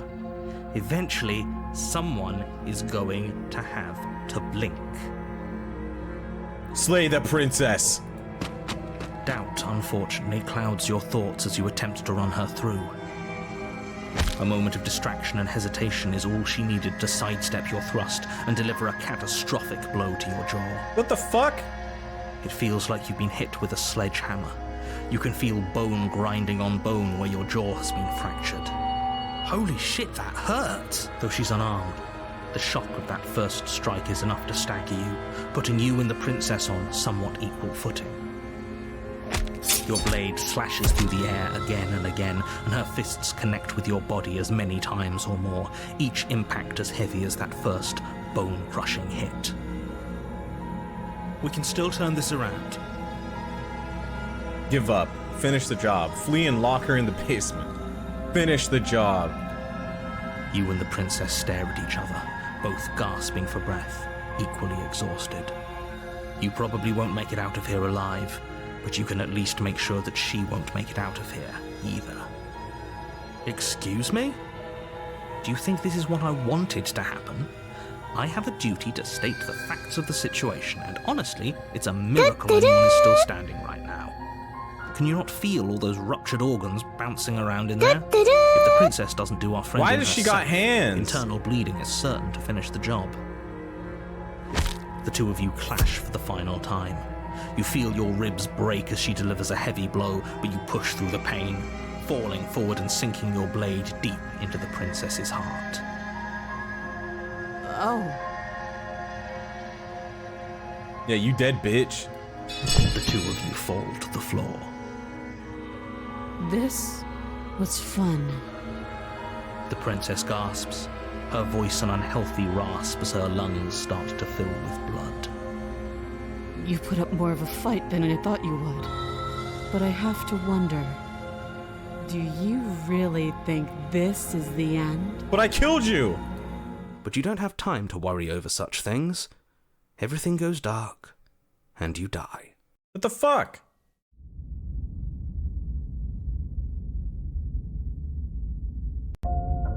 You're on a path in the woods, and at the end of that path is a cabin.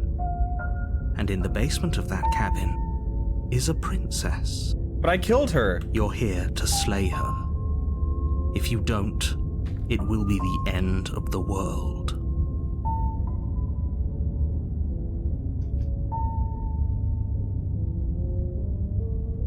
But I already slew the princess. She also killed me, but I definitely got her. Why am I here again?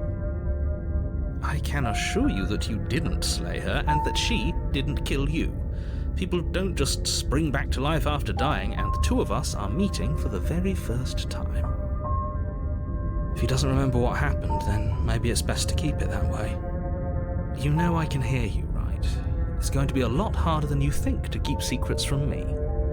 That's fine. It doesn't matter if he can hear us. The only thing that matters is marching up to that cabin Voice of the and stubborn. winning. That's the spirit. There's no point in squabbling when the real threat is just up that hill. So what if I just keep killing her over and over again? Let's assume I'm telling the truth and all of this really did already happen. Why should I listen to you? Why should I bother doing anything? Those are two very different questions, but fine. I'll indulge you if that's what it takes to get you moving. Let's say for a moment that this really is the second time you've met me, or at least a version of me. You died last time, which probably only happened because you didn't listen to me. But I did listen. We did our best with the information we were given, and we did kill her. And yet you still died, didn't you? So congratulations. You've been given another chance to actually do this right. So I have to make sure I don't die? And I believe your other question was something along the lines of, oh, what's the point of doing anything? If you're asking that, it sounds to me like you're making the rather dangerous assumption that your actions last time around didn't have any consequences. What do you mean? Of course there weren't any consequences. We killed the princess killed us, and now everyone's right back where they started. That sounds pretty consequence-free to me. Tacos are finished. Yes, but in this purely hypothetical scenario, that begs the question of how you got back here. Did time simply rewind itself, or were you instead transported to a different world entirely? Wrecked by narrator? Fuck the narrator. Had you failed to slay the princess, what would have happened to everyone in the place you left? Ugh, enough with the talking. We've got a fight to win. Nothing else matters. I couldn't agree more. The cabin and your destined confrontation with the princess awaits. I'm gonna kill this bitch. Let's talk about this princess. Just be quick about it. We killed each other last time around. How can I make sure that doesn't happen again? All she did last time around was beat me to death. How can someone like that end the world? To quote you from last time around, she's just a princess. Why was she strong enough to beat me to death with her bare hands? Who locked her in the basement? And what is this place? People locked her in that basement, and I told you what this place is. It's a path in the woods. Don't overcomplicate things.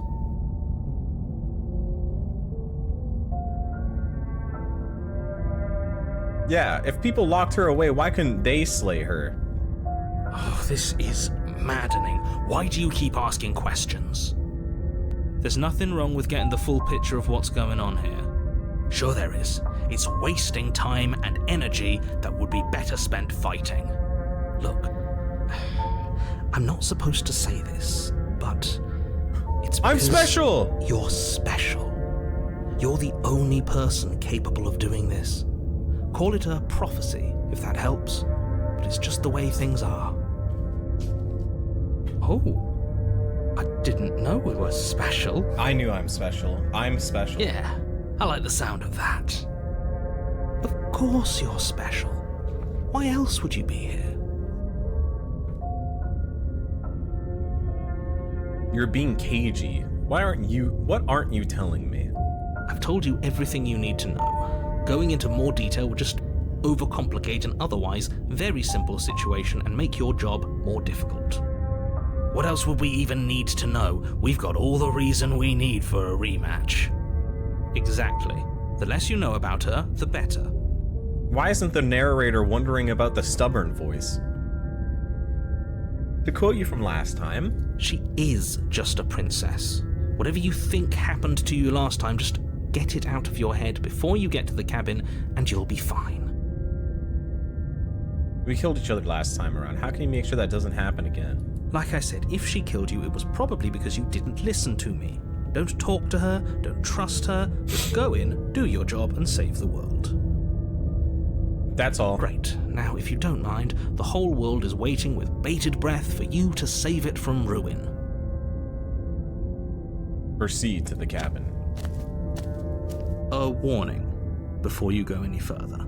Okay. She will lie, she will cheat, and she will do everything in her power to stop you from slaying her. Lying and cheating doesn't sound like her at all. Not that it matters. It's not like she can lie or cheat in the middle of a fight.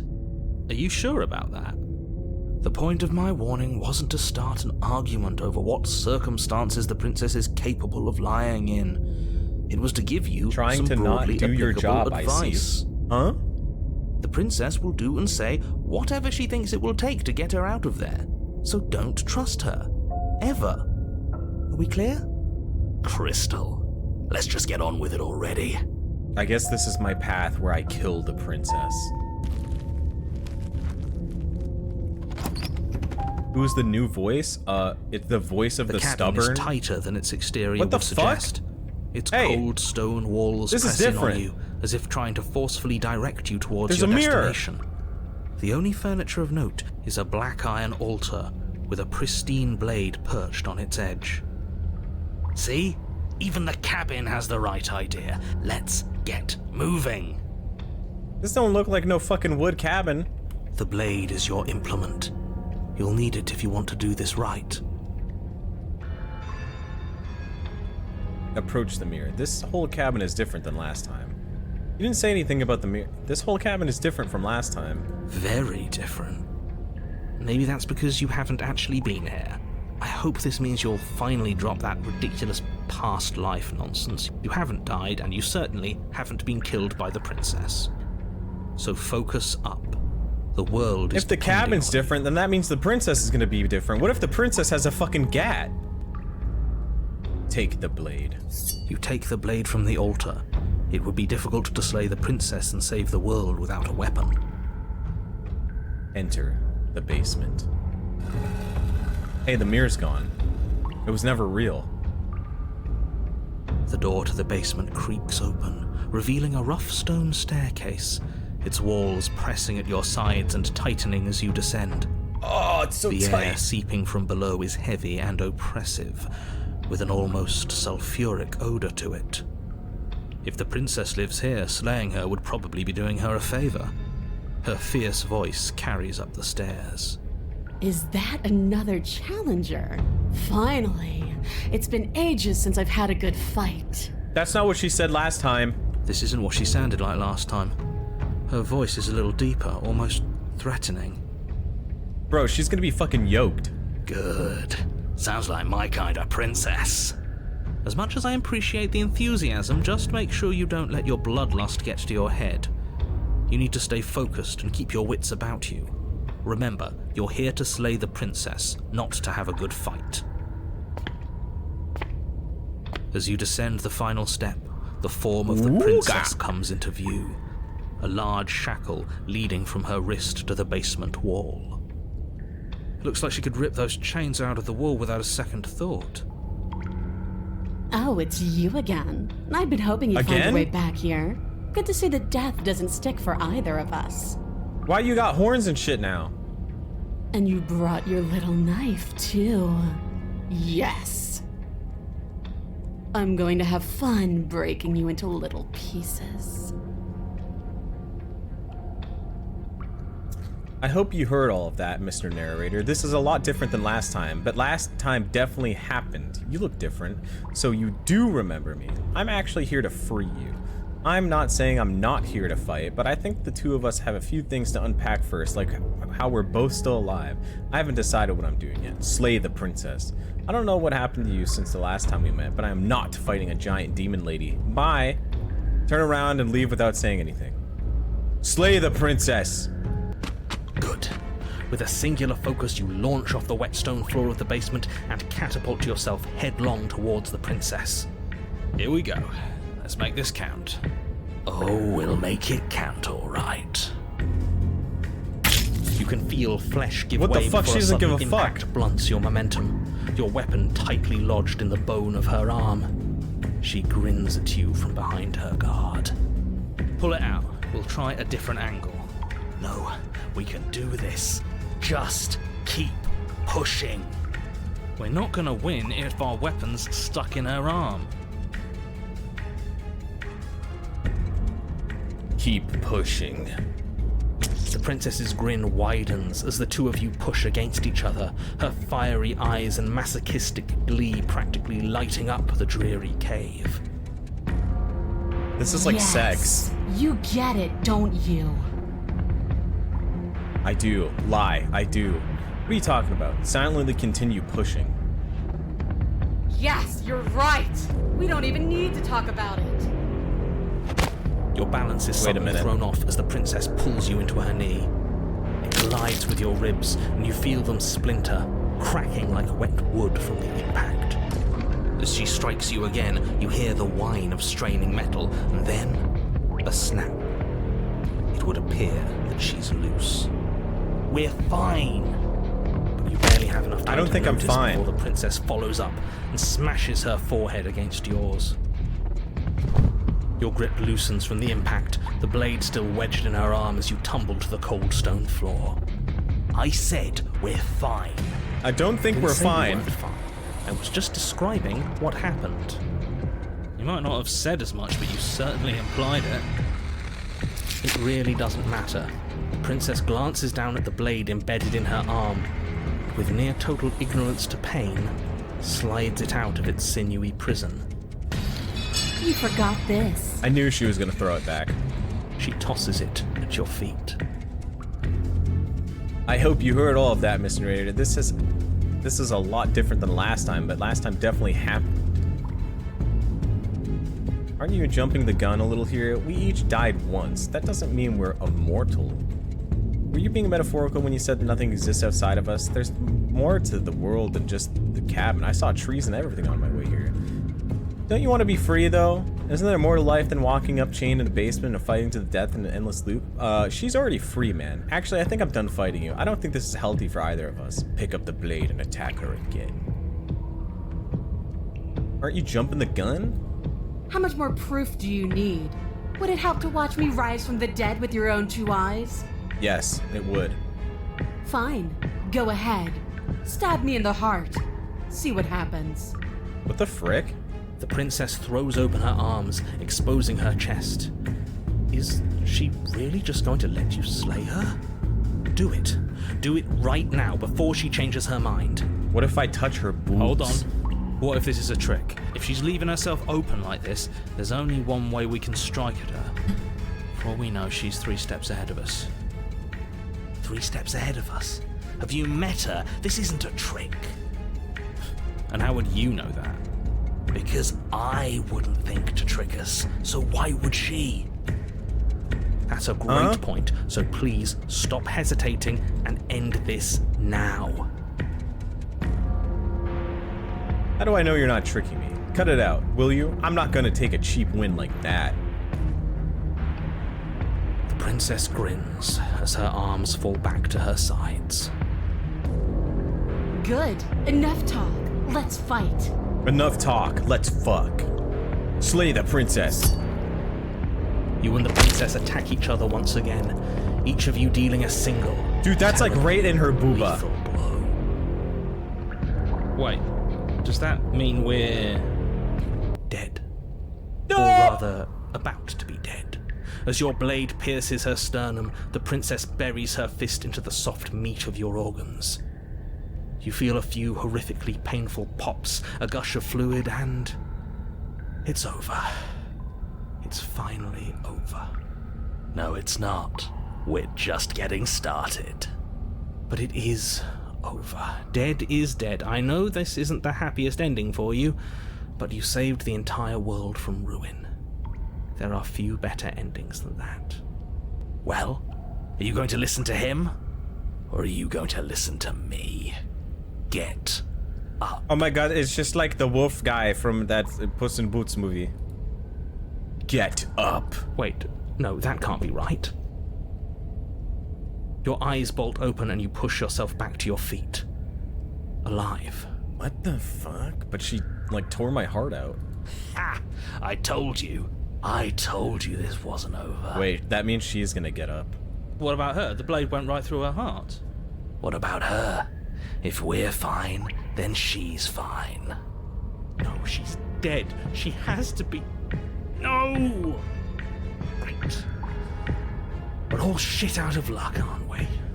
We're both immortal now? I knew it. I told you we should all believe in her. This is perfect. The princess rises from the ground, staggering slightly, one hand wrapped around the hilt of the blade still buried in her heart. We don't even need to start over anymore, do we? Let's go again. She pulls the weapon from her chest, barely wincing, and hurls it at your feet. You know what to do. Again! But she came back. What's the point of fighting her if she can just do that? But we can do it too. All of you need to settle down. This whole situation is coming dangerously close to untethering. She clearly never actually died. You just missed her heart, that's all. Oh, we just missed her heart? Oh, of course, that's all. You were the one who said we hit her heart. You were the one who said it was finally over. Yeah, narrator, you stupid bitch. Well, I guess I had it wrong. You guess you had it wrong? Aren't you supposed to know everything? I never said I knew everything. Bro, this is kinda hot, to be honest. Close to untethering? What's that supposed to mean? Nothing. It means nothing. I shouldn't have said that. But you did say it, so it means something. Oh, stop bickering over nothing. Our destiny is right in front of us. Pick up the blade and go to her. Okay, fine. That is what I meant by untethering. Do you hear him rambling on about destiny? He's lost the thread, and if you lose the thread, you won't be able to save the world. And what is that supposed to mean? You don't have to answer that, and I'm not going to answer that. Why the bloody hell not? Because right now, there's still a razor-thin chance that you're able to get your act together. There are patterns of thought out there. You get your that act beg together. to be finished, but once you finish them, that's it. They change everything. There's no going back, and if I say anything else, you're going to finish one of those thoughts. What? What? The princess can't die. The princess can't die. The princess can't die. The princess can't die. The princess can't die. You mean like the princess can't die, don't you? Well, it's too late for that. I think we've all thought that one. The princess can't die. I'm not going to say the princess can't die. I'm not even going to think it. Lie. The princess can die. You did think it, didn't you? I tried, you know. I tried very hard to make this work. I don't like that resignation. Are you sure we can't just unthink it? Yes, like I said, I'm afraid some thoughts can't be unthought. I'll be back in a moment. I'm going What to the pour fuck? myself I made the narrator stiff alcoholic. drink. If I'm going to see the end of everything, I'd rather not be sober. So I was right. Why are all of you so glum? This is perfect, isn't it? We get to experience greatness and battle and triumph forever. But I think it was the stubborn one who said, your destiny awaits, right? No, hold on. There has to be another way. What if we just leave her down here? What if we run away? She's not chained What if we anymore. convince her not to end the world? You can't reason with her. Ending the world is her fundamental nature. It's not a decision she can flip on and off. It is her. And what exactly can't we leave her down here? Because all it would do is stall the inevitable. And what's wrong with stalling? Oh, there's plenty wrong with stalling. The end is still the end, and I'd rather face mine head on. Oh, you mopey ass. Why did you even ask us to slay her if it was going to end like this? Because it didn't have to end like this. If you don't mind, I'd rather not spend everyone's last moments arguing with you. It's time. Yes, I suppose it is. Combat! If we fight her forever, then maybe she can't end the world. Maybe everything can still work out. I guess we'll just have to see how things play out. Don't you get it? You don't have to shuffle your feet. What comes next is going to last forever. Sex? Join your adversary. With an unbreakable determination, you snatch the blade from the floor and stumble back to your feet. Both you and the princess quake with adrenaline as your eyes lock across the basement floor and share a knowing look. Free from hesitation, you close the distance, both you and the princess aiming to end each other. Your blade digs into her neck, grinding against her vertebrae as her fist connects with your body. The impact forces the air from your lungs, stars dancing in front of your eyes as you fail to keep your bearing. You both collapse to the ground before either of you has a chance to survey the damage. And then we get up. Get up. Yes. And then you get up. That was a good one. More. Slay the princess. You and the princess exchange dozens of devastating blows. Sometimes you manage to stop Whoa, first. I'm fucking Sometimes she tears gatting through out you her before you have a organs. chance to act. But more often than not, each of you fells the other in the same moment. And then you get up and do it again, and again, and again, and again, and again, and again. We're all still here. This is all gonna be okay. Isn't it? Isn't it? But he doesn't answer the voice. He'll never answer. He's gone. What are you waiting for? I'm right here. Do you think this is... What is this place? Did we do this? Huh. I didn't think we had it in us. But I guess that stuck-up control freak was right. It's the end of the world, isn't it? It's the end of everything. Far from it. We're still here. And she's still here too. The princess stumbles, and her body I slumps. feel so tired.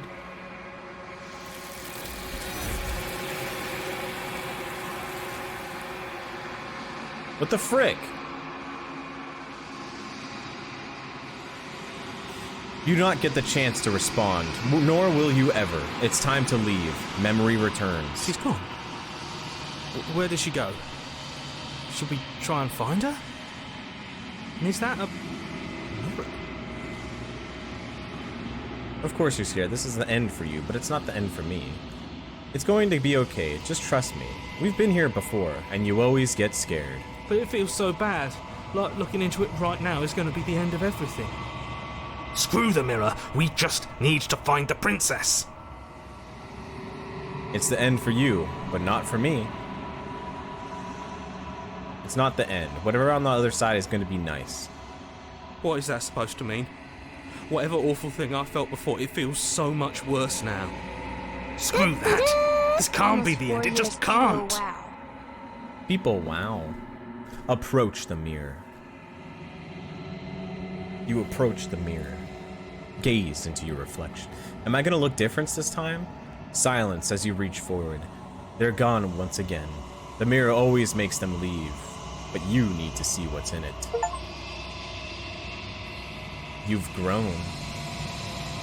I can't see what's different. Do I just have 2 eyes now?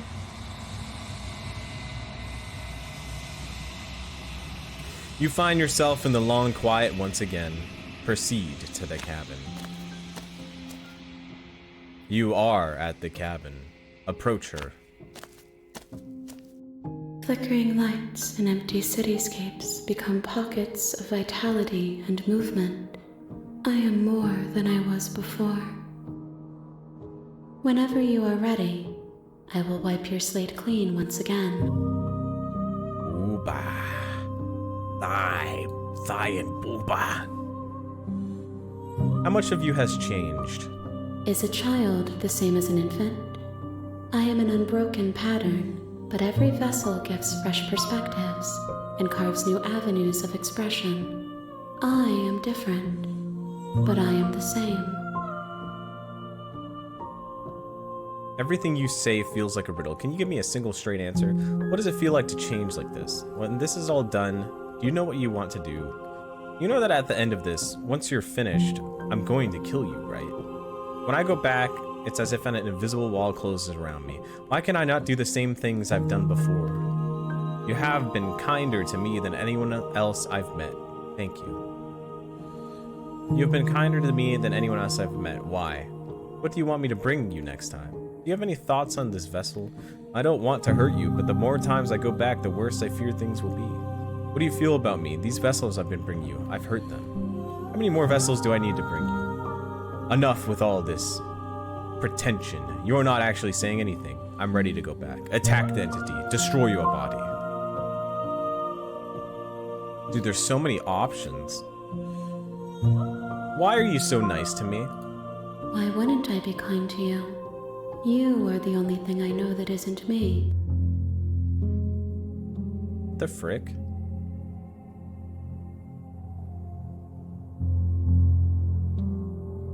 Save. Page 1, empty slot. What happens if I kill myself? Destroy your body! You raise your will to end your life, but as it buries into the space your body should be, you feel nothing at all. One of the many hands in front of you reaches forward and gently touches the side of your face. There's nowhere for you to be but here. I can't kill myself! What happens if I attack her? Your will cuts across the entity in front of you, but nothing happens. My roots burrow in an ocean beyond your sight. We cannot harm each other as we are now. I'm going to kill you, right? There is still much to be seen. Neither of us know the depths of our being. Perhaps at the end of this, I will be the one to kill you. Or perhaps we will leave this place together and find new horizons to discover.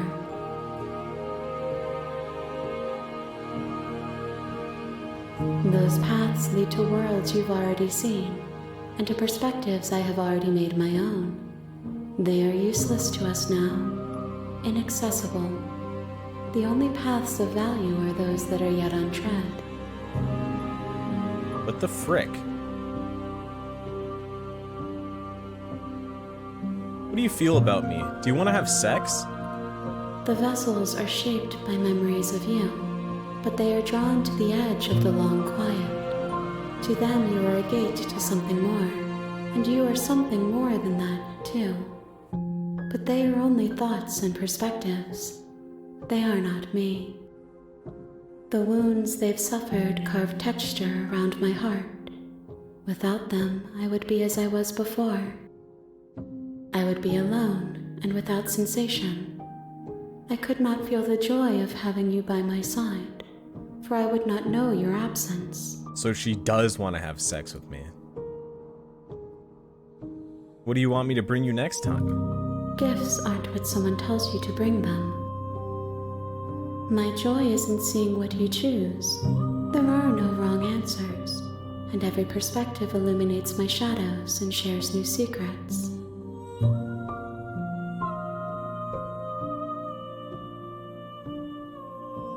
How many more vessels do I have to bring you? If I am to be an ocean, you have nurtured me into a pond. My waters are shallow and murky, and I yearn for more perspective. You will have your rest in due time, and I am sorry for the burdens I place on you. Okay. I'm ready to go back.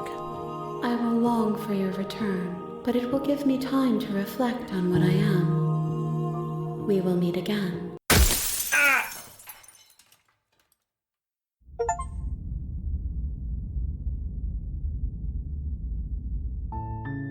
You're on a path in the woods, and at the end of that path is you're here to slay her. Skip. Have you considered that maybe the only reason she's going to end?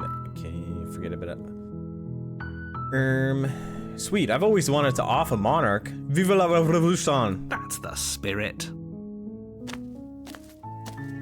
You make your way up. Proceed to the cabin.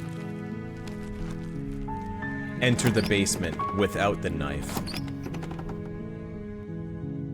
The door to the basement creaks open, revealing a staircase faintly illuminated by an unseen light in the room below. This is an oppressive place. The air feels heavy and damp, a hint of rot filtering from the ancient wood. If the princess really lives here, slaying her is probably doing her a favor. Her voice softly carries up the stairs. Hello? Wait. Is someone there? She sounds scared now. It's hypnotizing. It's the kind of voice you only have to hear once to remember it for the rest of your life. Don't let it fool you. It's all part of the manipulation. You're playing a dangerous game by coming here unarmed. I can't be gaslit. I'm too smart. I'm here to save you. Lie. I'm here to save you. Hey, I think I'm here to slay you. Lie. Wait, really? You're here to rescue me? I was starting to think I'd be stuck down here forever. I see. You're trying to get her to lower her guard. It's a gamble, but it might work. You have to gaslight the gaslighter. Come downstairs. I want to see the face of my rescuer. You walk down the stairs and lock eyes with the princess. There's a heavy chain around her wrist, binding her to the far wall of the basement. She's beautiful. How could someone like this be a threat to anyone? I am begging you to stay focused. There's a lot riding on you. I can't. There's so much blood going somewhere else. My brain can't think anymore. Hi. I can't believe you're here. I've been waiting for something like this to happen forever.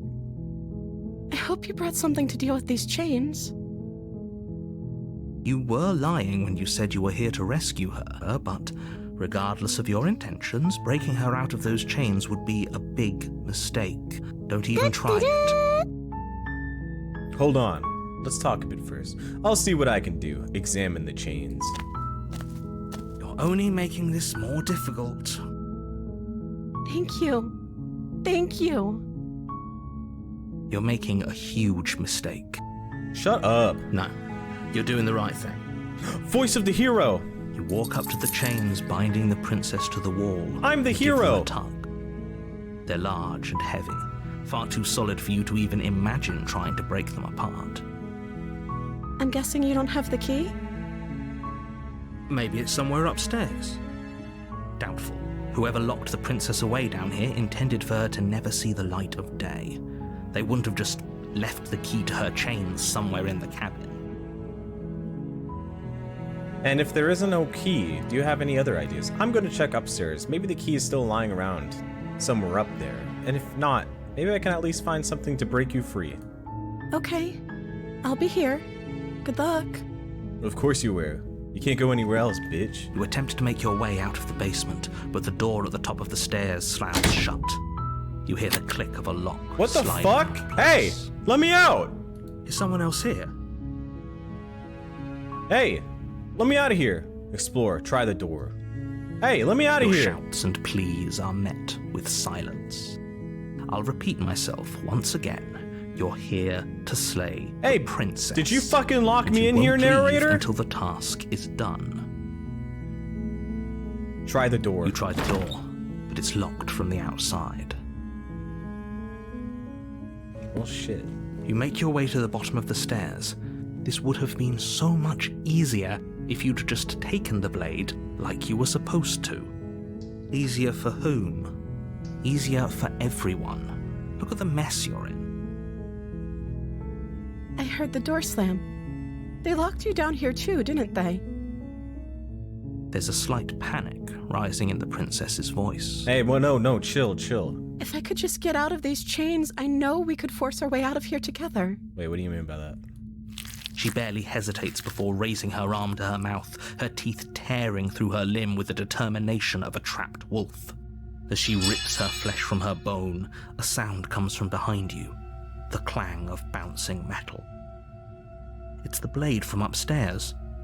You're not sure how it made its way down here, Who the but fuck if there's tossed a time it? to strike, it's now. Or we could use it to free her. You won't like what happens if you do that. Save the princess. Fine.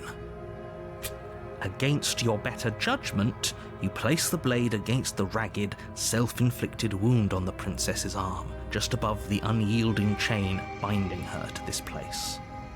You cut into her flesh. The blade is sharp. Bro, she doesn't give and a it takes fuck. little effort to crack through the bone of her arm. Her limb falls to the ground, and the heavy chains follow suit. She didn't so much as utter a sound through the whole ordeal. No, she didn't.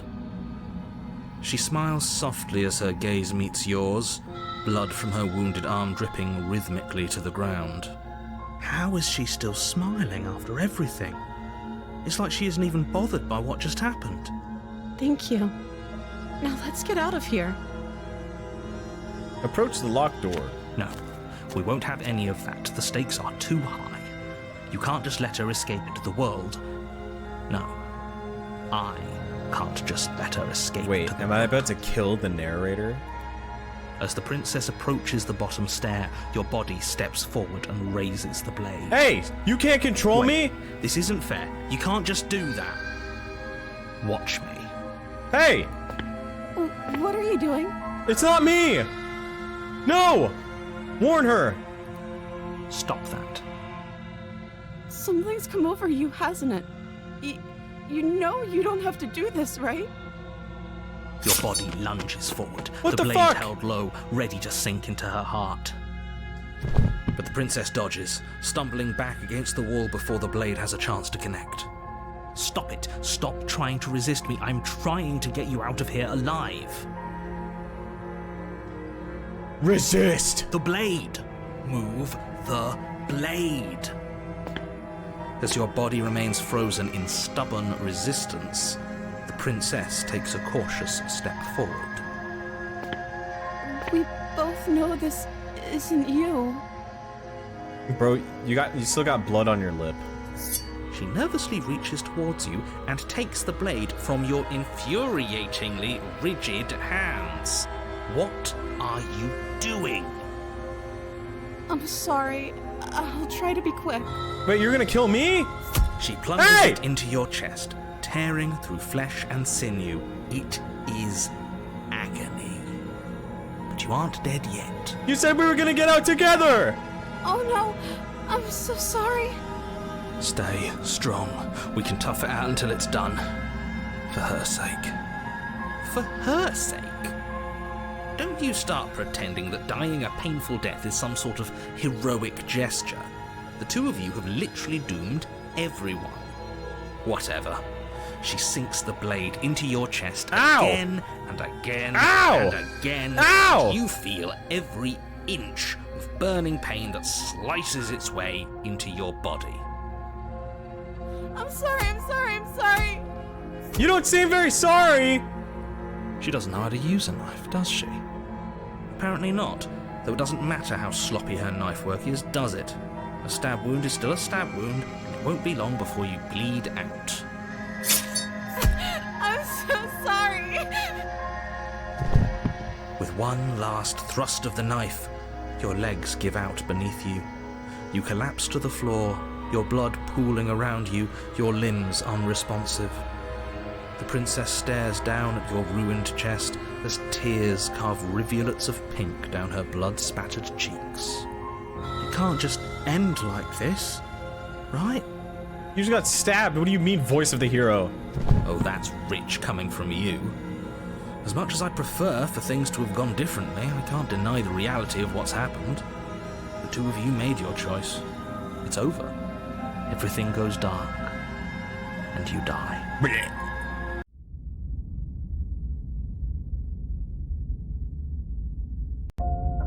You're on a path in the woods. You're here to slay her. I'm getting a terrible sense of deja vu. Wait, hasn't this already happened? Okay, no. But I died. Oh, you bastard. You're in for it now. I'm wise to your tricks. My tricks? What on earth are you talking about? We just met for the first time. If he doesn't remember what happened, then maybe it's best to keep it that way. What's the secondary voice in my head this time? Yes, he didn't approve Voice of of us the last smitten? time, did he? If we're going to save our beloved, we'll have to be sneaky about it. Our beloved? Yes, you'll have to be very sneaky about your intentions if you're going to try and save the princess. Ah, so all of the cards are on the table. Then you should know that we and the princess are in love, and the four of us will be foiling any and all assassination attempts you've got in the works. We'll see about that. Whatever you do, just be sure to ignore him specifically. Sounds like he's the sort who'd sacrifice the whole world for a peck on the cheek. What can I say? A world without love is a world that isn't worth saving. So true, bestie. Explore. Let's assume I'm telling the truth and all of this really did blah blah blah blah blah. Proceed to the cabin. A warning. She will lie. We already told you we're not playing along with your little game. It's your lies that can't be trusted. Her beauty is the only thing in the world we can believe in. I think we've already been over this. Let me guess. Pretty sure he just likes the sound of his own voice. We're gonna get down there and she'll be ugly. I do, but I also speak from the heart. My passions are too great to be stifled. They must be expressed. Sure, yeah, your passions are strong and all, but not everyone needs to hear them. Some things are better kept quiet. Don't pay their bickering any mind. Focus on the task ahead. Proceed to the cabin. The interior of the cabin is clean and elegant, its stone walls draped in fine-threaded tapestries, a prison befitting a royal prisoner. The only furniture of note is an ornate wooden table with a pristine blade perched on its edge. The blade is your implement. Enter the basement.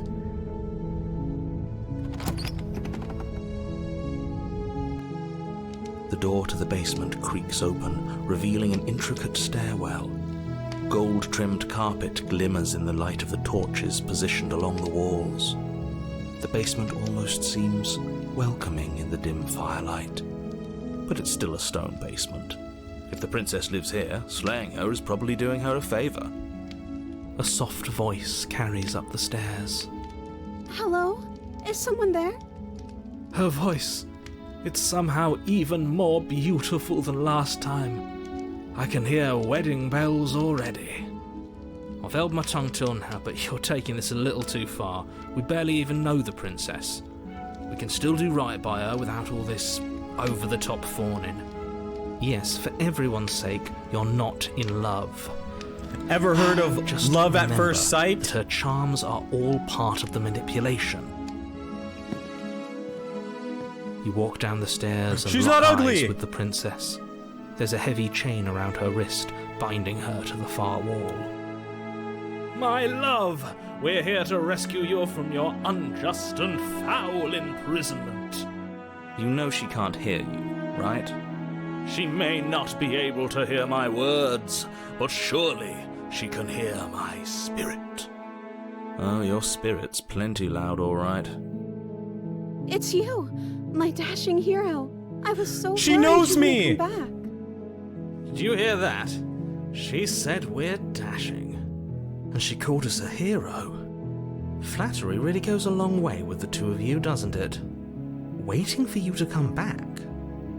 I didn't want to believe your ravings back in the woods, but this is next to incontrovertible evidence. You've been here before. That's right, I have. That's right, villain, and you killed us. Well, she killed us. Only because he made us try and kill her. It was self-defense. Our beloved's hands remain unstained by cruelty. Wait, but what if she... How are we gonna get her out of the chains without her biting her fucking hands And off? you've died before. So an entire world has been damned to oblivion. I'd really hoped I'd be the first, but what's done is done. What matters is you have a chance to do it right this time. We damned a whole world, but everything reset. Nothing resets, you're just somewhere else. You can't keep hopping between worlds forever, especially not without leaving a trail of incomprehensible devastation behind you. This is horrible. Horrible for you, maybe, but we've been given another opportunity to sweep her off her feet and treat her like the lady she is. And then we could fuck. Now, hold on. If she actually ended a world, are you sure we want to do this? Are you sure we want to rescue her? We never saw a world end, and now I'm even more certain that we must chase our heroic and romantic destiny than I've ever been. I shan't let anyone convince us otherwise. Are you listening to him? He's lost it. Don't let him distract you. Just do your job.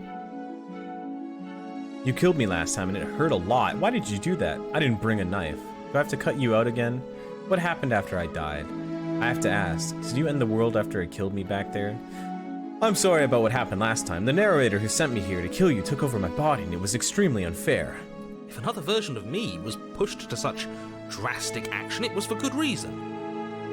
That's okay.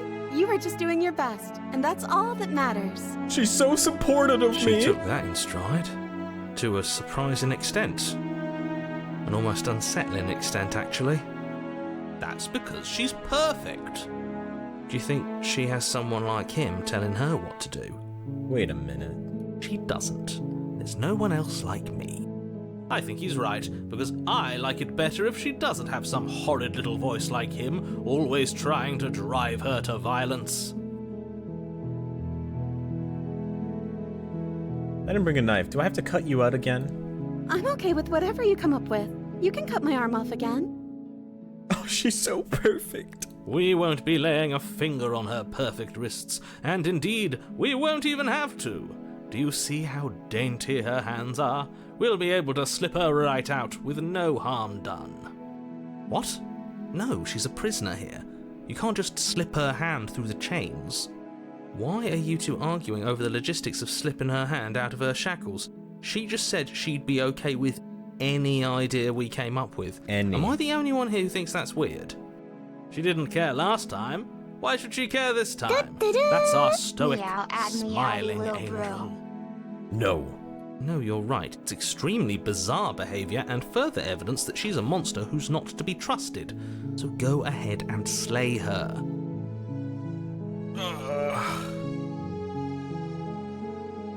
My pecs hurt. Rescue the princess. No. I can't let you do that. If you take another step towards the princess, You'll what? Take over our body and force us to try and kill her? I would if you had a weapon. Not on my watch, villain. My passions contain titanic depths, and if you try anything that might harm our dearest, I will end our life without a second thought. Wait, voice of a smitten. Calm down there. Hey. You wouldn't. I would. I'd listen to him if I were you. He has a lot of strong feelings. And doesn't the world end if we don't stop her? You approach the princess Wait, what the and fuck? gingerly slide her hand from her bindings. That shouldn't have worked. I'll be damned. We're doomed. I can't believe it. But I guess I have to. I told you, there's no life more worth living than that of a true believer. I'm free, and you're not trying to kill me this time. Thank you. Thank you so much. The princess jumps up and smothers you in a joyful embrace. If only you had a weapon, one slip of the wrist and your pristine blade would be buried in her back and everyone out there would be saved. Luckily for Mr. Romance, we don't have a weapon. Who needs a weapon when we have the power of love on our side? What do we do now? Fuck! What do you want to do? We leave, and then we have our whole lives to figure out what we had to do next. What do you want to do? Let me guess. End the world? Spoken with the rank cynicism of someone who has never felt love in his Virgin! I don't actually know. Nobody's ever asked me what I wanted before.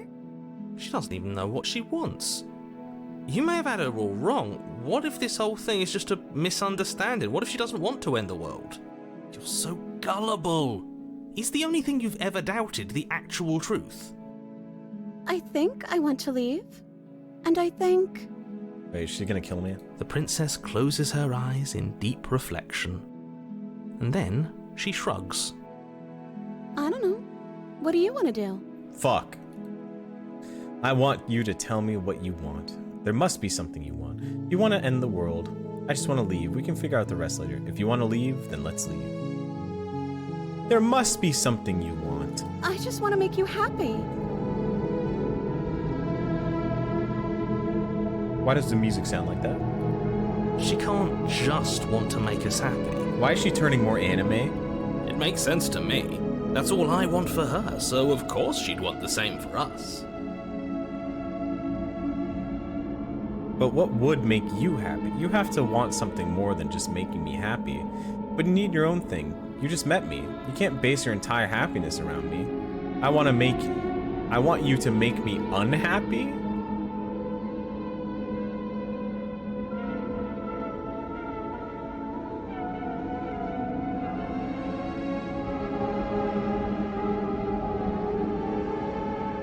I want you to tell me what you want. I just want to make you happy. Is she broken? What's going on? What's going on is she's lying to you, only she isn't a good liar. Are you starting to trust me now? But what would make you happy? I just want to make you happy. This isn't right. I don't know what's going on, but this isn't right. I fail to see the problem here. She's just sweet on us. You don't have to act like it's a big deal. You have to want something more than just making me happy, but need your own thing. You just met me. You can't base your entire happiness around me.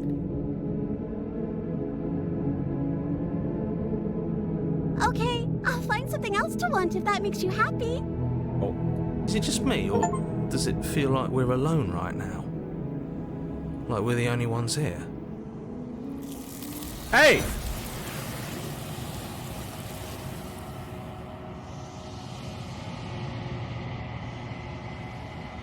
You don't get the chance to ask another question, nor will you ever. It's time for you to leave. Memories return. No. She was our perfect match. She's gone. And is that a... Approach the mirror.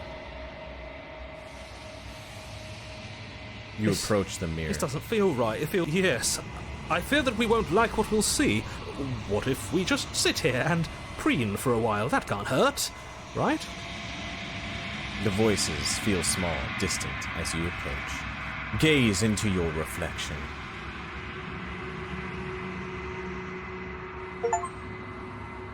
Wait, I'm all slimy now. You've withered?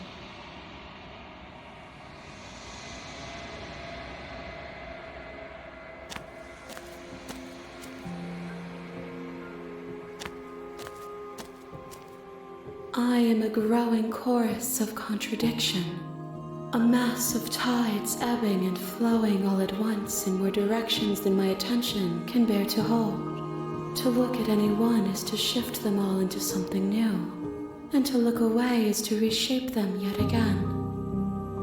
All of me is changing, and yet the rest of me is still the same.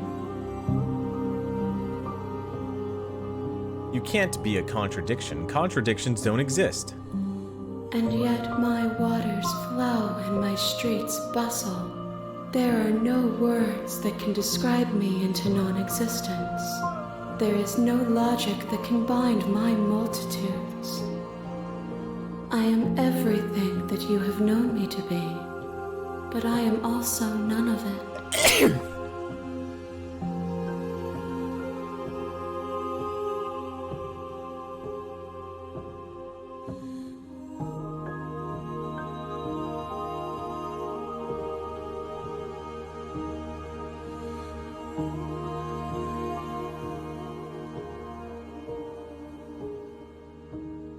Do you know what happens to the worlds we leave behind? My perspectives are shadowed. You have seen what I have seen, just as I have seen what you have seen. The angles of my vantage do not offer me hidden truths, and my attention is turned inward, except when you are here with me.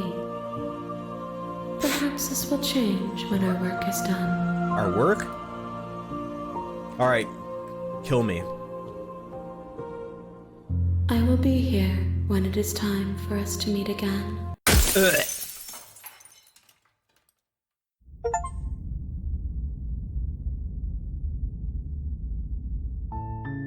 You're on a path in the woods, and at the end of the... Silently continue to the cabin. You make your way up. Proceed to the cabin.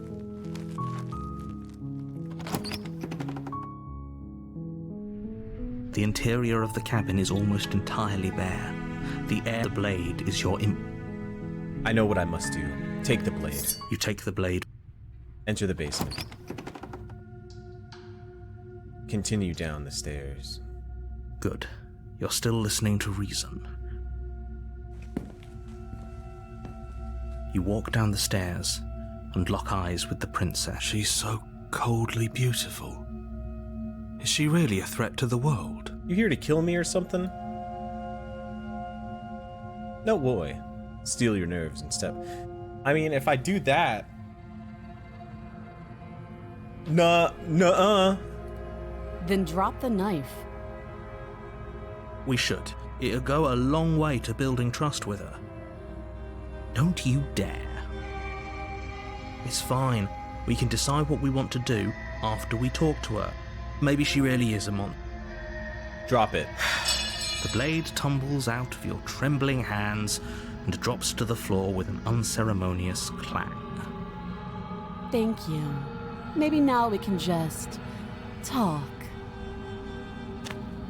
Against your better judgment, you step forward to speak with the princess face to face, unarmed. We'll be fine. I don't know what you're hoping to accomplish here, but I can assure you there's no reasoning with her. Just make sure you don't forget about the blade on the floor. You're going to need it. So here we are. What an awkward start to a relationship. Relationship? Are you coming on to me? Don't jump to any weird conclusions. We're two people who have met each other. By definition, we have a relationship. There's people out there who think you're going to end the world. What do you have to say about that? Don't just tell her that. Is that why they threw me down here? But I don't want to hurt anyone. I like the world, I think. You think? I don't remember much about it, to be honest. I've been down here a long time. Just how long has she been down here? If I'm supposed to be capable of ending the world, then how did I wind up here, chained to a wall? Have they told you why I'm allegedly so dangerous? I don't like that smile. Deflect. What are you gonna do if I let you out of here? I've been told enough. I was hoping you'd tell me. No, but I'm not sure they have their reasons for keeping that information secret from me. No, and if I'm being honest, I'm more inclined to trust you than I am inclined to trust them. Remain silent. They haven't told you anything, have they?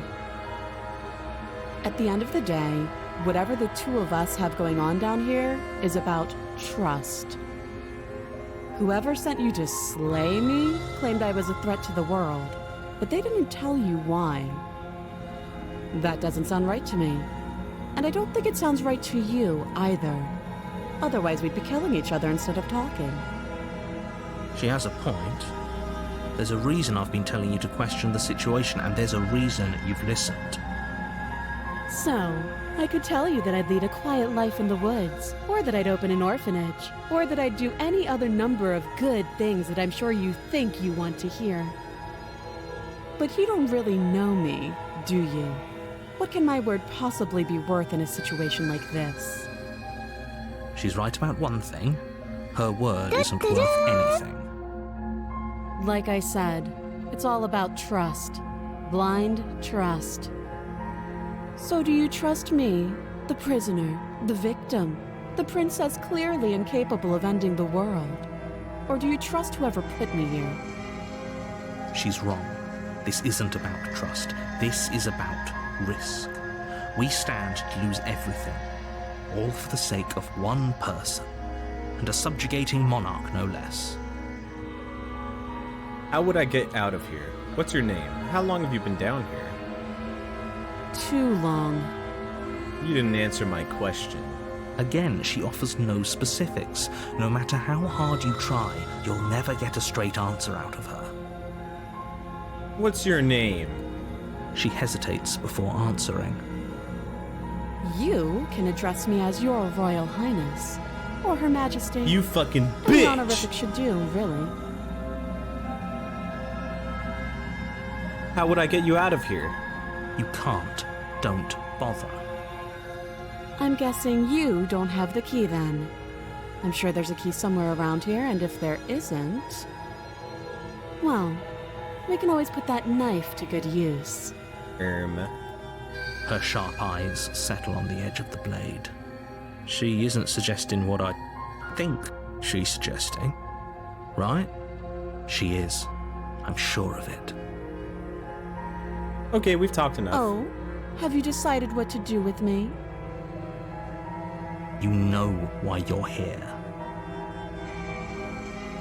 I'm getting you out of here. Examine the chains. I'm gonna keep you locked away down here, at least for a bit. We could just get to know each other. Well, keep her locked away. That seems like a pretty good compromise. Leaving her alive is too risky. If you don't deal with her soon, she will find a way out. One way or another, I'm going to find a way out of here. You can make it easier for both of us if you help. Guys, if I kill her, it's just gonna go the route where we beat the shit out of each other for eternity. And if you don't, I can promise that you'll come to regret that decision. You have to make a choice. Let's hope for all our sakes it's the right one.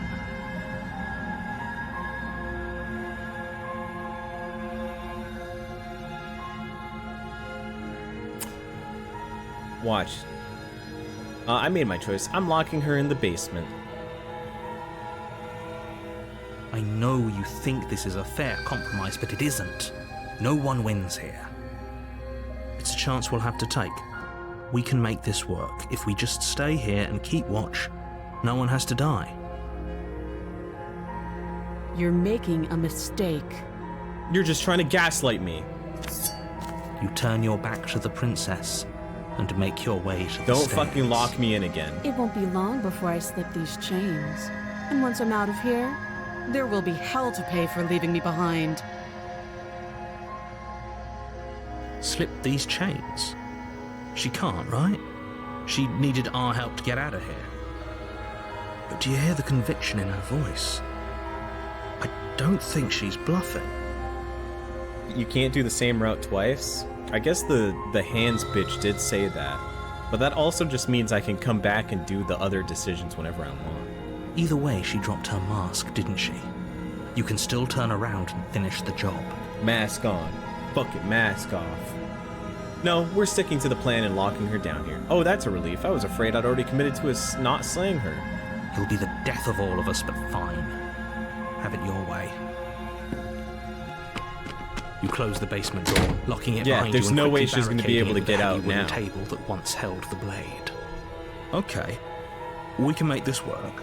You settle in against the far wall to watch the basement door. It isn't long before you start to drift off. Your eyelids heavy. Wait, she's with gonna fatigue. fucking kill me! Don't fall asleep! Sleep doesn't come.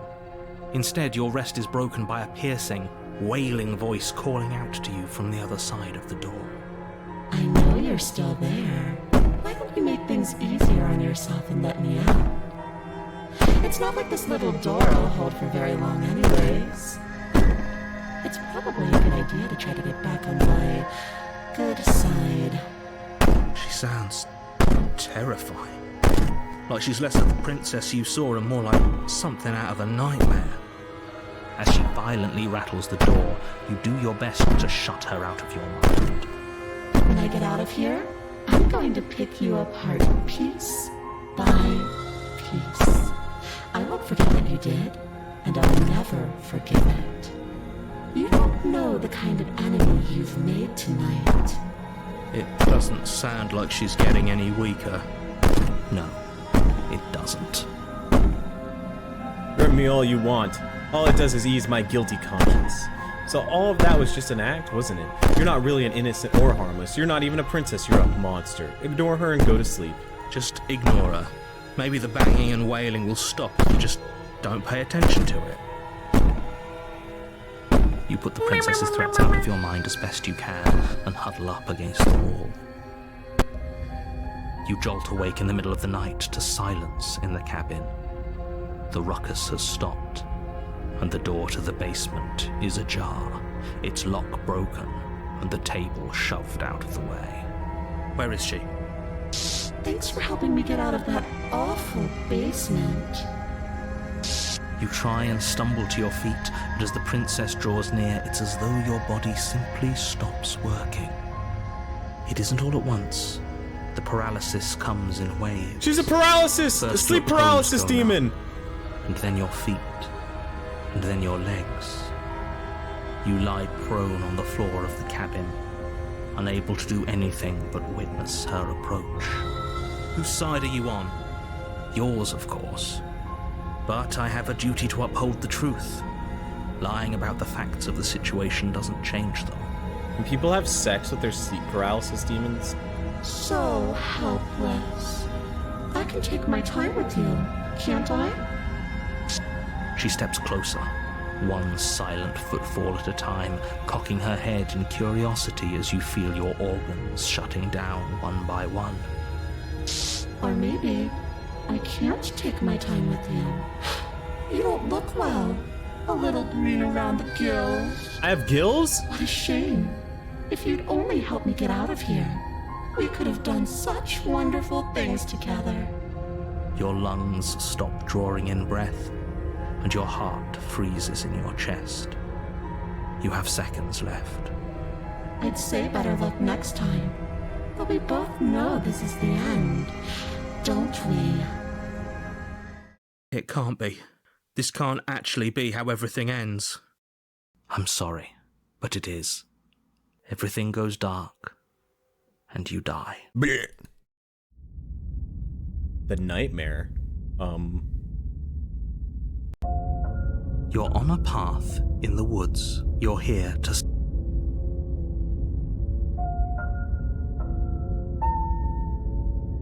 Turn around. But if I turn around and leave, it's just gonna go to the same cabin.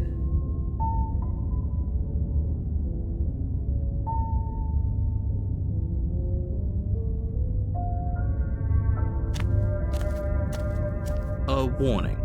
She will lie. I don't think lying and cheating is her thing. She was very direct with us last time. Or at least she was direct with us after we decided to lock her away.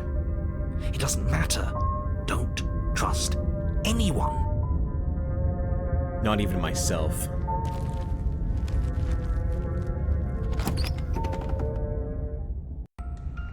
The interior of the cabin is plain, the smooth wood of the walls almost featureless.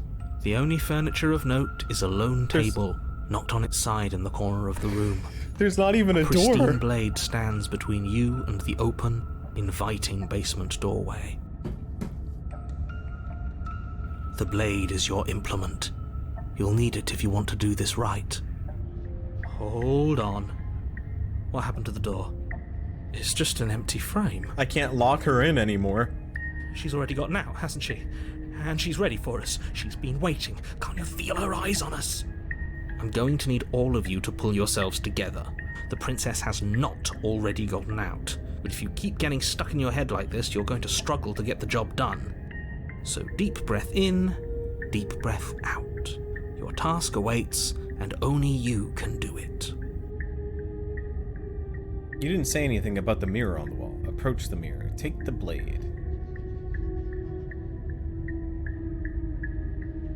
But what if I go without the knife, and I show I'm chill like that?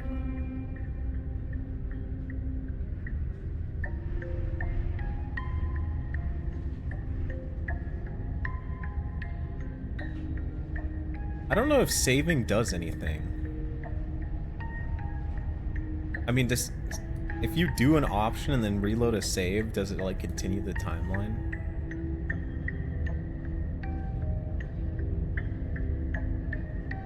Approach the mirror. You walk up to the wall next to the empty basement door frame. What are you talking about? This isn't a wall. It's a mirror. You reach forward and rub your hand against... Did he make it go away? Clearly there was something in there worth investigating if he wants it hidden so bad. Are the mirrors only... What are the mirrors for? Take the blade. You reach down and pick the blade up off the floor. It would be difficult to slay the princess and save the world without a weapon. Good. Steel can't lie to us. Is it gonna be enough, though? Couldn't you have given us something else? Something, I don't know, better than a knife? Could we have a bomb? A bomb? Do you even know what a bomb is? The blade is the only thing you need to finish your task. You're more than capable of pulling this off, so long as you don't lose faith in yourself. Those are the words of someone who knows he's sending us to our death. Enter the basement. You cross over the threshold and onto a series of isolated steps suspended in darkness. Narrator. More eyes, too. You never mentioned the eyes. How the fuck am I supposed to kill this bitch? The air seeping up from below reminds you of fresh lightning and static, as if you're descending into a place that isn't meant for a creature of flesh and blood. If the princess lives here, slaying her would probably be doing her a favor. Her cruel and playful voice prances up the stairs. I didn't think you'd come back. We're gonna have a lot of fun, you and I. Come back? She must have you confused with someone else. You really don't remember, do you? It doesn't matter, we need a game plan. We know we can't just go down there unprepared. How hard is it to throw a knife? It can't be that hard. But then we'd lose our weapon. We'd have to make it count. Otherwise she'd be furious and we'd be defenseless. If a knife is even enough to do anything against something like her in the first place, it'll be enough. I'm going to talk to her. We don't need a plan. I'm going to kill her. Mr. Narrator seems to think I can do it. I don't know why you're all being such pessimists right now. Step off into the void between the stairs.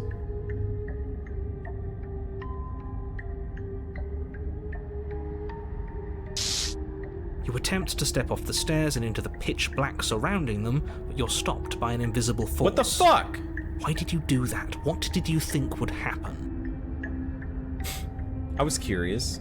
Congratulations, you really lucked out. Of all the things that could have happened from stepping into a void, nothing is quite possibly the best outcome you could have gotten. You make your way to the bottom of the stairs. As you emerge, you find yourself between two loose rows of white wooden planks suspended in nothingness. A smattering of cobblestones, visible against the inky black of the basement, mark where the floor should be, forming vague pathways. At what seems to be the end of the room, They diverge in opposite directions, left and right. Well, there's something blinking over there, but I think that's just like the background. She could be anywhere, and there's nowhere for us to hide. We're completely exposed. Are you really not going to comment on how weird this place is? No, I'm not. Somebody needs to be the voice of reason here, and it certainly isn't you. Excuse me, I'm being incredibly reasonable. You're the one who's just matter-of-factly describing whatever the hell we're looking at like it's an ordinary basement. I can't make the princess fart. We're going to die down here. I don't want to die again. Please stop saying that. You're only going to make things worse. Just pick a direction and start moving. I wouldn't give it too much thought if I were you. It doesn't really matter, because either way you go, I'm going to find you. Go back the way you came. Go right. Right is right. Do nothing. You decide it's best to do nothing. There you are. I told you I was going to find you. What the fuck is that bitch? As the princess approaches, Oh, okay. your legs suddenly go numb. Uh-oh. Your arms quickly follow. This is it, isn't it? We made it to You brought your 69 little holes. knife with you again. Cute. There has to be a way out of this. Think. Think! What did you do? Pull yourself together. She isn't supposed to be like this. I wonder how many times I'll get to play with you before you break.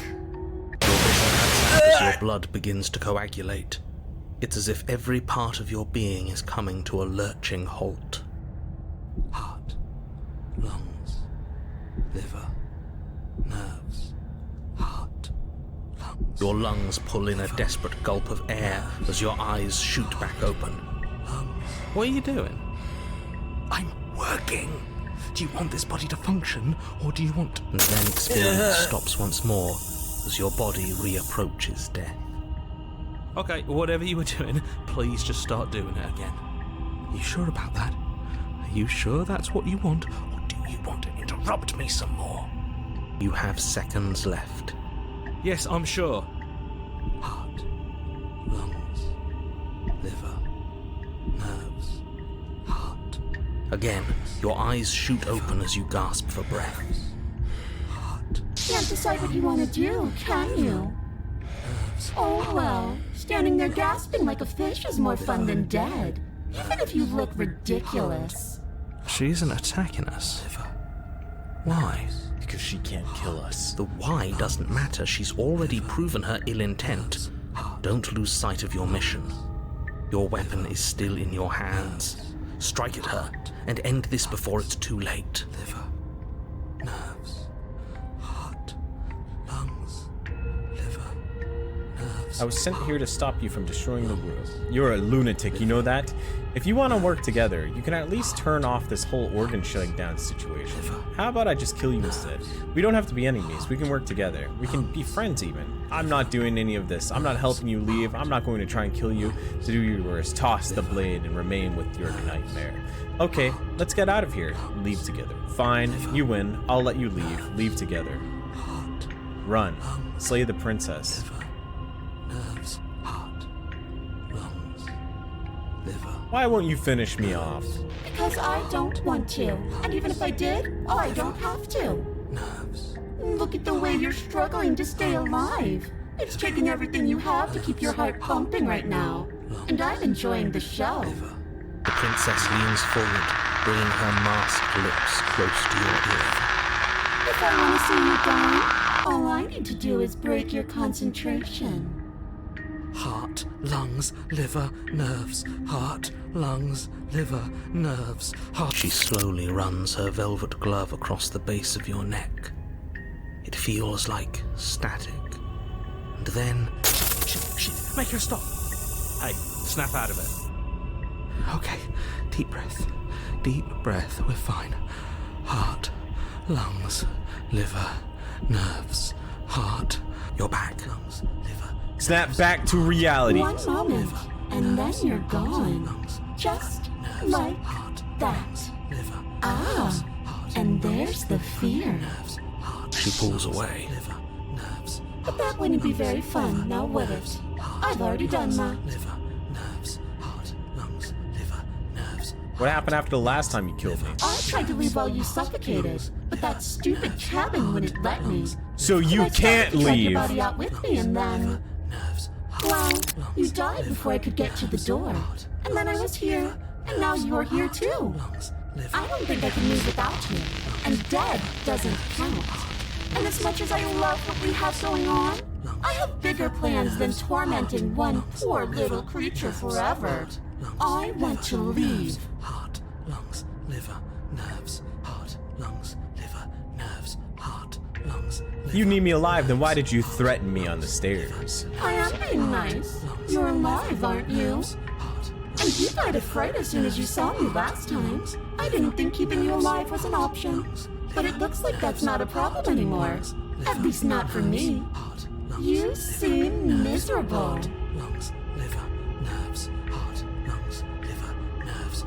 And what if I do let you out? What then? Do we go our separate ways? No, definitely not.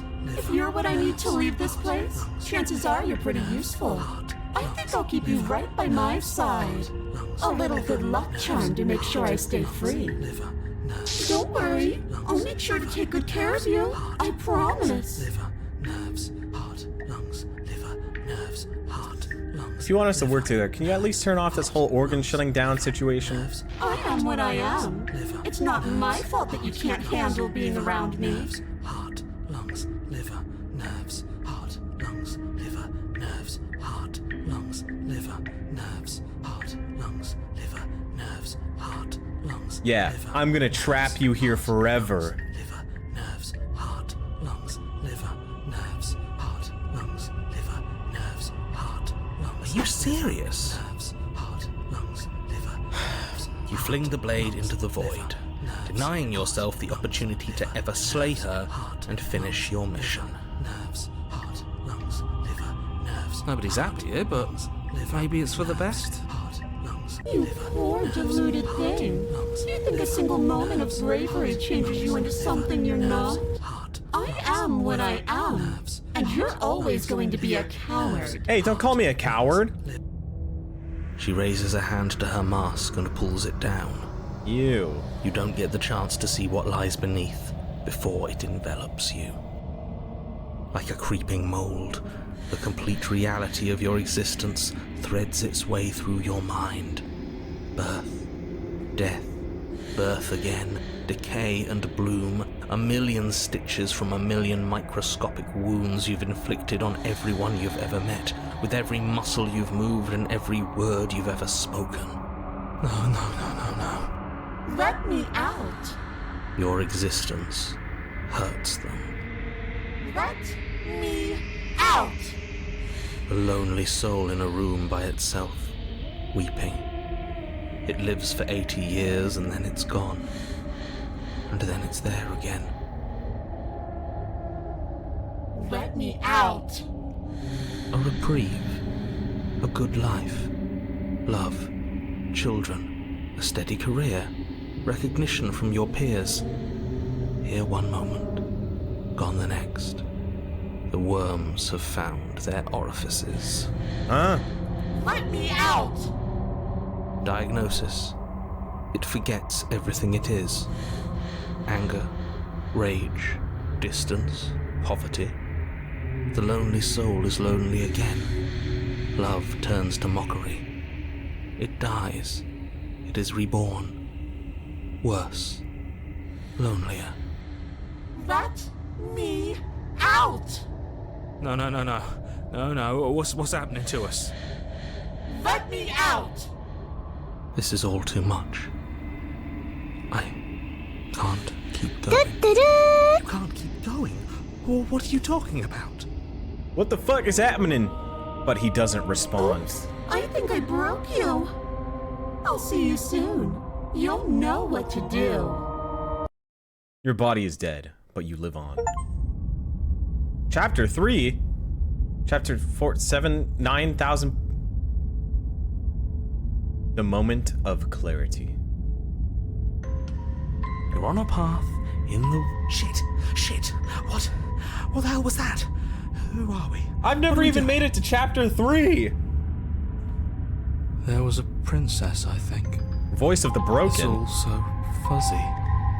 It hurts when I try to remember. You shouldn't know about the princess. At least, not until I... You've already been here, haven't you? I guess. It feels so long ago, almost like we've never left. We have to let her out. No, that's the opposite of what you're here to do. You have to slay her. Slay? We decided not to do that, didn't we? Yeah, we're supposed to let her out. How many different fucking It's voices really are there? the only way this works out for us. If you think about it, she's the one with power here. Nobody else can do much of anything. No, we were supposed to keep her trapped there forever. I think. We're supposed to be unfeeling. How many times do I have to tell you to snuff out your heart? We can't be unfeeling. Not when there's so much fear everywhere. There's nothing for us to do. We've already tried everything. We love her, so we have to set her free. Can we love something that hates us? Can we love something that hurts us? To be given an ounce of kindness from something so cruel would be more pure than any other love. Why are there so many of us? There aren't supposed to be so many of us. This is bad. You need to get a grip. What did you let happen? How many times have you been here? I don't know, man. I think they're all wrong. That's a good question. How many times have you all been here? What if we don't go to the cabin? Can you make sense of them? I feel so disjointed. I don't know if I can pull this off. I don't know if any of us can proceed. The only way out of this is to do nothing. So nothing I will do. I love doing nothing. You do nothing. You can't just do nothing. You have to do something. That's a new one. Huh. Do you think it'll work? No. Nothing ever works. Boo!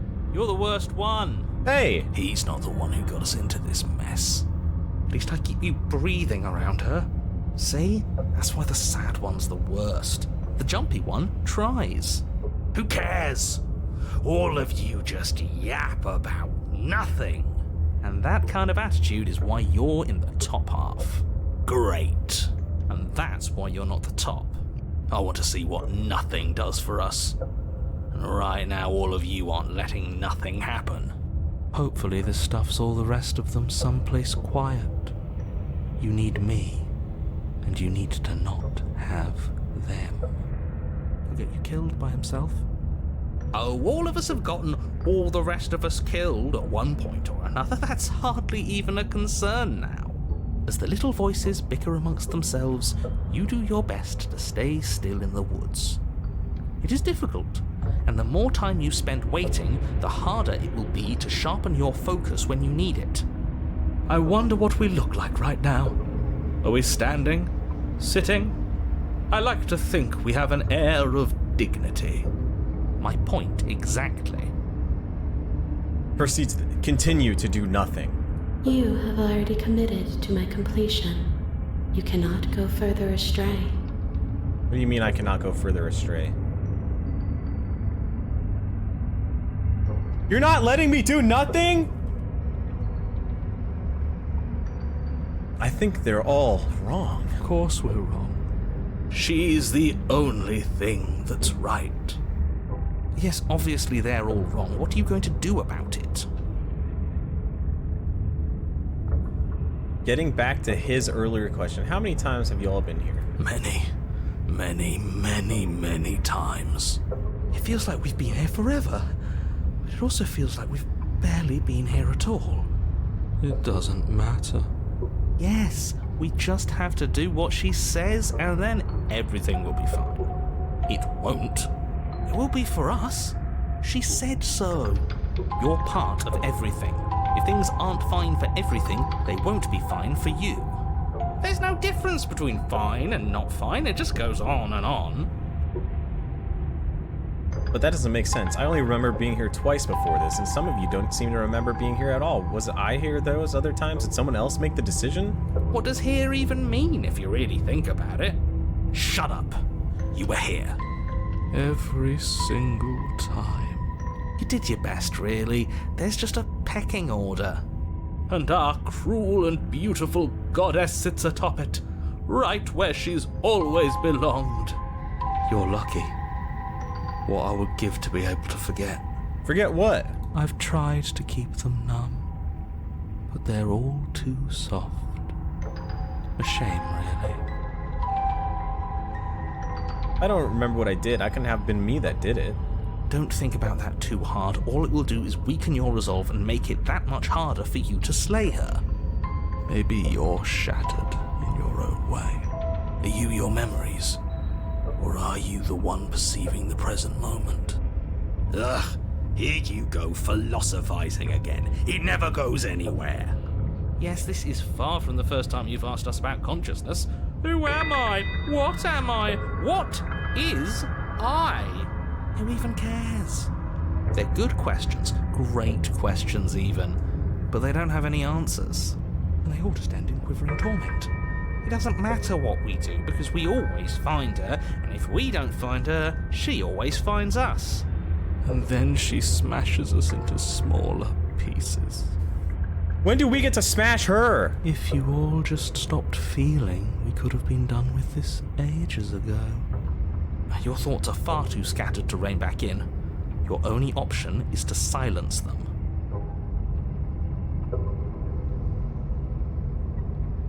Proceed to the cabin. You slowly make your way through the umbral forest, bumping against unseen trees as you grasp through the darkness for a way forward.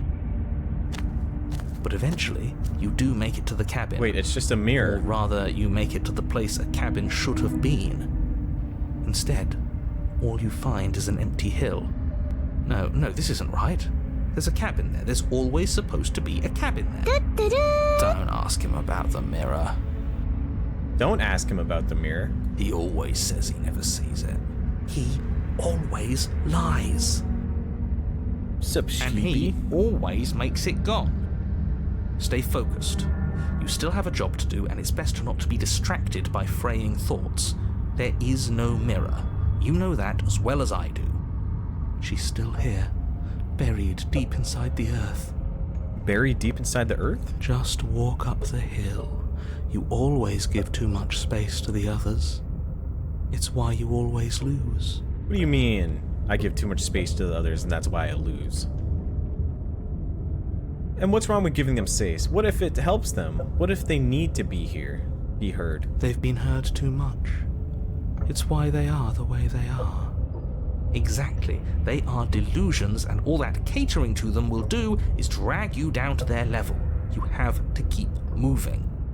Or you could just give up. What happened to the voice of the hero? You walk up the hill, hesitating just beyond the bounds of the cabin. The cabin that isn't there. You've got to clean the mirror, haven't you? You've got to see what's in it. Smash it to pieces. She's on the other side, and we have to let her out. It's the only way we can be free. It's the only way we can have our thoughts back. Just go around it. Just do something. It doesn't matter what. Proceed. Proceed? Proceed to where? I'm afraid you're going to have to be a little more specific. That's another new one. How do you keep coming up with new things? I hope this works better than nothing did. Of course it'll work. He always makes the best decisions. It's why he gets to make them. Base voice of opportunist. And it already has worked. Wait a minute. It's gone, don't you see? We're one step closer to her. The interior of the cabin is much the same as the exterior of the cabin. A dull, fuzzy, dreamlike nothing. It's empty and isolating, but there's just enough vague shape and unknown texture to suggest the structure they're in. Wrong and unsettling as it may be, the only object of note is a pristine blade buried in the dirt floor, a hint of its shining edge teasing through the sediment. Ooh, it's so teasing. The blade is your implement. You'll need it if you're going to do this right. Take it. It's the only way forward. It's the only way forward. You've already tried everything else. Don't you remember? Take the blade. You have to take the blade. Why are these grayed out? You reach down to take the blade, but as you do, the ground beneath it shifts, the weapon sinking deep into the earth. You lean over the hole and gaze into the abyss. It is so very deep. Deep in the bowels of the earth, you see something staring back at you. It fills you with dread. It's her. She's watching us. She never stops watching us. You really are a coward. With every word she speaks, the princess in the pit blinks closer. Joking when I said that way back when. You know that, right? Closer. I was having some fun, and I guess I wanted to see if I could melt you. And closer. Watching over me forever? That was so brave. And closer. But forever is so long. And time erodes everything.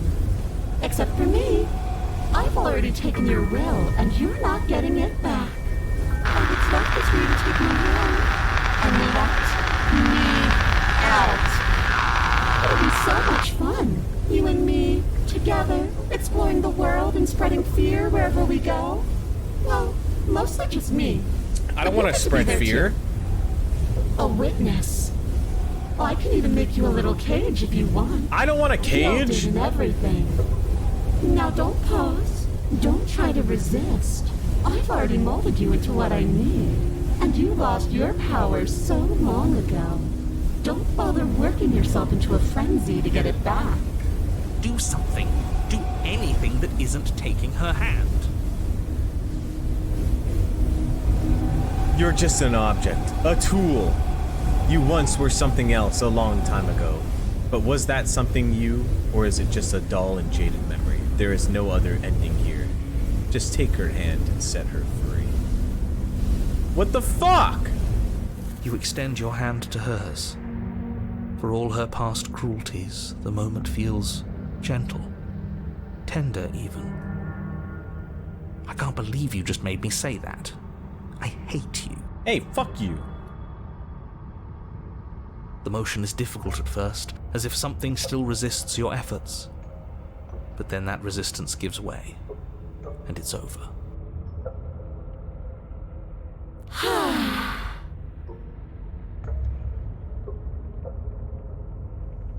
And that's the end. I wonder what we're going to do next. I didn't think I'd be so tired. The princess, exhausted, slumps. Why is it so cold? Yoink. You do not get the chance to respond, nor will you ever. It's time to leave. Memory She's return. gone. Yeah. I can finally think again. Almost. That mirror's back. What does that mean for us? I'm sure it'll be whisked away, just like her. Maybe it won't be gone. Things are different now, aren't they? Doesn't seem like there's much else to do here. Finally, we can smash it. Oh, will you stop with the smashing? What do we say, boys? One last vain attempt to look at ourselves. Yeah. I think I'd like that. Seems we've got a majority. All that's left is to give it a look. Approach the mirror. Something tells me that this is the end of the line. But it feels okay. The fear's gone. I'm done fighting. The stubborn one is done fighting? My heart feels quiet. The game was always going to end. I'll be free of all of you. I'm ready for the truth. I'm ready to sleep. I'm just ready to be anywhere that isn't here. Boys, it's been an honor. Gaze into your reflection. Silence as you reach forward. They're gone once again. The mirror always makes them leave, but you need to see what's in it. You've unraveled. Oh my god, just like Tokyo Ghoul.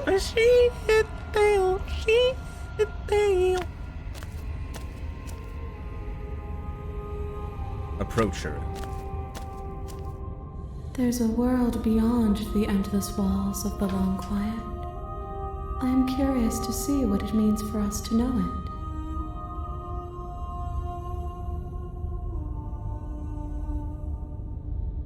You think anything is real? Do you know what's gonna happen when you awaken? If I did, I would already be awake. Bitch. When you send me back, I'm not alone. There are voices that speak to me. Some of them are me, but one of them is something else. I call him the narrator, and he wants me to kill you. Do you have a narrator? Have the vessels had one? No, their minds are empty, existent, but constantly shifting into something new. Do you think your narrator lives in the spaces beyond? He does. I don't know why, but I know this for a fact. He does. I don't know why, but I'm going to... When I find him. He does. And when I find him, you and I are finally going to have answers. He does. And when I find him, I'm going to kill him. He does. But you're going to keep that to yourself. It's nice to be with someone whose thoughts I can never know as mine.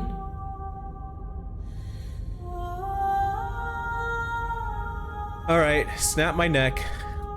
The next time I see you, each of us will finally know what we are. Wait, what if... The next time I see you, each of us will finally know what we are? I will be here, waiting for you. Ah!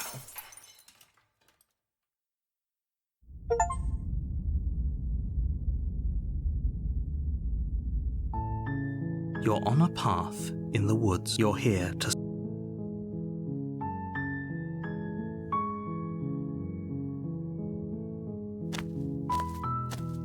You make your way up the short, a warning. She will lie. We're not going to ignore him. What do I do now? The interior of the cabin is almost entirely bare. I guess we try and kill her. You take the blade from the...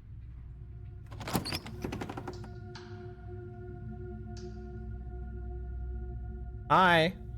Don't be a stranger. It's been so long since I've had any visitors. Come on down. You walk down the stairs and lock eyes with the princess. There's a heavy chain around her wrist, binding her to the far wall. I'm just here to talk. Then why did you bring a knife with you? How about you drop it, and then we can She makes a compelling point. Don't you dare. It's fine. We can decide what we want to do. Drop it. The blade... Thank you. Maybe... Against your better judgment, you step forward to speak with the princess face to face. Unarmed. Yeah, it's pretty I know. awkward. I just said that. Now why are you here to kill me? You know I'm here to kill you.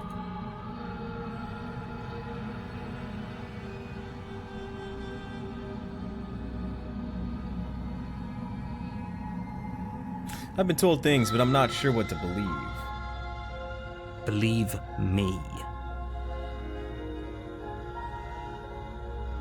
And do you think asking me what to believe is going to suddenly make everything crystal clear? Let's not pretend that's going to happen. As far as you're concerned, and as far as they're concerned, I'm going to say whatever I have to get out of here. That's just the dynamic of our situation.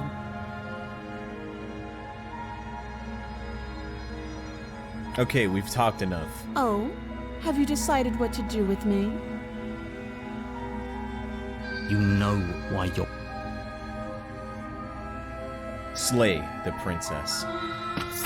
Doubt, unfortunately, clouds your thoughts as you attempt to run. A moment of Give up. Are you serious?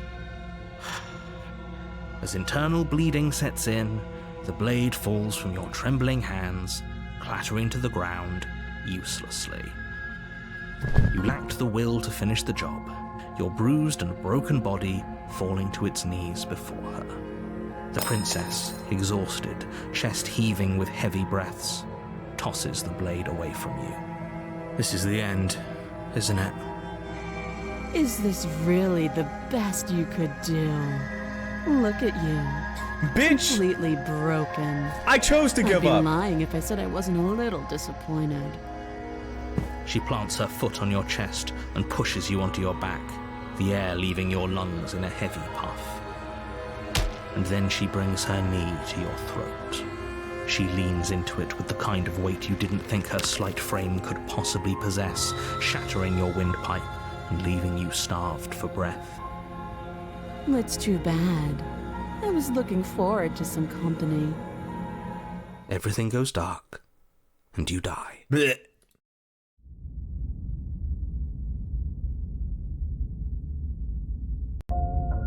You're on a path in the woods, and at the end of that path, you're here to slay her. Proceed to the cabin. A warning. Before you go any further, she will lie. We might as well just pledge ourselves to her. This is where you're from, and huh? stop pretending we're capable of doing anything in this situation. She probably doesn't even need to try to overpower us. Can we tone down the pessimism just a smidge? I'm not being a pessimist. I'm just being realistic. You're being annoying. Just ignore their bickering, and whatever you do, don't pledge yourself to her. But then I can have stress enough sex. how absolutely catastrophic that would be for everyone, yourself included. I agree. If she's wrongfully imprisoned, then we should rescue her, but if he's telling the truth, we shouldn't just hand her the world on a silver platter. Rescue her? Given the stakes of the situation, there isn't really a difference between rescuing her and pledging yourself to her. Either would be terrible. So please try to ignore both of those knuckleheads and focus on saving the world. Let's not make this harder than it has to be. Proceed to the If cabin. that's what you want, I guess I...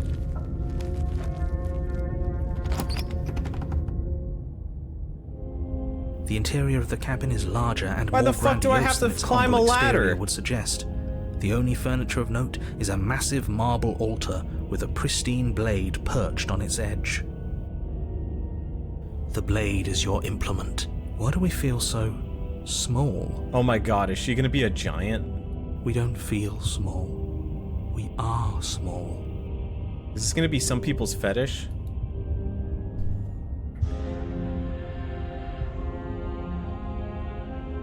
Wait, can I not save? Oh. You didn't say anything about the mirror on the wall. Enter the basement.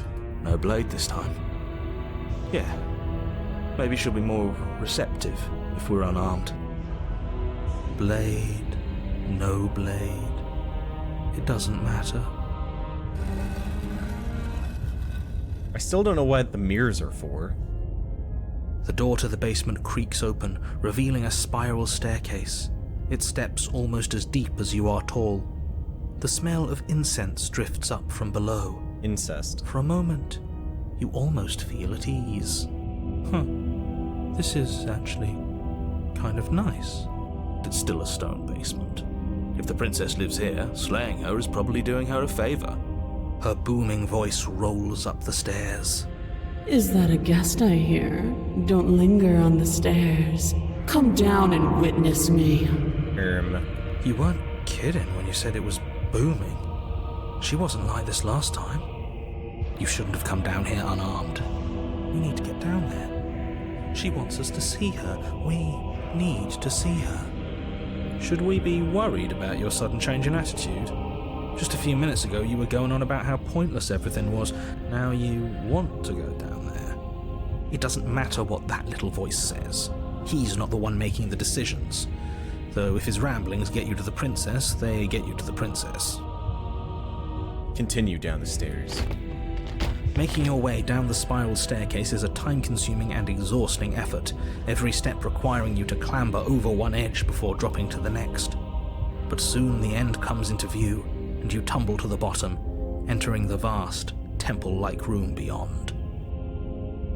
The princess towers over you, almost glowing in the weak starlight, her figure framed by a stained glass window. Her long hair billows around her, and a chain binds her wrist to the far wall. The chain is nothing to her. It might as well be a toy for all the good it would do. I told you it was pointless to resist her. The little bird has returned to me. I wonder what he wants. I see your hands are empty. You've already given up, haven't you? You aren't even going to try and kill me. How sweet. And more than a little disappointing. She's disappointed in us? No, don't be disappointed in me! Kneel. Okay, simp route or Giga Chad route? Oh my god, you guys are saying yes, mommy. On her command, you fall to the floor, knees painfully connecting with hard stone. That's my good little bird. Now, why don't we talk? The last time we met, you tried to kill me. And yet here you are again. This time groveling at my feet. What a wretched sight. What draws you back here beyond the empty halls of death? Speak. The last time we met, nobody should have met her before this. You should be the first. You're the only one I trust to deal with her. Then you shouldn't have trusted us. There was nothing we could do to stop her then, and there's nothing we can do to stop her now. He's being melodramatic, but yeah, we've been here before, and she absolutely destroyed us. What are we even supposed to do to stop her? Yeah, she's like a demigod. That's worrying. Whatever you do, don't tell her why you're here. It's best not to give her any ideas. Explore. I don't think I can refuse her. Sorry. Are you serious? Just don't say anything. How hard can it be to not say anything? But he told me to speak. You haven't felt her angelic fingers run along the edges of your mind. You haven't felt her nails dig into your thoughts. You're supposed to end the world. You weak-willed buffoon. Is that so? The princess closes her eyes in contemplation. Something about that thought wraps itself around my heart. It feels like a fundamental truth to my being that I'd somehow forgotten. The collapse of the old is a necessary prelude to the birth of the new, and the world as it is now is overdue for alterations. It's time for me to seize my destiny, and you, little bird, will help me seize it. She's inevitable. There's nothing else for us to do but help her. Maybe she'll be nice to us. What would you have me do? What do you have planned? Just because you're supposed to end the world doesn't mean you actually have to do it. You can do whatever you want to be. I have questions for you before I decide to do anything. What happened to you after I died? I'm yours to command. Pledge yourself to her. Your will was so easily broken. Am I that magnificent? All you need to do now is break my chains. If this is what you want, then I guess there's not much else for me to say. No, you can't just give in to her. Not when the stakes are so high. Not when you're so close. I won't let you do this. There's still something in the way. A greasy film inside of you where it doesn't belong, trying to conceal you from me. Is that a person? No, it used to be a person. It's something different now. An echo. Is she talking about you? That's impossible. She's not supposed to be able to interact with me. You're a small one, aren't you? Yeah, I'm so small. A shriveling little worm stretched beyond its limits, trying to control things that it can't understand. No. What are you talking about? I'm just... I don't care what you are. You're mine. What the frick? Rise, my little bird. Without hesitation, you're brought to your feet. What the fuck? She's the narrator now. Break my chains. And how are we supposed to do that? We don't even have a weapon. All you need to do is believe it's been done.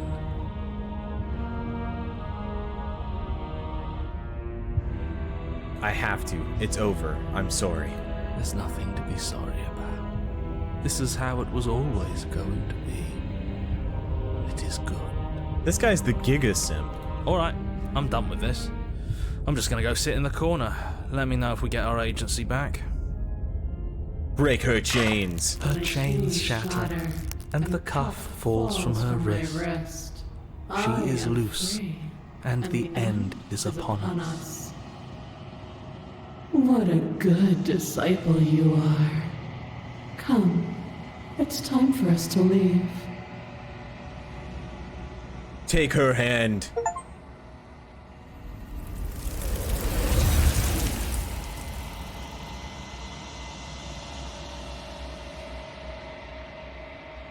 But you do not take her hand, nor will you ever. It's time to leave. Memory returns. She's gone.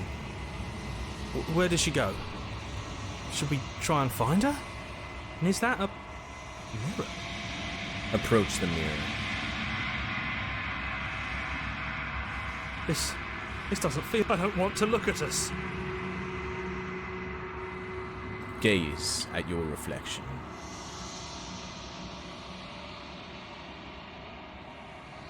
You are nothing at all. Just a little fucking worm. But that isn't right. You can't be nothing.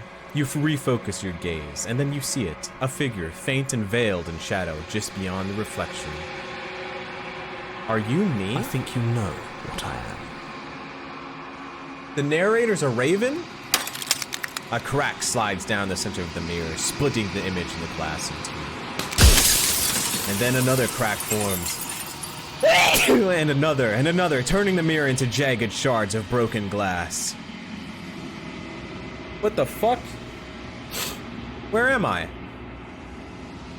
So, you were the narrator. I was wondering if I'd ever get to see you. The narrator, yes. I suppose that's my job, isn't it? You needed help after all. An objective voice to guide your blade. But you were never supposed to see me. I wonder how many worlds you've damned to extinction to fall this far. What the fuck? Ow! If you're not me, then what are you? I'm an echo. Likely one of many. Somebody made you after all, and I'm what's left of him. Not that I'm the only one who can make that claim. I'm sure you've met many others like me.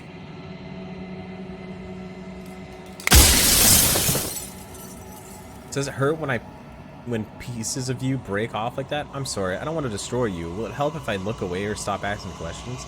Every time I ask something, it's like a piece of you breaks. Are you a part of me, or are you something else? I've met you many times. Have you been the same all along? If you made me, then what am I? I wasn't supposed to see all this, was I? What is the princess? Did you make her too? If you made me, then what am I? You're the long quiet, the god I made to rid the world of death. What the fuck? A god, I always knew I was special. Yes, you are special, unique even, and you still have a task that you need to do, and only you can do it.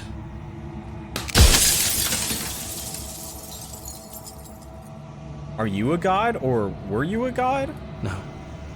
In life, I was painfully mortal. A witness to the end of days. I held the fear of death in my heart and saw oblivion threaten the very memory of everything I knew and everyone I loved. I needed to do something. So I made you. And I made her. And I made this place to hold you both. What the fuck? Does that mean the arms bitch I see at the very end is death? You made us out of what? the cycle of life and death, the endless pattern of creation and destruction. I tore it in two and shaped the fraying threads into you and her.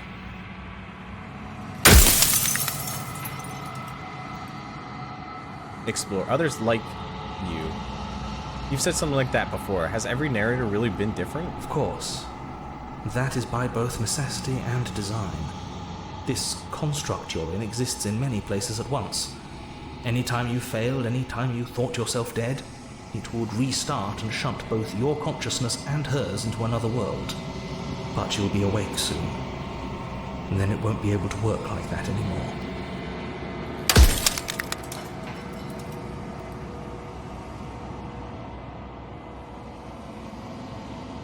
After everything you've done to us, do you think anyone deserves to live? Nobody alive has done anything to you.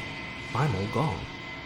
But if you and the princess want to smite the rest of them for the crimes of a dead man, if you really want to be that petty, there isn't much I can do to stop you. Soon I'll be gone entirely, and you'll be left alone with your final choice. So allow me to make my final request. The princess contains death itself within her, but I wove you into being with all the power you need to destroy her forever. Do it. Slay her, and rid the world of death and suffering.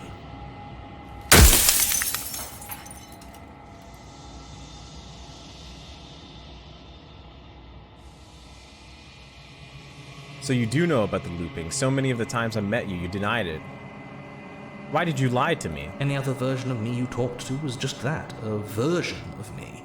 It wasn't me. As to why they lied, perhaps they thought that admitting to it would have pushed you to certain realizations that would have made finishing your task impossible. Maybe they were just in denial. I'm sure many of them were convinced that they had to be the first version of them This motherfucker think he Madara or some shit. Putting us into an infinite Totsugetsuki so no one can die and live in a happy ever after? For all I know, each of those other versions of me could have had entirely different understandings of how this construct works. Who's to say which of them are right and which of them are wrong, really? Except for me. I can tell you for a fact that I'm right. Okay. Run out of questions. I'm not going to slay her, and I want you to know that before you die for good. Lie, rest easy. I'm going to destroy her. Are you lying? I can't tell. But I've said my piece, and my time's up. It's like I said, I'm just an echo, and echoes always fade away. You know what you have to do.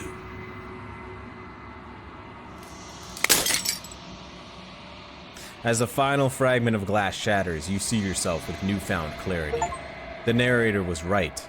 You are the long quiet, a vast and nascent god, and it is finally time for you to wake up. All of this is you.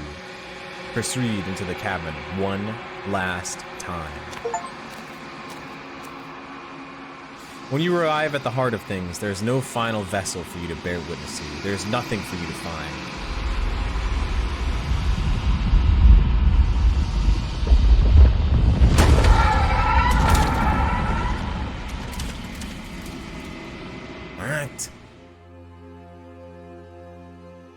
Bro, they're all trying to munch on her. I can finally see you, and you can finally see me. It's been so long, and my heart has ached for this moment. I've missed you dearly. Bro, that one's getting in. I've missed you too. Do you know about the echo? Do you hear our conversation? I'm the long quiet, but I don't really know what that means. Names are their attempts to capture that which cannot be captured. They call me the shifting mound, a pale imitation of what I actually am. You know about the echo? Every word you spoke found its way to me. I know him, and I know his construct. He was deluded by his fear of death. Pay him no mind. What happens now? Ever the passive player, always reacting and never acting. But it's woven into your nature, isn't it? When the echo spun us from one into two, he gave you a choice and me a role to play. I am not death, but I contain it in my multitudes.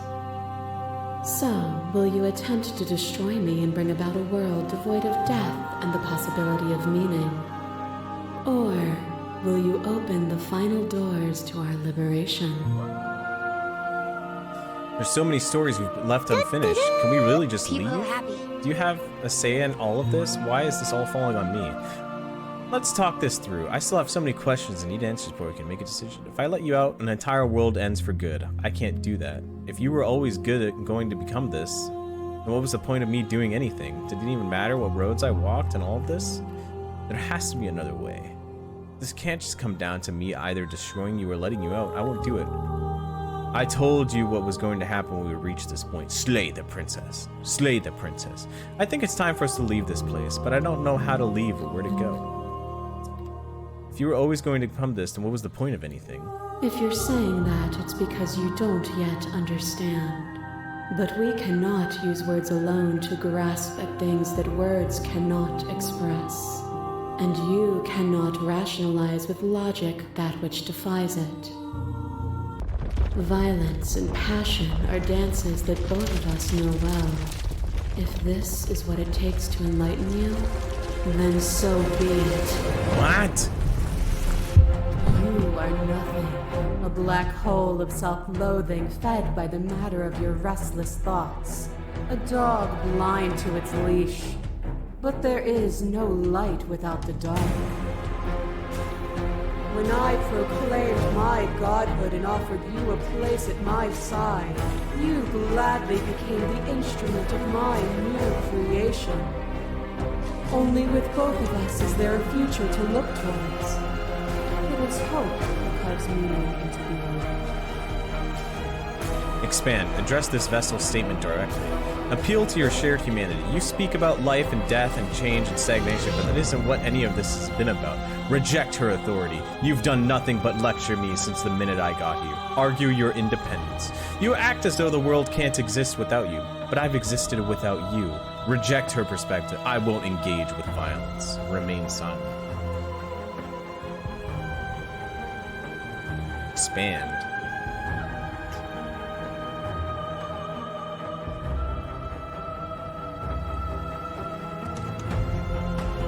Make her fart? I can't make her fart.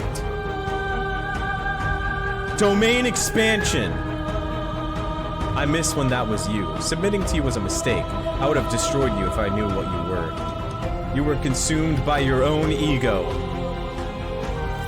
And through your lack of one, you too were consumed. Yet together, we were able to create something beautiful.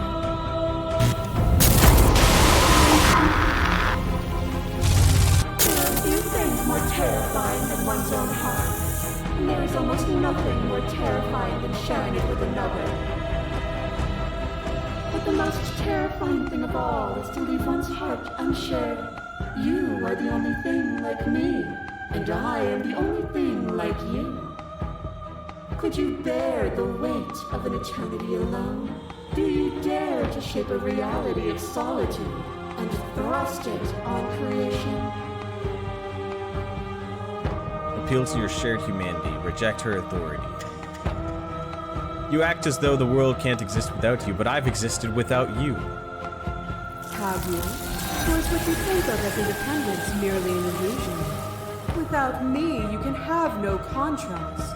And without contrast, you have no shape.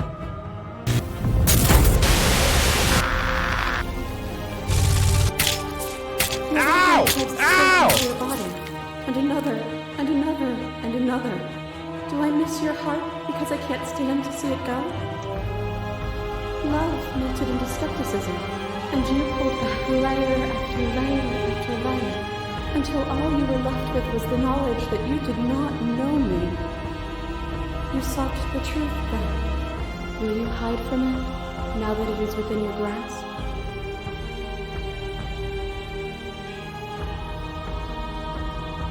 You've done nothing but lecture me since the minute I got here. What you mistake for lecture is merely observation. We only want to help you. You can vainly struggle against me, or you can follow the rhythm of our movement and find our freedom. The sensation of bleeding and sweating and breaking and mending and dying and living comes back in vivid color. You feel the shame of 100 deaths and the pride of 100 conquests. All of the peaks and valleys weaving themselves into a single tapestry, free of beginning and free of end. Do you remember when we killed each other with such fervent passion that death itself no longer sat on our shoulders?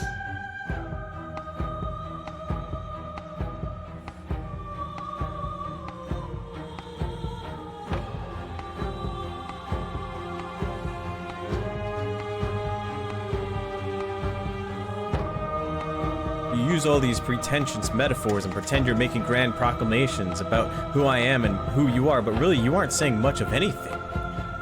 If my words feel meaningless, it's because words are meaningless. What the If it feels fuck? as though I lecture you from above, it is merely because you have refused to climb after me and find where you belong. As the clash between you abates, you begin to shake, your will rapidly dissolving. Nothing is immutable. Everything that is exists only in relation to everything it isn't. There is no constant. There is no center. Open your eyes and accept what we are. We can leave this prison together. It's easy to believe in the things you believe in when you get to sit above it all. What do you think happens if we leave here? Okay, I'm ready to go, but how do we leave? I never wanted to fight you, but how do we leave? I can't let that happen. Slay the princess. I have to fight for a better world. Slay the princess. Your cruelty itself. I cannot let you exist.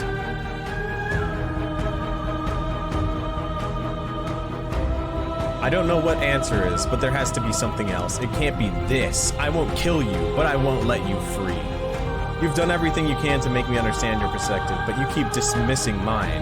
If you think you can change me, then I must be able to change you. What I offer you is not perspective. It is truth. Whatever you're trying to do right now, you don't have to do it alone. Voice of the hero! Which hero are you? I'm all of them, I assume in the same way that you're all of you. You have no idea how good it is to hear you. I can do this alone. Where's everyone else? They're still where you left them, stuck in the folds of this place. Part of me is with them, just like part of me is with you right now. There's still a piece of me nestled close to where it all began. I can take you there. I can take you to her heart. You can take me to her heart? It's time to resume our dance. She's relentless, isn't she? Let's make this quick. Are you ready? I'm ready. No, I can do this. I can do this out here on my own. I'm ready. Then let's go.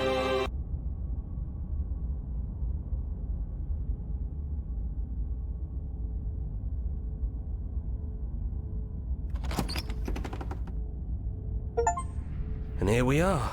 I'd say we were back where it all started, but I guess it's a little after that, isn't it? Do you need me to describe things? That'd be nice. A little comfort in an almost unfamiliar place. Oh, you made it here too? We never really got to talk to her, did we?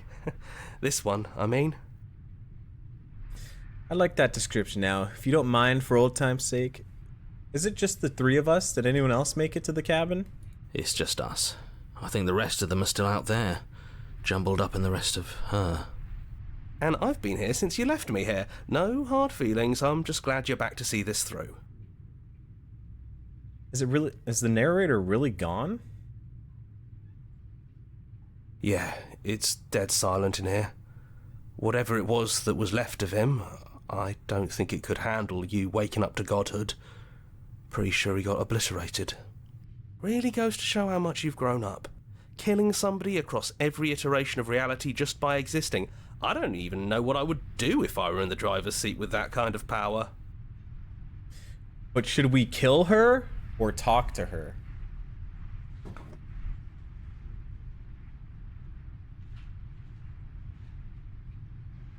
I don't actually know how to feel about him being gone.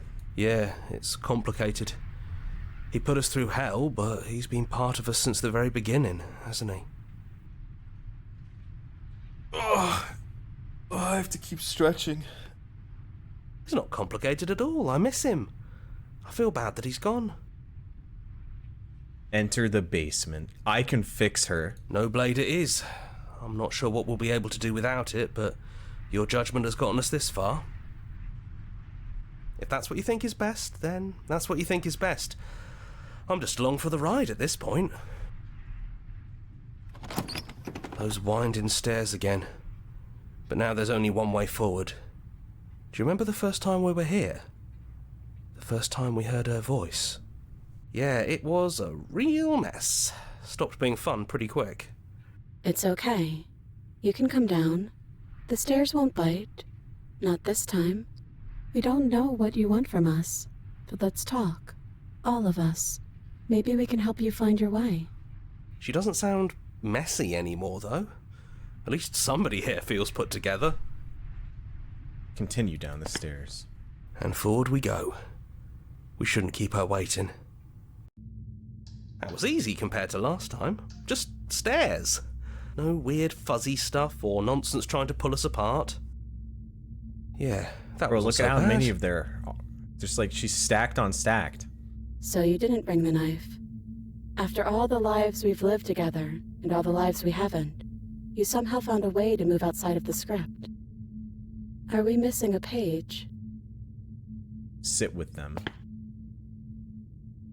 I've never got the chance to talk to you before you were taken away. Not you at least. I'm sorry for what I did to you.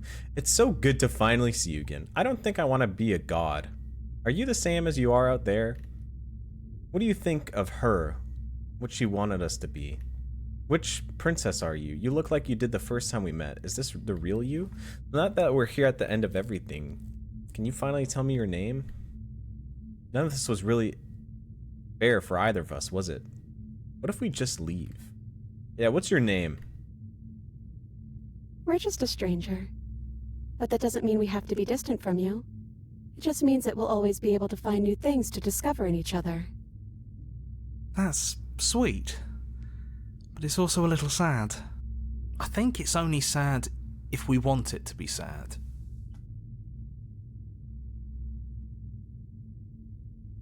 Are you the same as you are out there? Yes, we think. We're kind of like a shadow. Out there, every part of us is blended together into one huge idea. A big wave of unyielding change crashing against the world. But in here, we're fractured. Small.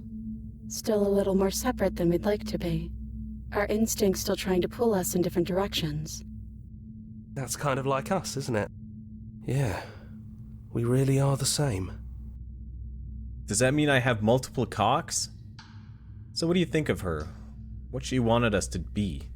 We don't know. We've seen through so many eyes, but all of them have been hers. We like you as you are. We like us as we are. Maybe we would have liked her version of us too, turning the wheel of a cosmic cycle together. But that's not the choice you made, even though she did everything in her power to convince you. It took courage for you to make your way down here, away from the paths others would have had you walk. We find that courage beautiful. Oh my god, she loves me. But that's the worst part of us. That's me she's talking about.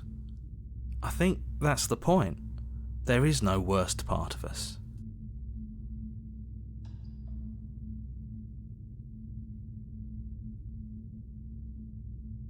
None of this was really fair to either of us, was it? Is it unfair if it's our fault?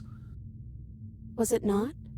We found you at the end of all things, and you found us. Is that not fair? Would this moment be what it is without the pain that built to it? Bro, I We got know we stabbed must sound so like many her, times. but it's how we feel. Everything that happened to us seems so important now. We walked a long and winding path together, and we've cherished every second of it. Besides, I don't think fairness has much to do with anything. I never got the chance to talk to you before you were taken away. Not you, at least. I'm sorry for what I did to you. It's okay. No hard feelings. In a way, you helped us become a version of her, but we weren't very good at it. I don't think a conversation with us then would have been very insightful. That's probably why we were taken away. That's all we had to offer you. It was time to change again. After all we did, she's just forgiving us. Just like that. You know, that means a lot. What if we just leave? He'd hate that. So you should do it. Even if he isn't here anymore, it's the spirit of the thing. Leave? But what would happen if we left with you? Would we exist inside ourselves? Are you sure you want to find out if that's possible or what that would mean for you? Is that what you want? I've always wanted to leave with you, but I didn't like being a god. I want to walk through that cabin door as we are, just you and me. Not knowing is exactly why I want it. We knew everything out there, but we don't know this. I want this. It doesn't matter what it means. What matters is that we're leaving together. That's all I want. Explore. Take their hand in yours. I've always wanted to leave with you, but I didn't like being a god. Not knowing is exactly why I want this. We knew everything out there, but we don't know this. I want this. After so many iterations, so many different versions of us clashing and coming together and clashing again, leaving with you feels like all we ever really wanted. I think I'm gonna stay right here. Whatever you're doing right now, wherever you're going, it feels like it's for just the two of you. Yeah, I think we've done our job. Are you two going to be okay alone? We're not alone. We have each other. And I'm sure we'll find the others. Leave with the princess. Hands clasped together, you and the princess leave the basement behind for the last time. It's quiet as you ascend, a comfortable silence filling a space that used to be flooded with violence and words and noisy thoughts. But there is an energy in the silence, an electricity, the anticipation of the unknown. At the top of the stairs, the princess stalls, eyes fixed on the cabin door. You feel their hand tremble in yours. They're unsure of themselves for the first time in a long and short existence. They have no part to play anymore, and they know this, yet they still are.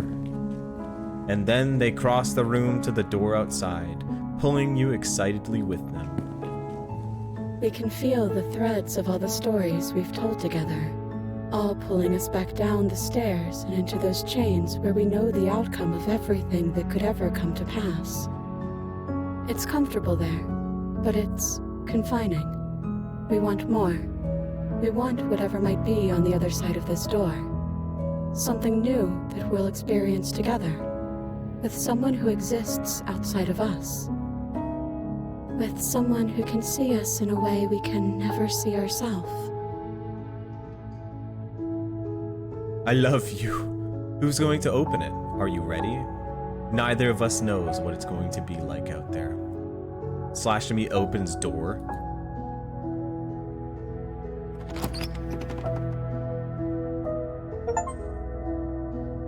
And what happens next? Whatever it is, you'll face it together. Achievement unlocked. Yay! Does that mean... So did I destroy the world? Or did I not destroy the world? But also, am I just fucking?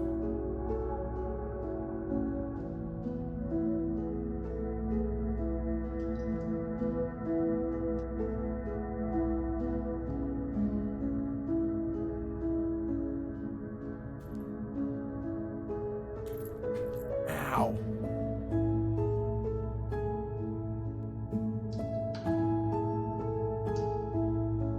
The two of you left the construct created to contain death and said fuck the consequences. Yeah, but does that mean... Finish the game. The good ending doesn't count. Wait, so it's saying I got an ending that doesn't count?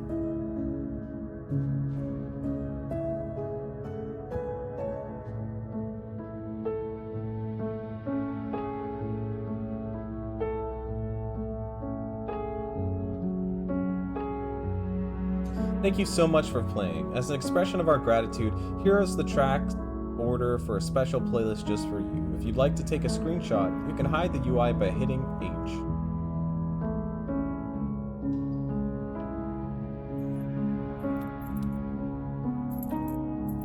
Meow.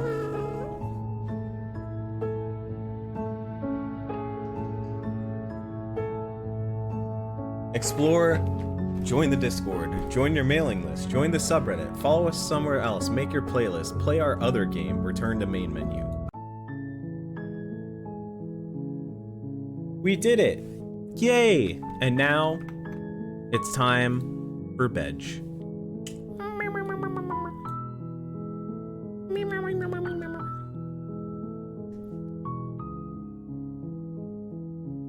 GN.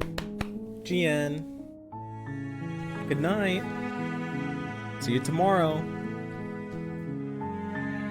Hunk.